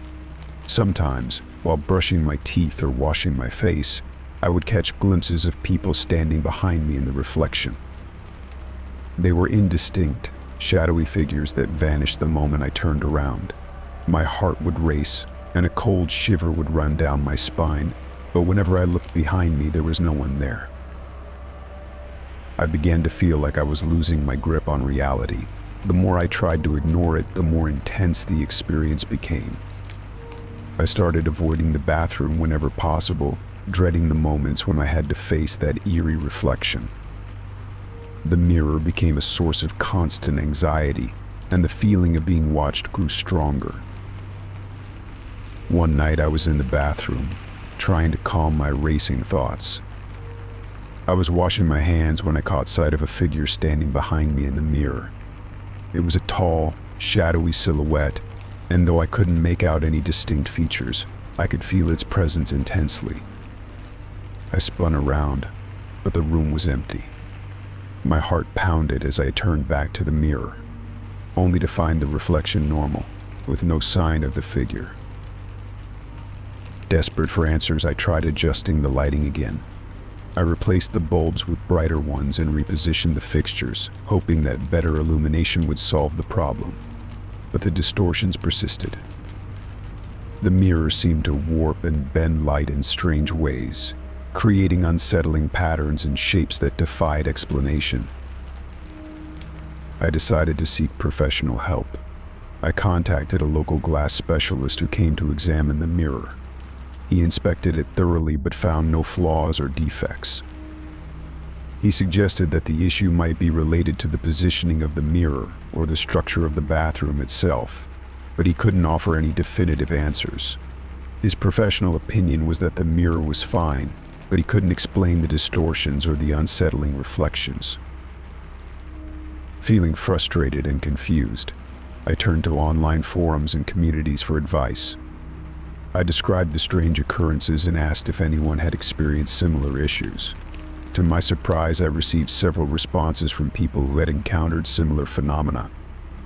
Some suggested that the mirror might be a portal or that it could be harboring some residual energy. Others recommended performing a cleansing ritual to rid the space of any negative influences. Skeptical but desperate, I decided to try some of the suggested rituals. I gathered sage and other cleansing herbs and performed a ritual in the bathroom, hoping to clear away any lingering energy that might be causing the disturbances.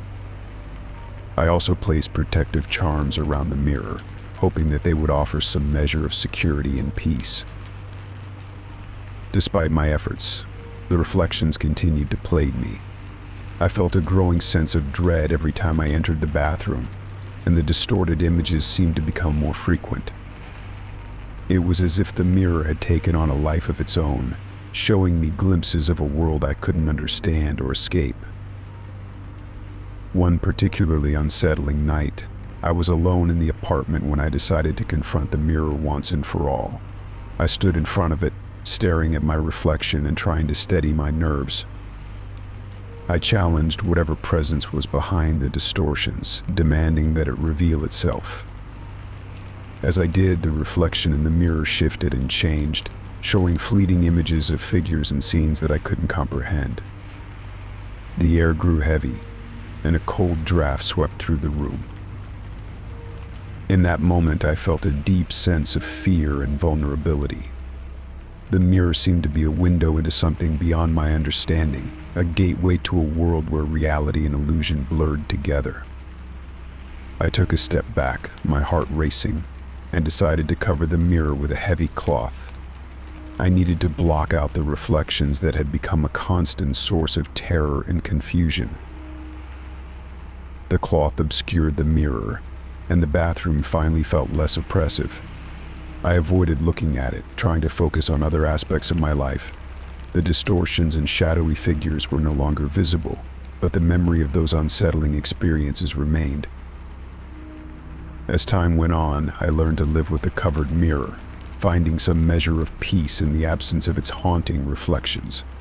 I continued to seek answers, but the mirror remained an enigma, a reminder of the strange and inexplicable events that had transpired. The experience had left me more cautious and aware of the mysteries that might lie hidden in everyday objects. Though I never found a definitive explanation for the mirror's distortions, I learned to trust my instincts and remain vigilant in the face of the unknown. The mirror, once a source of fear and uncertainty, became a symbol of the strange and often unsettling nature of reality, a reminder that some things are beyond our understanding and control. Story 38. It began on a dreary Wednesday evening. I was alone in my house, curled up with a book and a cup of tea when I first heard a faint, almost imperceptible voice calling my name. At first, I thought it was a figment of my imagination, a trick of the mind after a long day. But as I listened more closely, I realized it was real. The voice was soft, barely audible, and seemed to drift through the house like a whisper carried on a breeze. I set my book aside and listened carefully, trying to determine where the voice was coming from. It sounded distant, as if coming from another room, but there was no one else in the house. I called out, "Hello? Is someone there?" But the voice did not respond. The room fell silent, and I was left with a disconcerting sense of unease. Determined to investigate, I moved through the house, checking each room and calling out in an attempt to locate the source of the voice. As I moved from room to room, the voice seemed to follow me, growing louder and more insistent with each step. Yet, whenever I reached the room where I thought the voice was coming from, it would fade away, leaving me in eerie silence. I tried to reason with myself, thinking it might be a sound from outside a neighbor's voice, perhaps, or something carried in on the wind. But the voice sounded too close, too specific. It was as if someone was calling for me, deliberately and with a purpose. The voice continued its haunting pattern over the following days. Each night, as soon as I was alone in the house, it would begin again, soft, distant, and persistent. The sound was always the same, a gentle whisper calling my name, just barely audible. I would get up, search the house, and find nothing, only to return to my room feeling increasingly unsettled. I decided to install a few cameras around the house, hoping that capturing footage might provide some clue. I placed them strategically in the rooms where I'd heard the voice most often. When I reviewed the footage, I saw nothing out of the ordinary. There were no figures, no movement, just the stillness of my empty home. The voice grew more pronounced over time, almost as if it was trying to convey a sense of urgency. It would call my name in the middle of the night, disrupting my sleep and leaving me in a state of constant anxiety. I would wake up heart racing and find myself tiptoeing through the darkened house, trying to locate the source of the disembodied voice. I tried to keep my fear in check, reasoning that there must be a rational explanation. Perhaps the voice was a product of stress or exhaustion, a psychological trick played by my overactive mind. But the voice felt so real, so persistent, that it was impossible to dismiss. One night, as I lay in bed, the voice seemed to become more insistent than ever. It called my name repeatedly, growing louder and more desperate. I decided to follow it, determined to confront whatever was causing the disturbance. The voice led me through the house, from room to room, until it seemed to be coming from the basement. I hesitated at the basement door, my heart pounding. The basement was rarely used and had always felt a bit eerie to me. I took a deep breath and opened the door, descending the stairs into the dimly lit space. The voice was almost deafening now, echoing off the walls, but I couldn't see anyone or anything. I reached the bottom of the stairs and scanned the basement with a flashlight. The voice grew louder, but still, there was no sign of anyone. The basement was filled with old furniture, boxes, and cobwebs, nothing out of the ordinary. I felt a chill run down my spine as I explored the basement, the voice echoing eerily in the confined space. After what felt like an eternity, the voice suddenly stopped. The silence that followed was deafening. I stood there in the darkness, my breath visible in the cold air, feeling a profound sense of isolation. The voice had vanished as suddenly as it had appeared, leaving me alone in the basement with only my racing thoughts. I retreated upstairs, feeling shaken and unnerved. The voice had stopped for the moment, but the sense of dread lingered. I tried to rationalize the experience, but the fear remained. The voice had seemed so real, so urgent, that it was impossible to ignore. Over the next few weeks, the voice became less frequent, though it never completely disappeared. I continued to hear it on occasion, but the intensity and urgency had diminished. The experience left me with a lingering sense of unease, a feeling that something was not quite right in my home. Despite my best efforts to dismiss the voice as a trick of the mind or a product of stress, I couldn't shake the feeling that there was something more to it. The voice had been persistent, elusive, and inexplicable, leaving me with a deep sense of vulnerability and fear. I began to take extra precautions, ensuring that the house was secure and that no one could enter without my knowledge. I also sought advice from a therapist, hoping that talking about the experience might help me make sense of it. The voice never fully disappeared, but its calls became less frequent over time. I learned to live with the lingering unease, a reminder of the inexplicable and unsettling experience that had intruded into my life. The voice became a part of my history, a haunting memory of something that was never fully understood or explained. And though the calls have lessened, the feeling of being watched, of something lingering just out of sight, remains with me. The voice serves as a reminder that some mysteries are never fully solved, and that sometimes the inexplicable can intrude into our lives in ways we can't always comprehend or control. Story 39. It began on an ordinary Monday morning. I had just returned from my morning jog, and as I walked through the door of my apartment, I noticed something odd. My car key, which I usually kept in a small bowl on the entryway table, was nowhere to be found. I searched the apartment high and low, checking every nook and cranny, but the key was missing. Eventually, I resigned myself to the possibility that I had misplaced it and drove to work using a spare key. Later that evening, after a long day, I returned home to find my car key sitting neatly on the kitchen counter. Relieved, I picked it up, wondering if it had just been misplaced earlier. I made a mental note to be more careful with my belongings, thinking perhaps I had simply forgotten where I put it. But the next day, the situation took a bizarre turn. I came home to find the key once again missing. I searched the apartment thoroughly under the couch cushions, in the bathroom, even in the laundry basket, but it was nowhere to be found. After a frantic half-hour of searching, I gave up and used the spare key again. To my astonishment, the very next day I found the missing key in the fridge. It was sitting on a shelf beside the milk, as if someone had casually placed it there. I laughed it off as a peculiar joke, perhaps something my roommates were playing on me. But when I asked them, they looked just as puzzled as I was. None of them had touched the key or moved it. As the days went by, the car key began to appear in increasingly strange locations. One evening, I found it tucked under the couch, hidden away in a corner. Another time, it was lying in my bed, tucked under the pillow. I even discovered it once in the pantry, wedged between cans of soup. Each time, the key seemed to show up in the most unexpected places, defying any logical explanation. The bizarre occurrences began to take a toll on my peace of mind. I couldn't shake the feeling that someone was playing a cruel game with me, deliberately moving my key around to unsettle me. I grew anxious and frustrated, constantly on edge as I tried to track down the elusive key.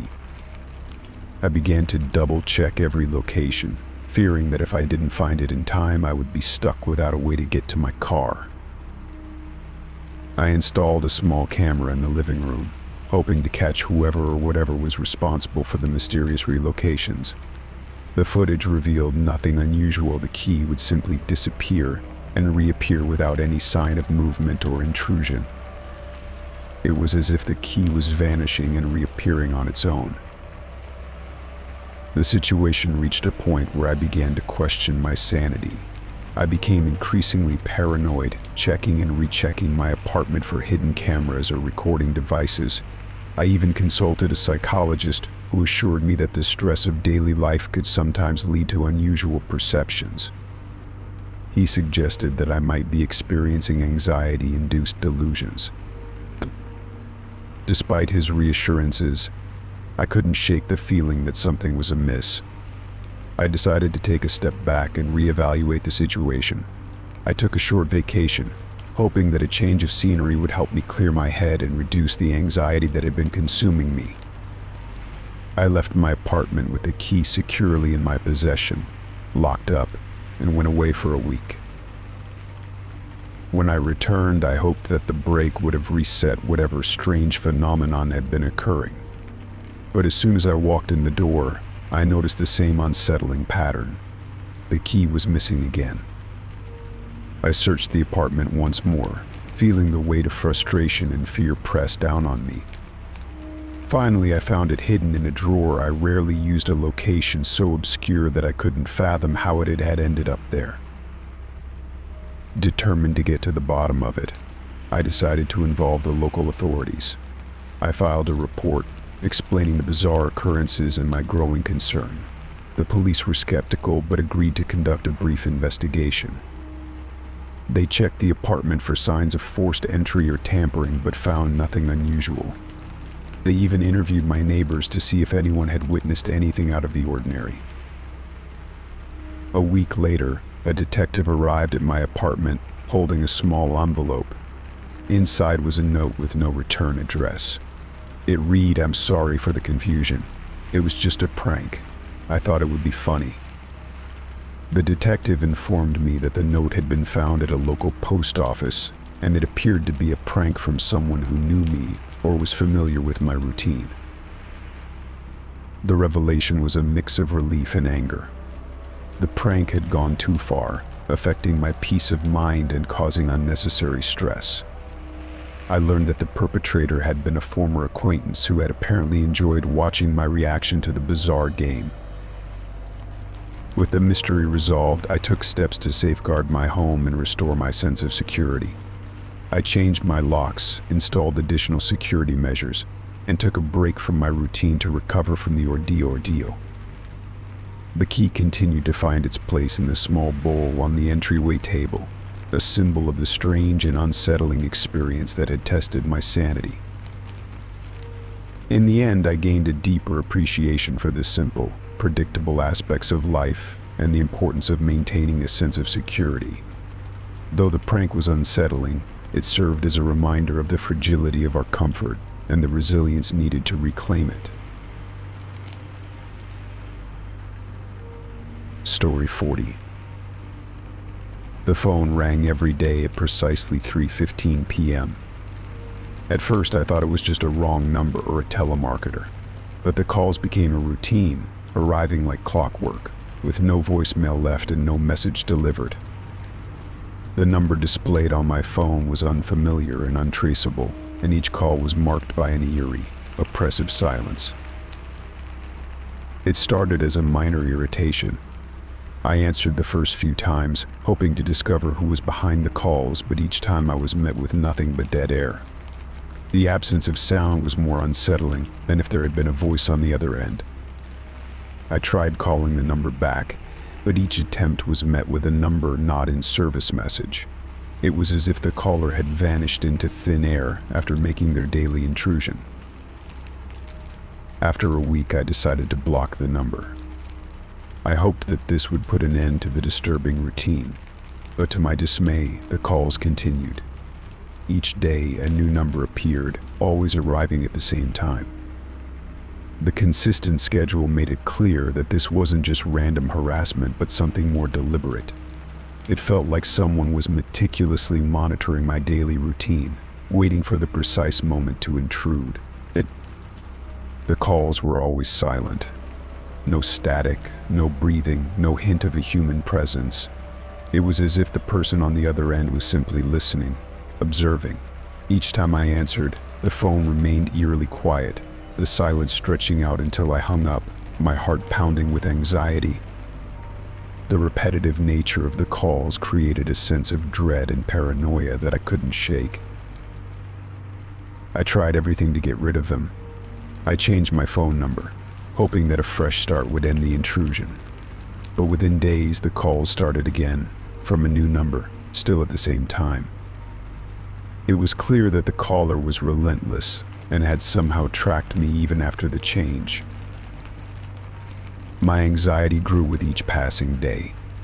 The calls were no longer just an annoyance, they were a source of deep, creeping fear.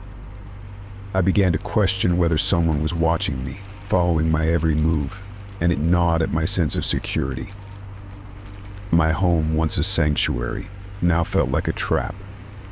The relentless calls made me feel like a prisoner in my own life, subjected to an unknown observer's whims. I reached out to my phone carrier, hoping they could trace the calls or offer some assistance. They assured me that they would look into it, but their efforts yielded no results. They couldn't trace the numbers or identify the caller, and their inability to provide answers only deepened my sense of helplessness. Desperate for relief, I contacted local law enforcement. The police took my report seriously and conducted their own investigation, but despite their efforts, they found no leads. The calls continued, and my sense of isolation grew. It felt like a cruel game, with me as the unwitting participant, trapped in a cycle of fear and uncertainty. I began to alter my daily routine in an attempt to break the pattern. I started leaving my house at different times, taking different routes, and avoiding predictable behavior. I hoped that by changing my schedule I could outsmart the caller and regain some control over my life. But no matter what I did, the calls persisted, always arriving at 3:15 p.m., as if mocking my attempts to escape. One particularly unsettling day, I decided to answer the call with a voice recorder running, hoping to capture any sound or clue that might help identify the caller. As I listened to the recording later, all I could hear was a faint, rhythmic tapping, like someone tapping their fingers on the phone's receiver. It was a small clue, but it only deepened the mystery. What did the tapping mean? Was it a signal, a code, or simply a part of the caller's psychological game? The relentless nature of the calls took a toll on my mental health.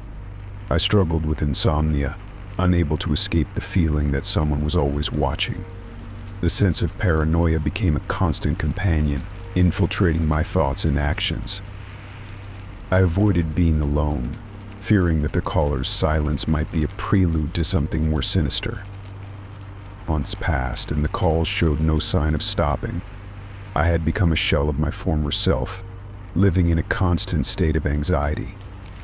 The daily ritual of answering the phone only to be met with silence had become a source of constant dread.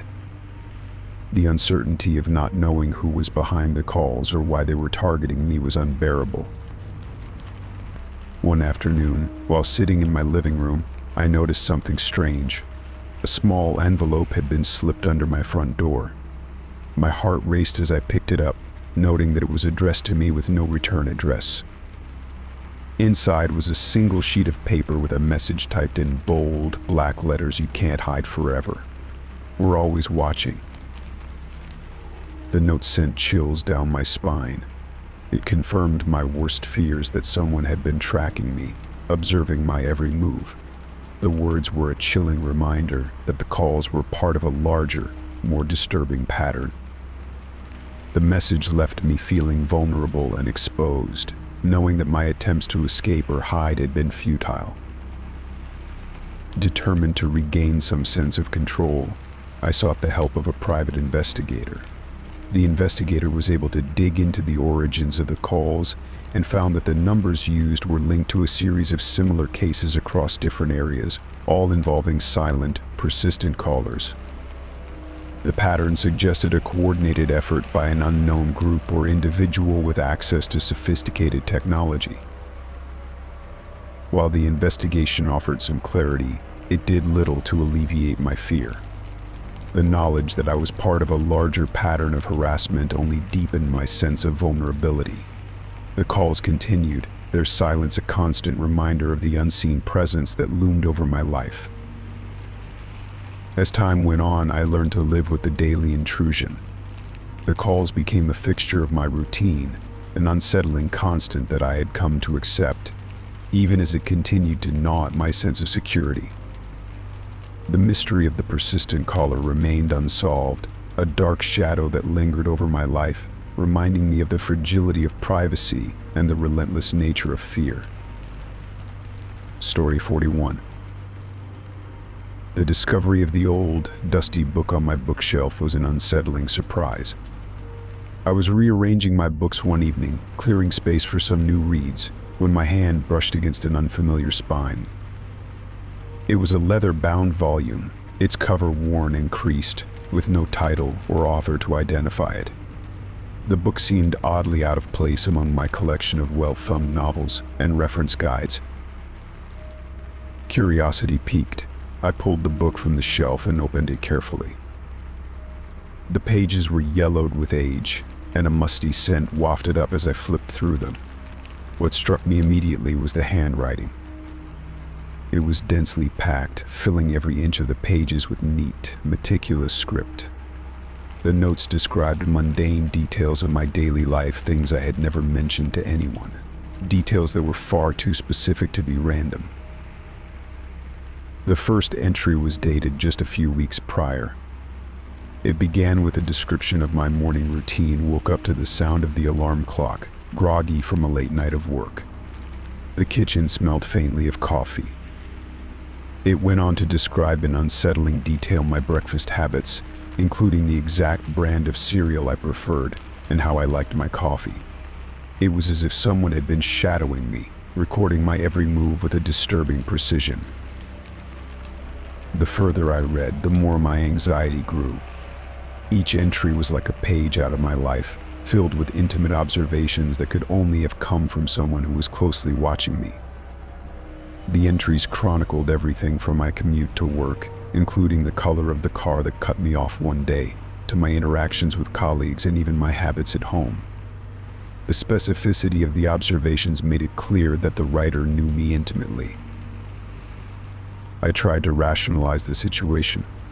Perhaps it was an old journal belonging to someone else that had somehow ended up on my shelf. But the detailed descriptions were too personal, too exact to belong to anyone but me. I flipped through the book, searching for clues about its origin. There were no names, no hints about who had written it, just a relentless series of notes that chronicled my life in excruciating detail. But desperate for answers, I contacted local bookstores and antique shops, hoping someone might recognize the book or provide some insight into its origins. None of the store owners or antique dealers could recall seeing a book like it. They suggested it might be a private journal that had been misplaced or sold by mistake, but no one could offer a concrete explanation. I even reached out to the police, thinking that the book might be part of a larger issue or a potential threat. The officers took a report and examined the book, but without any concrete evidence or leads, they were unable to offer much assistance. They assured me that it was likely an isolated incident, but their lack of answers did little to ease my growing paranoia. As the days went by, the book became a source of constant anxiety. I began to feel like my private moments were being intruded upon, as if someone was watching me and recording every detail of my life. I became hyper-aware of my surroundings, constantly checking for signs of someone following me or lurking nearby. Every sound, every shadow became a potential threat. I also noticed changes in my behavior. I became more secretive, avoiding discussions about my daily routines with friends and family. I was afraid of revealing any more details that might end up in the book, adding to the disturbing collection of notes. The sense of intrusion was overwhelming, and I found myself second-guessing my every action, worried that someone was keeping tabs on me. One night, unable to sleep, I decided to confront the book directly. I sat in my dimly lit living room, the book open on the coffee table in front of me. I read through the entries again, trying to find some pattern or clue that might explain its presence. The notes had a disjointed quality, jumping from one day to the next without any clear sequence, making it difficult to decipher any meaning beyond the surface level. As I continued to read, I noticed something unsettling. Some of the more recent entries seemed to predict events before they happened. For instance, there was a note about a phone call I was going to receive from a friend, mentioning a specific topic of conversation that had not yet occurred. The book seemed to anticipate my actions, adding a layer of eeriness to the already unsettling observations. With no answers in sight, I decided to take matters into my own hands. I carefully placed the book in a sealed box, hoping that removing it from my immediate environment might help alleviate the sense of unease. I stored the box in the attic, along with other forgotten items, and tried to put the book out of my mind. Despite my efforts to move on, the sense of intrusion lingered. I couldn't shake the feeling that the book was a symbol of something deeper, a reflection of my own fears and anxieties about privacy and control. It served as a constant reminder that even the most mundane aspects of life could be subjected to scrutiny and observation. In the end, the book remained a mystery, an unsettling artifact of an unknown origin. The details it contained and the eerie way it seemed to follow my life left a lasting impression. It was a stark reminder that sometimes the most unsettling aspects of our lives are those that defy explanation, leaving us with more questions than answers and a lingering sense of vulnerability. Story 42. It began subtly, a postcard arriving in the mail with no return address, just a postmark from a town I didn't recognize. I thought little of it at first, assuming it was a mistake or a piece of junk mail.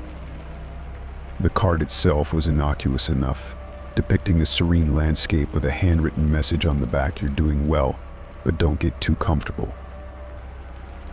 The message puzzled me. It was vague, yet it struck a chord of discomfort. I shrugged it off, attributing it to a prank or a misdirected piece of mail. But as the weeks went by, the postcards continued to arrive, each one more unsettling than the last. The second postcard was postmarked from a different state. It featured a picture of a quaint cafe, and the message read, "I see you're still enjoying your coffee breaks. Watch your step." The detail about my coffee breaks was accurate. I often frequented a local cafe during my lunch hour.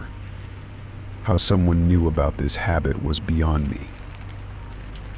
The third postcard arrived with a picture of a library, and the message was even more disturbing: "Your favorite reading spot is under surveillance. Be careful who you trust." I was an avid reader, and the postcard's reference to my preferred library felt intrusive. I had not shared this detail with anyone, making the message all the more unsettling. I started to feel a creeping sense of paranoia. Each postcard was postmarked from different cities, places I had never visited or even mentioned to anyone. I tried to trace the origins of the postcards, starting with the postmarks, but each inquiry led to a dead end. The addresses were real, but the post office employees could provide no information about the senders. As the postcards kept arriving, the messages became increasingly personal. One card arrived with a picture of a park near my home, and the message read, "I know where you go to clear your head. You're not alone." Another showed a photo of my house from a distance, with the note, "I've been watching you from afar. Do you feel safe?" The fact that someone seemed to be tracking my movements and habits was deeply unsettling. I began to feel like I was under constant scrutiny, and the feeling of being watched grew more intense with each new postcard. I became hyper-aware of my surroundings, checking over my shoulder and second-guessing every interaction. I contacted the local authorities and reported the postcards, but the police couldn't offer much help. The messages were cryptic and didn't explicitly threaten violence, so there was little they could do without more concrete evidence. They suggested I keep the postcards for any potential evidence and continue to document any unusual activities or encounters. In the meantime, I began to scrutinize every detail of my life, trying to identify anything that might have led someone to gather such personal information. I reviewed my social media profiles, looking for any posts that might have inadvertently revealed too much. I found nothing unusual, but the feeling of vulnerability lingered. The postcards continued to arrive, each one more invasive than the last. One depicted a photo of my workplace, with the message, "The people you trust are not who they seem." Another showed a close-up of a coffee cup from my favorite cafe, with the note, "Your daily ritual is being observed." The relentless nature of the postcards wore on me. I found it increasingly difficult to concentrate at work, and my personal life was becoming a source of anxiety. I began avoiding places I had previously frequented, hoping to reduce the chance of being observed. I also took extra precautions, such as altering my daily routines and varying my activities to avoid predictability. Despite these efforts, the postcards continued to arrive, and the sense of unease never fully dissipated. The unknown sender's ability to accurately describe my daily life left me feeling exposed and vulnerable. The feeling that someone was out there watching and documenting my every move became a constant presence in my thoughts. One particularly unsettling postcard arrived with a photo of a street I had walked down just days before. The message read, "I'm always one step behind. Your next move is crucial." The card had an eerie undertone, suggesting that the sender was not just observing but actively following me. The implications were chilling. The authorities continued to monitor the situation, but their investigations yielded no new leads. I began to fear that the sender's knowledge of my life might have come from someone I knew, an acquaintance or colleague who had taken a disturbing interest in me. This fear led me to scrutinize the people around me more closely, looking for signs of suspicious behavior. The postcards eventually stopped arriving, but the sense of unease lingered long after they ceased. I remained hyper-vigilant, always on edge, and reluctant to return to my old routines. The mystery of the postcards and the unsettling knowledge that someone had been watching and documenting my life left a lasting impact. The experience taught me a harsh lesson about privacy and the unsettling ways in which people can invade it. Despite the absence of tangible threats or immediate danger, the psychological impact of being watched and manipulated left me with a lingering sense of paranoia. I had learned to be more cautious about my personal information and to trust my instincts when it came to safeguarding my privacy. Story 43. It all started with a routine check of my email. I had just returned from work and was preparing to relax with a book when I noticed a new message in my inbox. The sender was unfamiliar, and the subject line was simply a string of numbers and letters that made no sense. I hesitated but decided to open it, curious despite my reservations. Inside, the email was a jumble of symbols and random characters, a complex code that appeared entirely unintelligible. There was no message body, just an encrypted block of text. My initial thought was that it was spam or some kind of phishing attempt. I deleted the email and moved on, but as the days passed, more of these strange, coded messages began to appear. Each new message was more elaborate and cryptic than the last. They contained increasingly complex strings of characters, each one tailored to my personal experiences and fears. One message referenced a vacation I had taken months earlier, while another alluded to a conversation I had had with a close friend. The specificity of the references was both unsettling and perplexing. It was as if someone had access to my personal life and was using it to craft these disturbing messages. I decided to investigate further. I attempted to decode the messages myself, using various online tools and decryption software. Each attempt proved fruitless. The codes were too intricate and sophisticated for any simple decryption method. I spent hours trying to make sense of the patterns, but they only seemed to grow more complex with each message. As the coded messages continued to arrive, my anxiety increased. The content of the messages, combined with their targeted nature, made me feel as though someone was watching me closely. I couldn't shake the feeling that there was a hidden meaning behind the codes, a message that was meant to reach me but remained just out of reach. I reached out to a few friends, hoping they could offer some insight. They were as baffled as I was and suggested I contact a cybersecurity expert. Desperate for answers, I took their advice and consulted with a professional. The expert reviewed the messages and attempted to decode them using advanced algorithms and cryptographic techniques, but even they struggled to make sense of the encrypted text. The expert confirmed that the codes were highly sophisticated, but they couldn't determine the origin or purpose behind them. They suggested that I take extra precautions with my online security, including changing passwords and enabling two-factor authentication. I followed their advice, but the messages kept coming, each one adding to my growing sense of dread.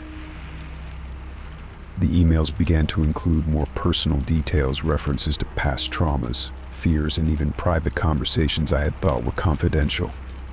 The feeling of being watched became more pronounced. It was as if someone had an intimate knowledge of my life and was using that information to instill fear and anxiety. One evening, as I sat at my computer, I received another coded email. This one was different. It contained a series of coordinates and a cryptic message that read, "The truth lies where shadows fall." The coordinates pointed to a location in a remote area outside the city. The message was ominous and unsettling, and I couldn't help but feel that it was a clue or a challenge of some sort. I debated whether or not to investigate the location, but the fear of what might be waiting for me held me back. The idea of confronting whatever was behind the messages was terrifying, but the constant feeling of being threatened was taking a toll on my mental health. I discussed the situation with the cybersecurity expert, who advised caution but didn't discourage me from pursuing it if I felt it was necessary. With a mixture of apprehension and determination, I decided to visit the coordinates. I arranged for a friend to accompany me for safety and set out to the remote location. The drive was long and eerie, the landscape growing increasingly desolate as we approached our destination. When we arrived, we found ourselves in a secluded area surrounded by dense woods and old, abandoned buildings. We searched the area, but we found nothing of significance, no hidden messages or clues, just the remnants of forgotten structures and overgrown vegetation. The sense of being watched persisted, but we couldn't find any tangible evidence of someone being there. The trip ended up being a fruitless endeavor, but it did little to ease my anxiety.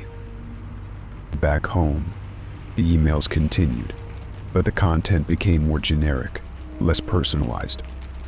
It was as if the sender had lost interest or had been satisfied with the fear they had already instilled. The coded messages slowed to a trickle and eventually stopped altogether. Despite this, the impact of the experience lingered. The fear of being watched and the anxiety from the coded messages had taken a significant toll on my well-being. I continued to be cautious about my online security and remained vigilant about my privacy.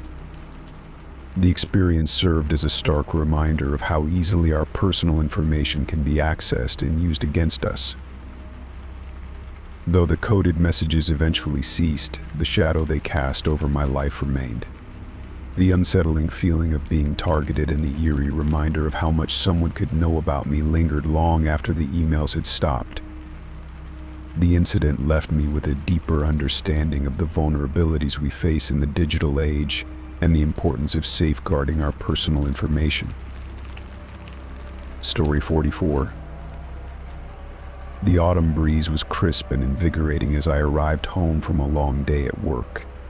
It had been a typical Tuesday, filled with meetings and deadlines, and I was looking forward to the tranquility of my home. My bedroom, with its warm, inviting decor and plush bed, was my sanctuary. I liked to unwind there, away from the chaos of the outside world. As I opened the door to my bedroom, I was met with a sight that stopped me in my tracks. On the wall beside my bed, I saw a large, dirty handprint smeared against the white paint. The handprint was unmistakably human palm, and fingers clearly defined, but it was smudged and dark, as though it had been made with something grimy. My initial reaction was confusion followed by unease. I couldn't remember seeing it before, and it certainly wasn't something I'd have missed during my routine checks. I approached the wall cautiously, trying to make sense of this strange intrusion. The handprint was not only filthy but seemed almost embedded into the wall, as though it had seeped into the paint. I ran my fingers over it, but the print was smooth and flat. There was no texture to suggest that it was a stain on the surface. It was as if the handprint had become a part of the wall itself. I grabbed a cloth and some cleaning supplies, hoping to remove the handprint. I applied soap and water, scrubbing vigorously. To my growing frustration, the print remained stubbornly intact. It seemed to resist every effort to clean it, as if mocking my attempts. I tried various cleaning agents, bleach, vinegar, and even a stronger commercial cleaner, hoping to find something that would lift the print from the wall. But nothing worked. The handprint persisted, its presence growing more unsettling with each failed attempt. As I stood there, staring at the stubborn handprint, a wave of anxiety washed over me. The thought of someone, whether it be a person or something else, touching my wall without my knowledge was deeply disturbing. I had lived alone in this house for years and had always felt safe and secure. The idea that an intruder had been in my home, touching my walls, was a frightening prospect. I considered the possibility of a practical joke or a prank. Perhaps a friend had come over and decided to leave an eerie mark on my wall. But the more I thought about it, the less plausible it seemed. My closest friends were all aware of my aversion to unsettling experiences, and none of them had a motive for such a prank. Besides, the handprint's persistence and the difficulty in removing it suggested something more sinister. I decided to call a handyman to inspect the handprint and see if there was any explanation. When he arrived the next day, he examined the wall and tried to clean the handprint himself. He was equally baffled by the mark's resistance to cleaning. He suggested it could be a result of a chemical reaction or a defect in the paint, but none of his theories seemed to fully account for the handprint's eerie presence. As days turned into weeks, the handprint became a constant, unsettling feature of my bedroom. I adjusted my routine to avoid looking directly at it, but its presence remained a source of anxiety.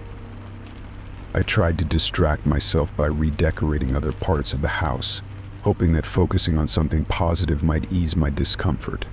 I even hung a large painting over the handprint, but it did little to quell the feeling of unease.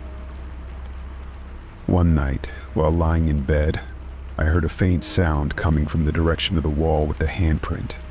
It was a soft, scratching noise, like something moving slowly across the surface. My heart raced as I sat up and listened, straining to hear any other sounds. The scratching continued intermittently, sending chills down my spine. I got out of bed and approached the wall, but the noise stopped as soon as I got close. I turned on the lights and inspected the area, but found nothing out of the ordinary. The sensation of being watched or listened to became a persistent companion. I would catch myself glancing nervously at the wall whenever I was in the room, and the sense of dread never completely left me. I started to sleep with the lights on and kept the door to my bedroom tightly closed. Desperate for answers, I consulted a local paranormal investigator, hoping that they might be able to provide some insight into the mysterious handprint. The investigator arrived with various tools and devices designed to detect unusual energy or spiritual activity. They conducted a thorough examination of my home, including the area around the handprint. The investigators' findings were inconclusive. They reported no unusual energy readings or signs of paranormal activity, leaving me with more questions than answers. The handprint remained a perplexing anomaly, a symbol of an invasion that defied logical explanation. The experience took a toll on my mental well-being. The constant sense of unease and the persistent reminder of the handprint left me feeling vulnerable and unsettled. I began to question my own sanity, wondering if the handprint was a figment of my imagination or a manifestation of my fears. Despite my efforts to ignore it, the handprint had become a symbol of an unknown presence that had intruded into my private space. Eventually, I decided to repaint the entire room, hoping that a fresh coat of paint might erase the memory of the handprint and provide some closure. As the new paint dried, I felt a small sense of relief. The handprint was gone, replaced by a clean, blank wall. But even after the repainting, the sense of violation lingered. The experience had left an indelible mark on my psyche, a reminder that even the most secure spaces could be breached by unseen forces. The handprint was gone, but the feeling of being watched and the unsettling memory of its presence remained with me, a ghostly echo of an intrusion that had no clear explanation. Story 45. It was a chilly October morning when the parcel arrived. The air was crisp, the leaves rustling outside my window as I sipped my coffee. I was in the midst of preparing for a busy day when I noticed the small, unmarked box resting on my doorstep. Its plain brown wrapping and lack of any return address immediately caught my attention. It was an unusual delivery, but given the sporadic nature of my job, I often received packages from various clients and businesses. I set the box aside, intending to open it later when I had more time. Later that evening, after a long day of meetings and errands, I finally sat down to investigate the mysterious parcel. I was alone in the house, the evening sun casting long shadows across the room as I carefully peeled away the packaging. Inside, nestled among crumpled newspaper, was a collection of photographs. The stack was held together by a simple rubber band, and as I removed it, a chill ran down my spine. The first few photos were of familiar scenes, landscapes, family gatherings, and a few candid shots of friends. However, as I flipped through the stack, I began to notice something unsettling. Some of the photographs were of me, but they were taken from angles that seemed impossibly intimate. There were shots of me sitting at my desk, captured through a window, and others of me walking down the street, as if someone had been following me. The real horror set in when I noticed that the photos had been altered. In some, unsettling shadows had been added, as if someone had tried to obscure or manipulate the image. Faces in the background were distorted, eyes and mouths stretched grotesquely. In others, strange figures were superimposed, a shadowy silhouette that seemed to loom ominously behind me, or distorted shapes that gave the impression of something watching me. I felt a wave of nausea as I continued to sort through the photos. There were pictures of my apartment, both interior and exterior, with additional eerie elements, strange symbols scrawled on the walls, and ghostly apparitions lingering in the background. The alterations were so meticulous that it was clear whoever sent these photos had a disturbing amount of access to my life. My immediate reaction was one of disbelief. Who could have done this? The photos seemed to be taken from various points in time, and the level of detail suggested a thorough and invasive surveillance. I searched for any clues in the parcel. There was nothing but the photographs and a small, plain note that read, "I'm closer than you think." I tried to calm my racing heart and think rationally. I examined the photos again, hoping to find some trace of the sender, an identifiable landmark, a distinctive feature in the background, or even a hint of a return address. But there was nothing. Each image seemed deliberately composed to unsettle and disturb, without offering any practical information. Feeling increasingly paranoid, I decided to take the photos to the police. I hoped that they might be able to trace the source or offer some guidance on how to handle the situation. I spent the next few hours organizing the photos and compiling a detailed account of the incident before heading to the station. The police were professional and attentive, but their initial response was more pragmatic than reassuring. They took the photographs as evidence and assured me they would investigate. However, they also made it clear that without more concrete information, such as fingerprints or specific details about the sender, it would be challenging to make progress. In the days that followed, I found it hard to relax. Every creak of the floorboards, every rustle of the curtains seemed to amplify my anxiety. I started to second-guess every shadow and movement, convinced that someone was watching me. I kept the photographs in a safe place, locked away in a drawer, but the unsettling images remained imprinted on my mind. I also took precautions around the house, checking the locks on doors and windows more frequently and installing additional security measures. I began to notice things I hadn't before, such as strange cars parked outside my building or unfamiliar faces in my neighborhood. The paranoia crept into every aspect of my life, making it difficult to distinguish between genuine threats and my overactive imagination. Despite my efforts, the feeling of being watched never fully dissipated. I avoided going out alone and made sure to tell friends and family about the incident, though I could tell they were concerned and unsure how to help. The police contacted me occasionally with updates, but they had found no new leads, and the case remained open but unsolved. One particularly unsettling evening, as I was reviewing the photos again, I noticed something I had missed before. In one of the images showing my living room, there was a reflection in the glass of a picture frame, a blurry figure standing in the doorway. I hadn't noticed it initially, but now it seemed almost like a deliberate addition.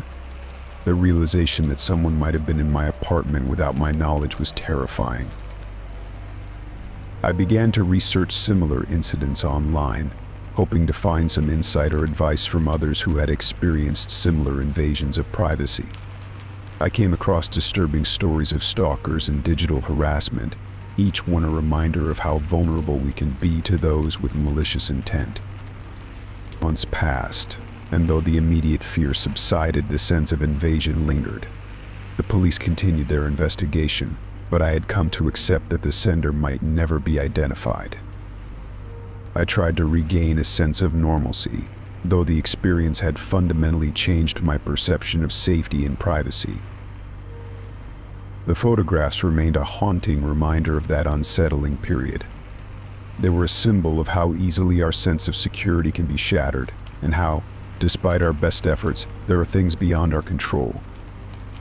I kept the photos in a secure place, not as a source of comfort, but as a testament to the strange and unsettling realities that can disrupt our lives. Story 46. It started on an ordinary Tuesday morning. I was sipping coffee and catching up on emails when I noticed a new message in my inbox. The sender's address was a string of random characters, and there was no name or other identifying information. The subject line was blank, which struck me as odd, but curiosity got the better of me, and I opened the email. The content was unsettling. The email contained a single line of text. "I see you attached" were several photos taken from various angles around what looked like my apartment. The images showed me in different rooms, captured at moments I had no recollection of being photographed. There were no faces visible, just candid shots that made me feel incredibly exposed. I immediately checked my apartment for any signs of a break-in, but found nothing amiss. Panic set in. I attempted to trace the email address using various online tools, but every attempt led to dead ends. The account appeared to be a throwaway, with no real identifying information or way to contact the sender. I decided to report the email to the authorities, hoping they could track down the source. Officer Miller, who took my report, listened sympathetically but advised me that without more concrete information, it would be challenging to proceed. "Keep documenting everything," she said. "If this continues, we'll have a clearer picture of what's happening." The emails kept coming. They were always from the same untraceable address and contained more photos and increasingly disturbing details. The next email arrived with the subject line, "You're not alone." It included a photo of me walking my dog, taken from behind a tree in the park where I frequently walked. I had no idea someone had been following me, and the realization was chilling. The photos seemed to capture moments when I was alone, and the detail in them suggested someone had been watching me for a while. I started taking additional precautions. I changed my daily routine, altered my routes, and increased security around my apartment. I installed new locks, security cameras, and motion detectors. I even began varying my walking times and routes, hoping to throw off any potential observer. Despite these measures, the emails continued. The sense of being constantly watched was suffocating. In one email, the sender wrote, I know your secrets. The message was accompanied by photos of my computer screen, taken while I was working from home. I was horrified by the invasion of my privacy and felt helpless as I watched my personal life become fodder for a stranger's unsettling game. The photos also included images of my bank statements and personal documents, further intensifying my anxiety. I consulted a cybersecurity expert, hoping they could help trace the source of the emails. Mr. Thompson, a skilled consultant, reviewed the emails and analyzed the metadata. His findings were grim. The sender is using sophisticated techniques to hide their tracks, he explained. They're utilizing a combination of anonymizing services and possibly compromised servers, making it nearly impossible to trace them directly. I felt a wave of despair. Despite my best efforts, the emails showed no signs of stopping. Each new message was a reminder of the invisible presence watching my every move. The invasion of privacy was beyond unsettling. It was psychologically debilitating. I struggled to focus on work, and my relationships began to suffer as I withdrew into a shell of fear and paranoia. One night, while working late, I received an email with the subject line, "Your turn." It contained a photo of my empty apartment, taken from inside my living room window. The image was so clear that it made me feel as though the sender had been in my home.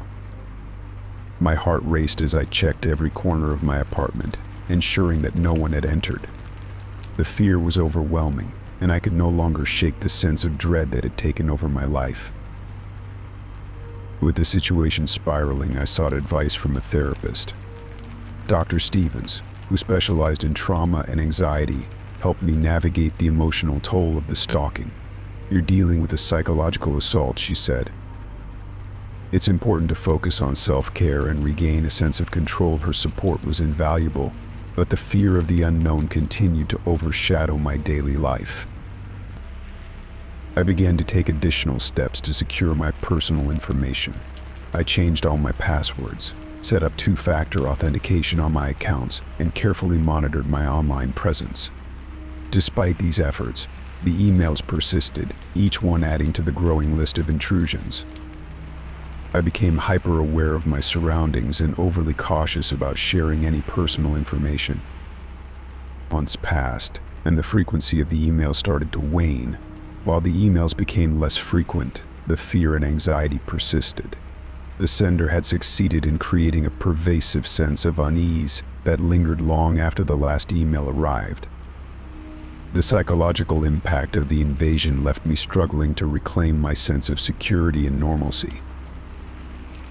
Eventually, I decided to move to a new location, hoping that a change of environment might help alleviate the constant fear.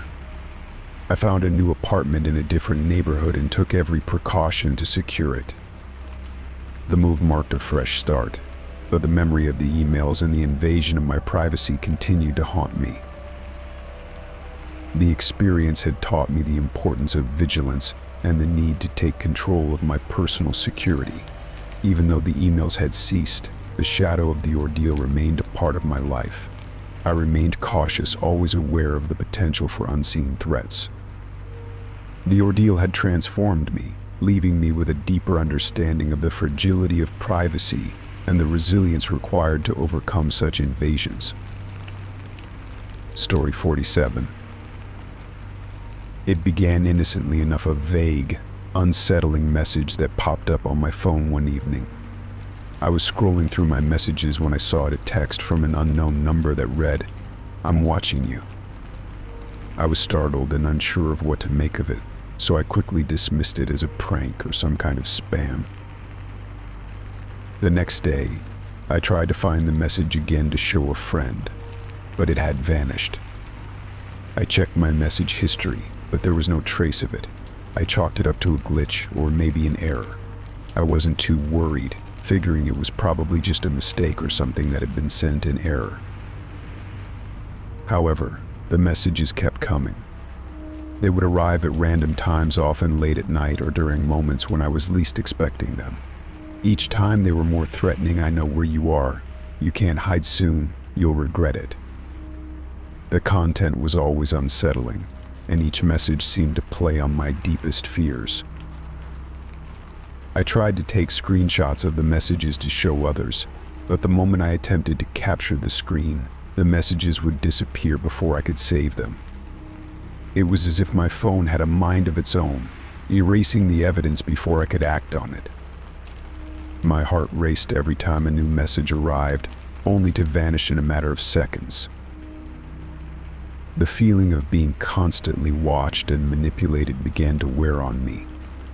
I felt like I was being toyed with, and the lack of evidence made it even more unnerving. I started to question my own sanity. Was I imagining things? Was I losing my grip on reality? In an attempt to regain control, I reached out to my phone provider. I explained the situation and asked if there were any issues with my account. They assured me that everything seemed to be in order on their end and suggested that I perform a factory reset to see if that would resolve the problem. Reluctantly, I agreed, hoping that it would fix the issue. I backed up my important data and performed the reset, wiping my phone clean. After the reset, I reinstalled my apps and restored my data, eager to see if the strange messages would stop. For a few days, there was a brief respite. I felt a sense of relief, thinking that the reset had resolved the issue. But then, the messages started again. This time, they were even more disturbing. They would arrive while I was in the middle of something, making it impossible to capture or document them. The messages seemed to come at moments when I was most vulnerable, while I was alone at night, or when I was least prepared to deal with them. I grew increasingly paranoid, avoiding being alone as much as possible and staying in well-lit areas. I became hyper-vigilant, constantly checking my phone and scanning my surroundings for any signs of intrusion or surveillance. The fear of receiving another message was almost overwhelming.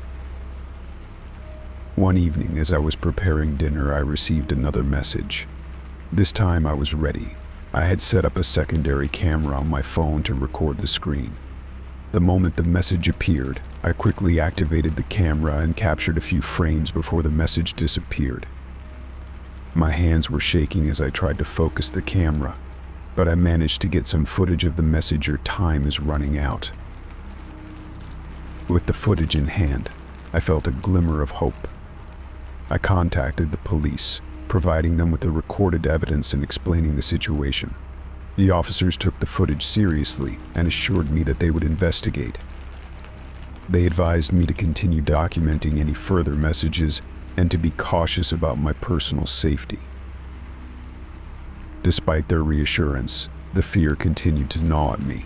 I became increasingly isolated, avoiding social interactions and retreating into my home. My anxiety mounted, and I found it difficult to focus on anything other than the unsettling messages. The constant anticipation of the next threat left me on edge, and I struggled to maintain a sense of normalcy. Weeks passed, and the messages seemed to taper off. I hoped that the police investigation had made some progress or that the sender had lost interest. I still received occasional messages, but they were less frequent and seemed to be less threatening. I felt a sense of cautious relief, though the fear lingered in the back of my mind. Then one day I received a final message. "You've been warned." After that, the messages stopped completely. The relief was palpable, but the experience had left me with lingering anxiety and distrust. I continued to keep a close eye on my phone and remained cautious about my surroundings. Looking back, I'm still haunted by the feeling of being watched and manipulated. The messages were never fully explained, and the sense of vulnerability and paranoia they instilled in me lingered long after they stopped. The experience taught me to be vigilant and to trust my instincts, but it also left me with a deep sense of unease about the unseen threats that can lurk in the digital age. In the end, I learned to be more cautious with my personal information and to take steps to protect my privacy. Though the messages had stopped, the experience had left an indelible mark on my psyche. I continue to remain vigilant, hoping that I will never have to face such an unsettling and inexplicable situation again. Story 48. It all began on an ordinary Tuesday morning. I was still groggy from sleep when my phone buzzed with a new message. As I rubbed my eyes and reached for my phone, I noticed the message was from a contact I didn't recognize. The name was a jumble of letters and numbers, and there was no profile picture, only a blank avatar. Curious, I opened the message. It was a single line of text. "I see you're heading to the coffee shop today." My heart skipped a beat. I had indeed planned to go to the coffee shop, but how could this stranger know that? The message was vague, but the fact that it mentioned something so specific made it unsettling. I quickly dismissed it as a prank or a mistake and blocked the contact. I tried to move on with my day, but the eerie feeling lingered. When I checked my phone later, I saw another message from a different account with a similar cryptic tone. "Looks like you're spending the evening at home. Hope it's relaxing." It was clear that this new contact had somehow learned about my activities. Panicked, I blocked this second contact as well. But the messages didn't stop. Over the next few days, I received a barrage of messages from different accounts. Each message seemed to know something about my daily routine, where I was going, what I was doing, and even what time I was likely to be home. "You left your lights on," one message read. "I saw you at the grocery store yesterday," read another. I grew increasingly alarmed.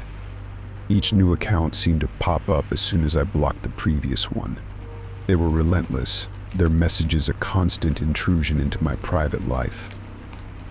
I tried reporting the accounts to the app support team, but each time the support process seemed to be slow and ineffective. The messages kept coming, each one more unsettling than the last. My anxiety mounted with every new notification. The feeling of being monitored was overwhelming. It wasn't just the messages that bothered me, it was the knowledge that someone was keeping a close watch on my every move. I began to feel paranoid, constantly checking over my shoulder and avoiding any activities that could give away my location.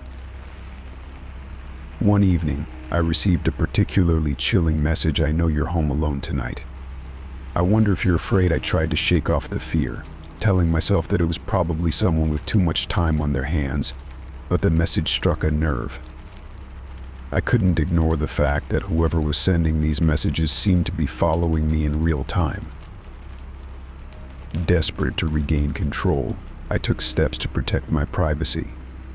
I changed all my passwords, enabled two-factor authentication, and even consulted with a cybersecurity expert to ensure my devices were secure. I considered reporting the harassment to the authorities, but with no concrete evidence of who was behind the messages, I wasn't sure how much help they could provide. Despite my efforts, the messages continued. They grew more personal and intrusive, touching on aspects of my life that no one should know. "I saw you talking to your friend at the park today. Is everything okay?" One message read. I felt like a puppet on strings, manipulated by someone who knew far too much about me. The constant bombardment began to take a toll on my mental health. I found it hard to focus on work, and my sleep was plagued by nightmares of being watched and followed. The once safe confines of my home no longer felt secure. I avoided going out and stopped using public Wi-Fi to prevent any further breaches. Then came the message that made my blood run cold. "I'm outside your house. I can see your lights through the window." I panicked, rushing to the windows and peering outside. There was no one in sight, but the thought that someone might be lurking just beyond my view was terrifying. I locked all the doors and windows, checking multiple times before I could calm down. I decided to install security cameras around my property, hoping they would provide some peace of mind and perhaps capture any potential intruders. The cameras provided me with a sense of security, but they also served as a constant reminder of the invasion I was experiencing. Every time I reviewed the footage, I looked for any sign of a figure or movement that might confirm my fears. Weeks went by, and the messages remained a persistent, nagging presence in my life. I became more reclusive, rarely leaving the house and avoiding social interactions. The isolation only made the experience more intense. Each new message felt like a personal affront, a violation of my privacy and safety. One day, the messages suddenly stopped. The accounts that had been sending them disappeared, and for the first time in months, I felt a glimmer of relief. I was cautious but hopeful that the ordeal was over. I continued to monitor my security systems and remained vigilant, but the absence of the intrusive messages was a welcome change. Despite the cessation of the messages, the experience left a lasting impact. I remained wary of new contacts and unfamiliar messages, always on edge when my phone buzzed with a notification. The sense of being watched never fully went away, and I struggled to reclaim my sense of normalcy and safety. The ordeal taught me a valuable lesson about privacy and the vulnerability that comes with modern technology. Even as the messages ceased, I remained vigilant, determined to protect myself from any future invasions of my privacy. The experience had been a stark reminder of how easily one's personal space can be breached, and how important it is to safeguard one's digital life. Story 49. It was a routine day at the office. The hum of fluorescent lights and the rhythmic clicking of keyboards filled the open-plan workspace. I was busy with the project, absorbed in the ebb and flow of emails and deadlines, when a package was delivered to my desk. It was unmarked and plain, wrapped in brown paper with no label or return address. I frowned, puzzled by its mysterious appearance. I hesitated before opening it, but curiosity got the better of me. I carefully peeled away the wrapping, revealing a small black box. Inside, nestled in a bed of white packing material, was a recording device. A sticky note was attached to it, scrawled in a hurried, shaky hand, "I know your secrets." My heart raced as I stared at the note. The device seemed to taunt me, its presence an unsettling intrusion into my personal life. I picked it up, examining it closely. There was no obvious way to view the contents. It was just a plain device with a single button and a small screen. I took the box and the device to my boss, explaining the situation. She was equally perplexed and concerned, and we decided to contact the authorities. The police arrived promptly, taking the device and the package for further examination. They assured me that they would investigate and try to trace the origin of the package. The next few days were a blur of anxiety and paranoia. The idea that someone had been spying on me at work was deeply unsettling. I couldn't focus on my tasks, and I found myself jumping at every little noise or shadow. My colleagues noticed my unease but were unsure how to address it. They tried to offer support, but the feeling of vulnerability was overwhelming. The police kept me updated on their progress. They had managed to extract the footage from the recording device and were analyzing it for any clues. In the meantime, I tried to maintain some semblance of normalcy. I was on high alert, constantly checking my surroundings and questioning everyone who entered the office building. One afternoon, the detective in charge of my case called me into the conference room. The walls seemed to close in as I sat across from him, a knot of anxiety tightening in my stomach. He handed me a folder containing screenshots from the footage. I looked through them, my blood running cold. The images were taken from a camera placed on my desk. They showed me working, talking on the phone, and interacting with colleagues. The footage was recent, capturing my daily routine with alarming detail. There were no explicit threats or messages, just the eerie realization that someone had been monitoring my every move. The detective explained that they had traced the package to a shipping company but had hit a dead end there. The sender's details were fake, and there were no leads to follow. It was clear that the package had been carefully anonymized to avoid detection. The investigation left me feeling like I was living in a thriller novel, my life now a subject of scrutiny. The police advised me to be cautious and to ensure my personal security. They suggested installing security cameras at home and being vigilant about my surroundings. The advice was practical, but it did little to ease the paranoia that had taken hold of me. As the weeks passed, I continued to grapple with the lingering fear. The footage from the device had been returned to me as evidence, but the sense of invasion persisted. I couldn't shake the feeling that I was being watched, even in the safety of my own home. The idea that someone had access to my most private moments left me feeling exposed and anxious. I decided to take additional precautions. I changed all my passwords, installed a new security system at home, and even hired a private investigator to look into any potential threats. I wanted to regain a sense of control and security, but the experience had taken a toll on my mental well-being. I found myself constantly on edge, unable to fully relax. Despite the measures I took, the fear of being watched lingered. The recording device had served as a stark reminder of the vulnerabilities that lurk in our lives, and it took time for me to rebuild my sense of safety. The authorities eventually closed the case due to a lack of evidence, but the impact of the intrusion remained. In the end, the experience taught me a harsh lesson about privacy and security. It underscored the importance of being vigilant and proactive in safeguarding one's personal space.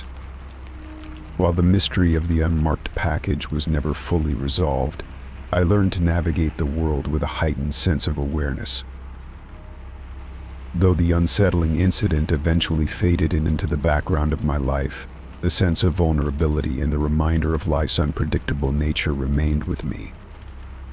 It was a reminder that even in our everyday routines, we are not always as safe as we believe, and the shadows of our world can sometimes reveal unsettling truths. Story 50. The first time I saw him, it was just a fleeting glimpse, a shadowy figure standing across the street, partially obscured by the trees lining the edge of my neighborhood.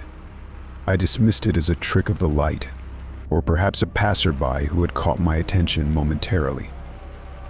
But as days passed, I noticed him again, always lingering in the background, his presence becoming increasingly unsettling. He was always there, but never in a way that would allow me to get a good look at him. Each time I glanced his way, he seemed to melt into the surroundings, his silhouette blending with the trees or disappearing behind parked cars.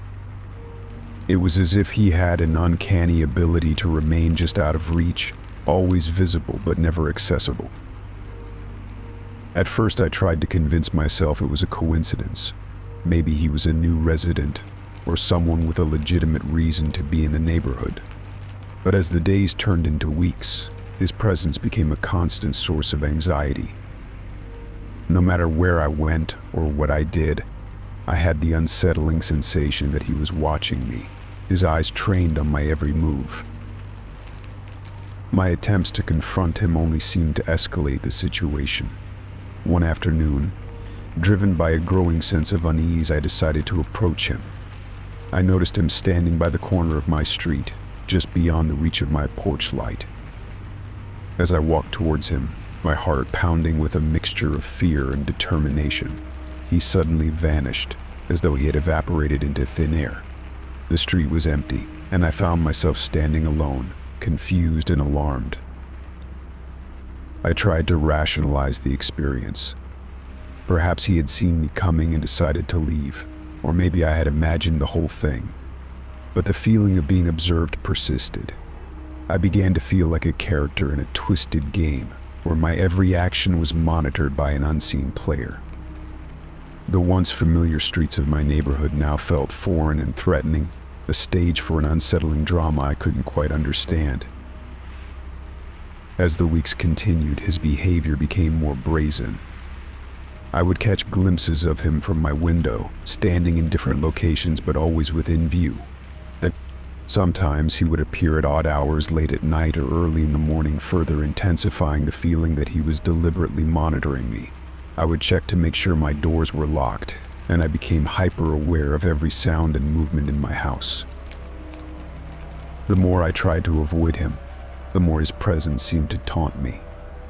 I started seeing him in my peripheral vision, a fleeting shadow that would disappear when I turned my head. It felt as though he was playing a cruel game, testing my nerves and my sense of safety. One evening, I decided to take a different approach. I enlisted the help of a neighbor, Mrs. Hawkins, who had lived in the area for decades and knew everyone. I described the man and his peculiar behavior, hoping she might have some insight or recognize him. She listened intently but seemed puzzled, unable to identify him or recall anyone matching his description. Her lack of recognition only heightened my unease, making me wonder if I was the only one experiencing this strange phenomenon. In an effort to gather more information, I began documenting his appearances. I noted the times and locations where I saw him, hoping to identify any patterns or reasons for his behavior. The more I observed, the more I noticed his consistency. He would always be there, watching from a distance, never approaching but always present. One particularly unsettling incident occurred when I saw him standing in my backyard. I was in the kitchen, preparing dinner, when I glanced out the window and saw him peering through the fence. My heart raced as I grabbed my phone to call the police, but by the time they arrived, he was nowhere to be found. The officers conducted a brief search but found no trace of him. They assured me they would keep an eye on the area but left with no concrete answers. The constant surveillance took a toll on my mental health. I struggled with sleepless nights, my mind racing with thoughts of what might happen next.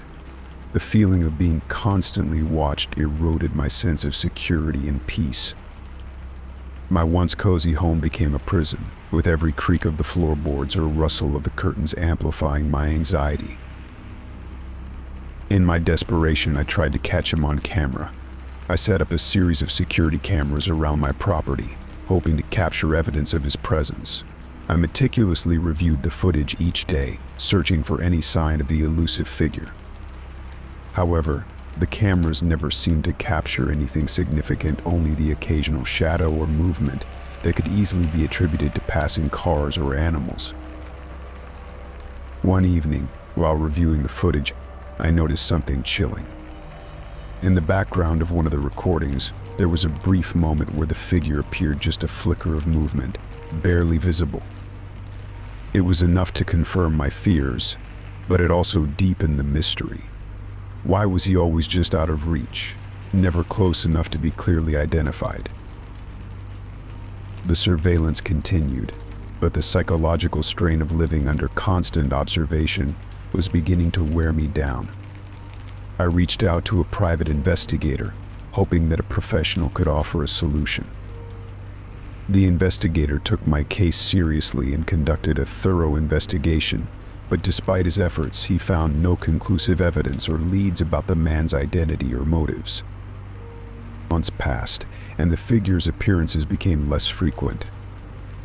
The once constant presence in my neighborhood dwindled, leaving me with a lingering sense of dread and unease.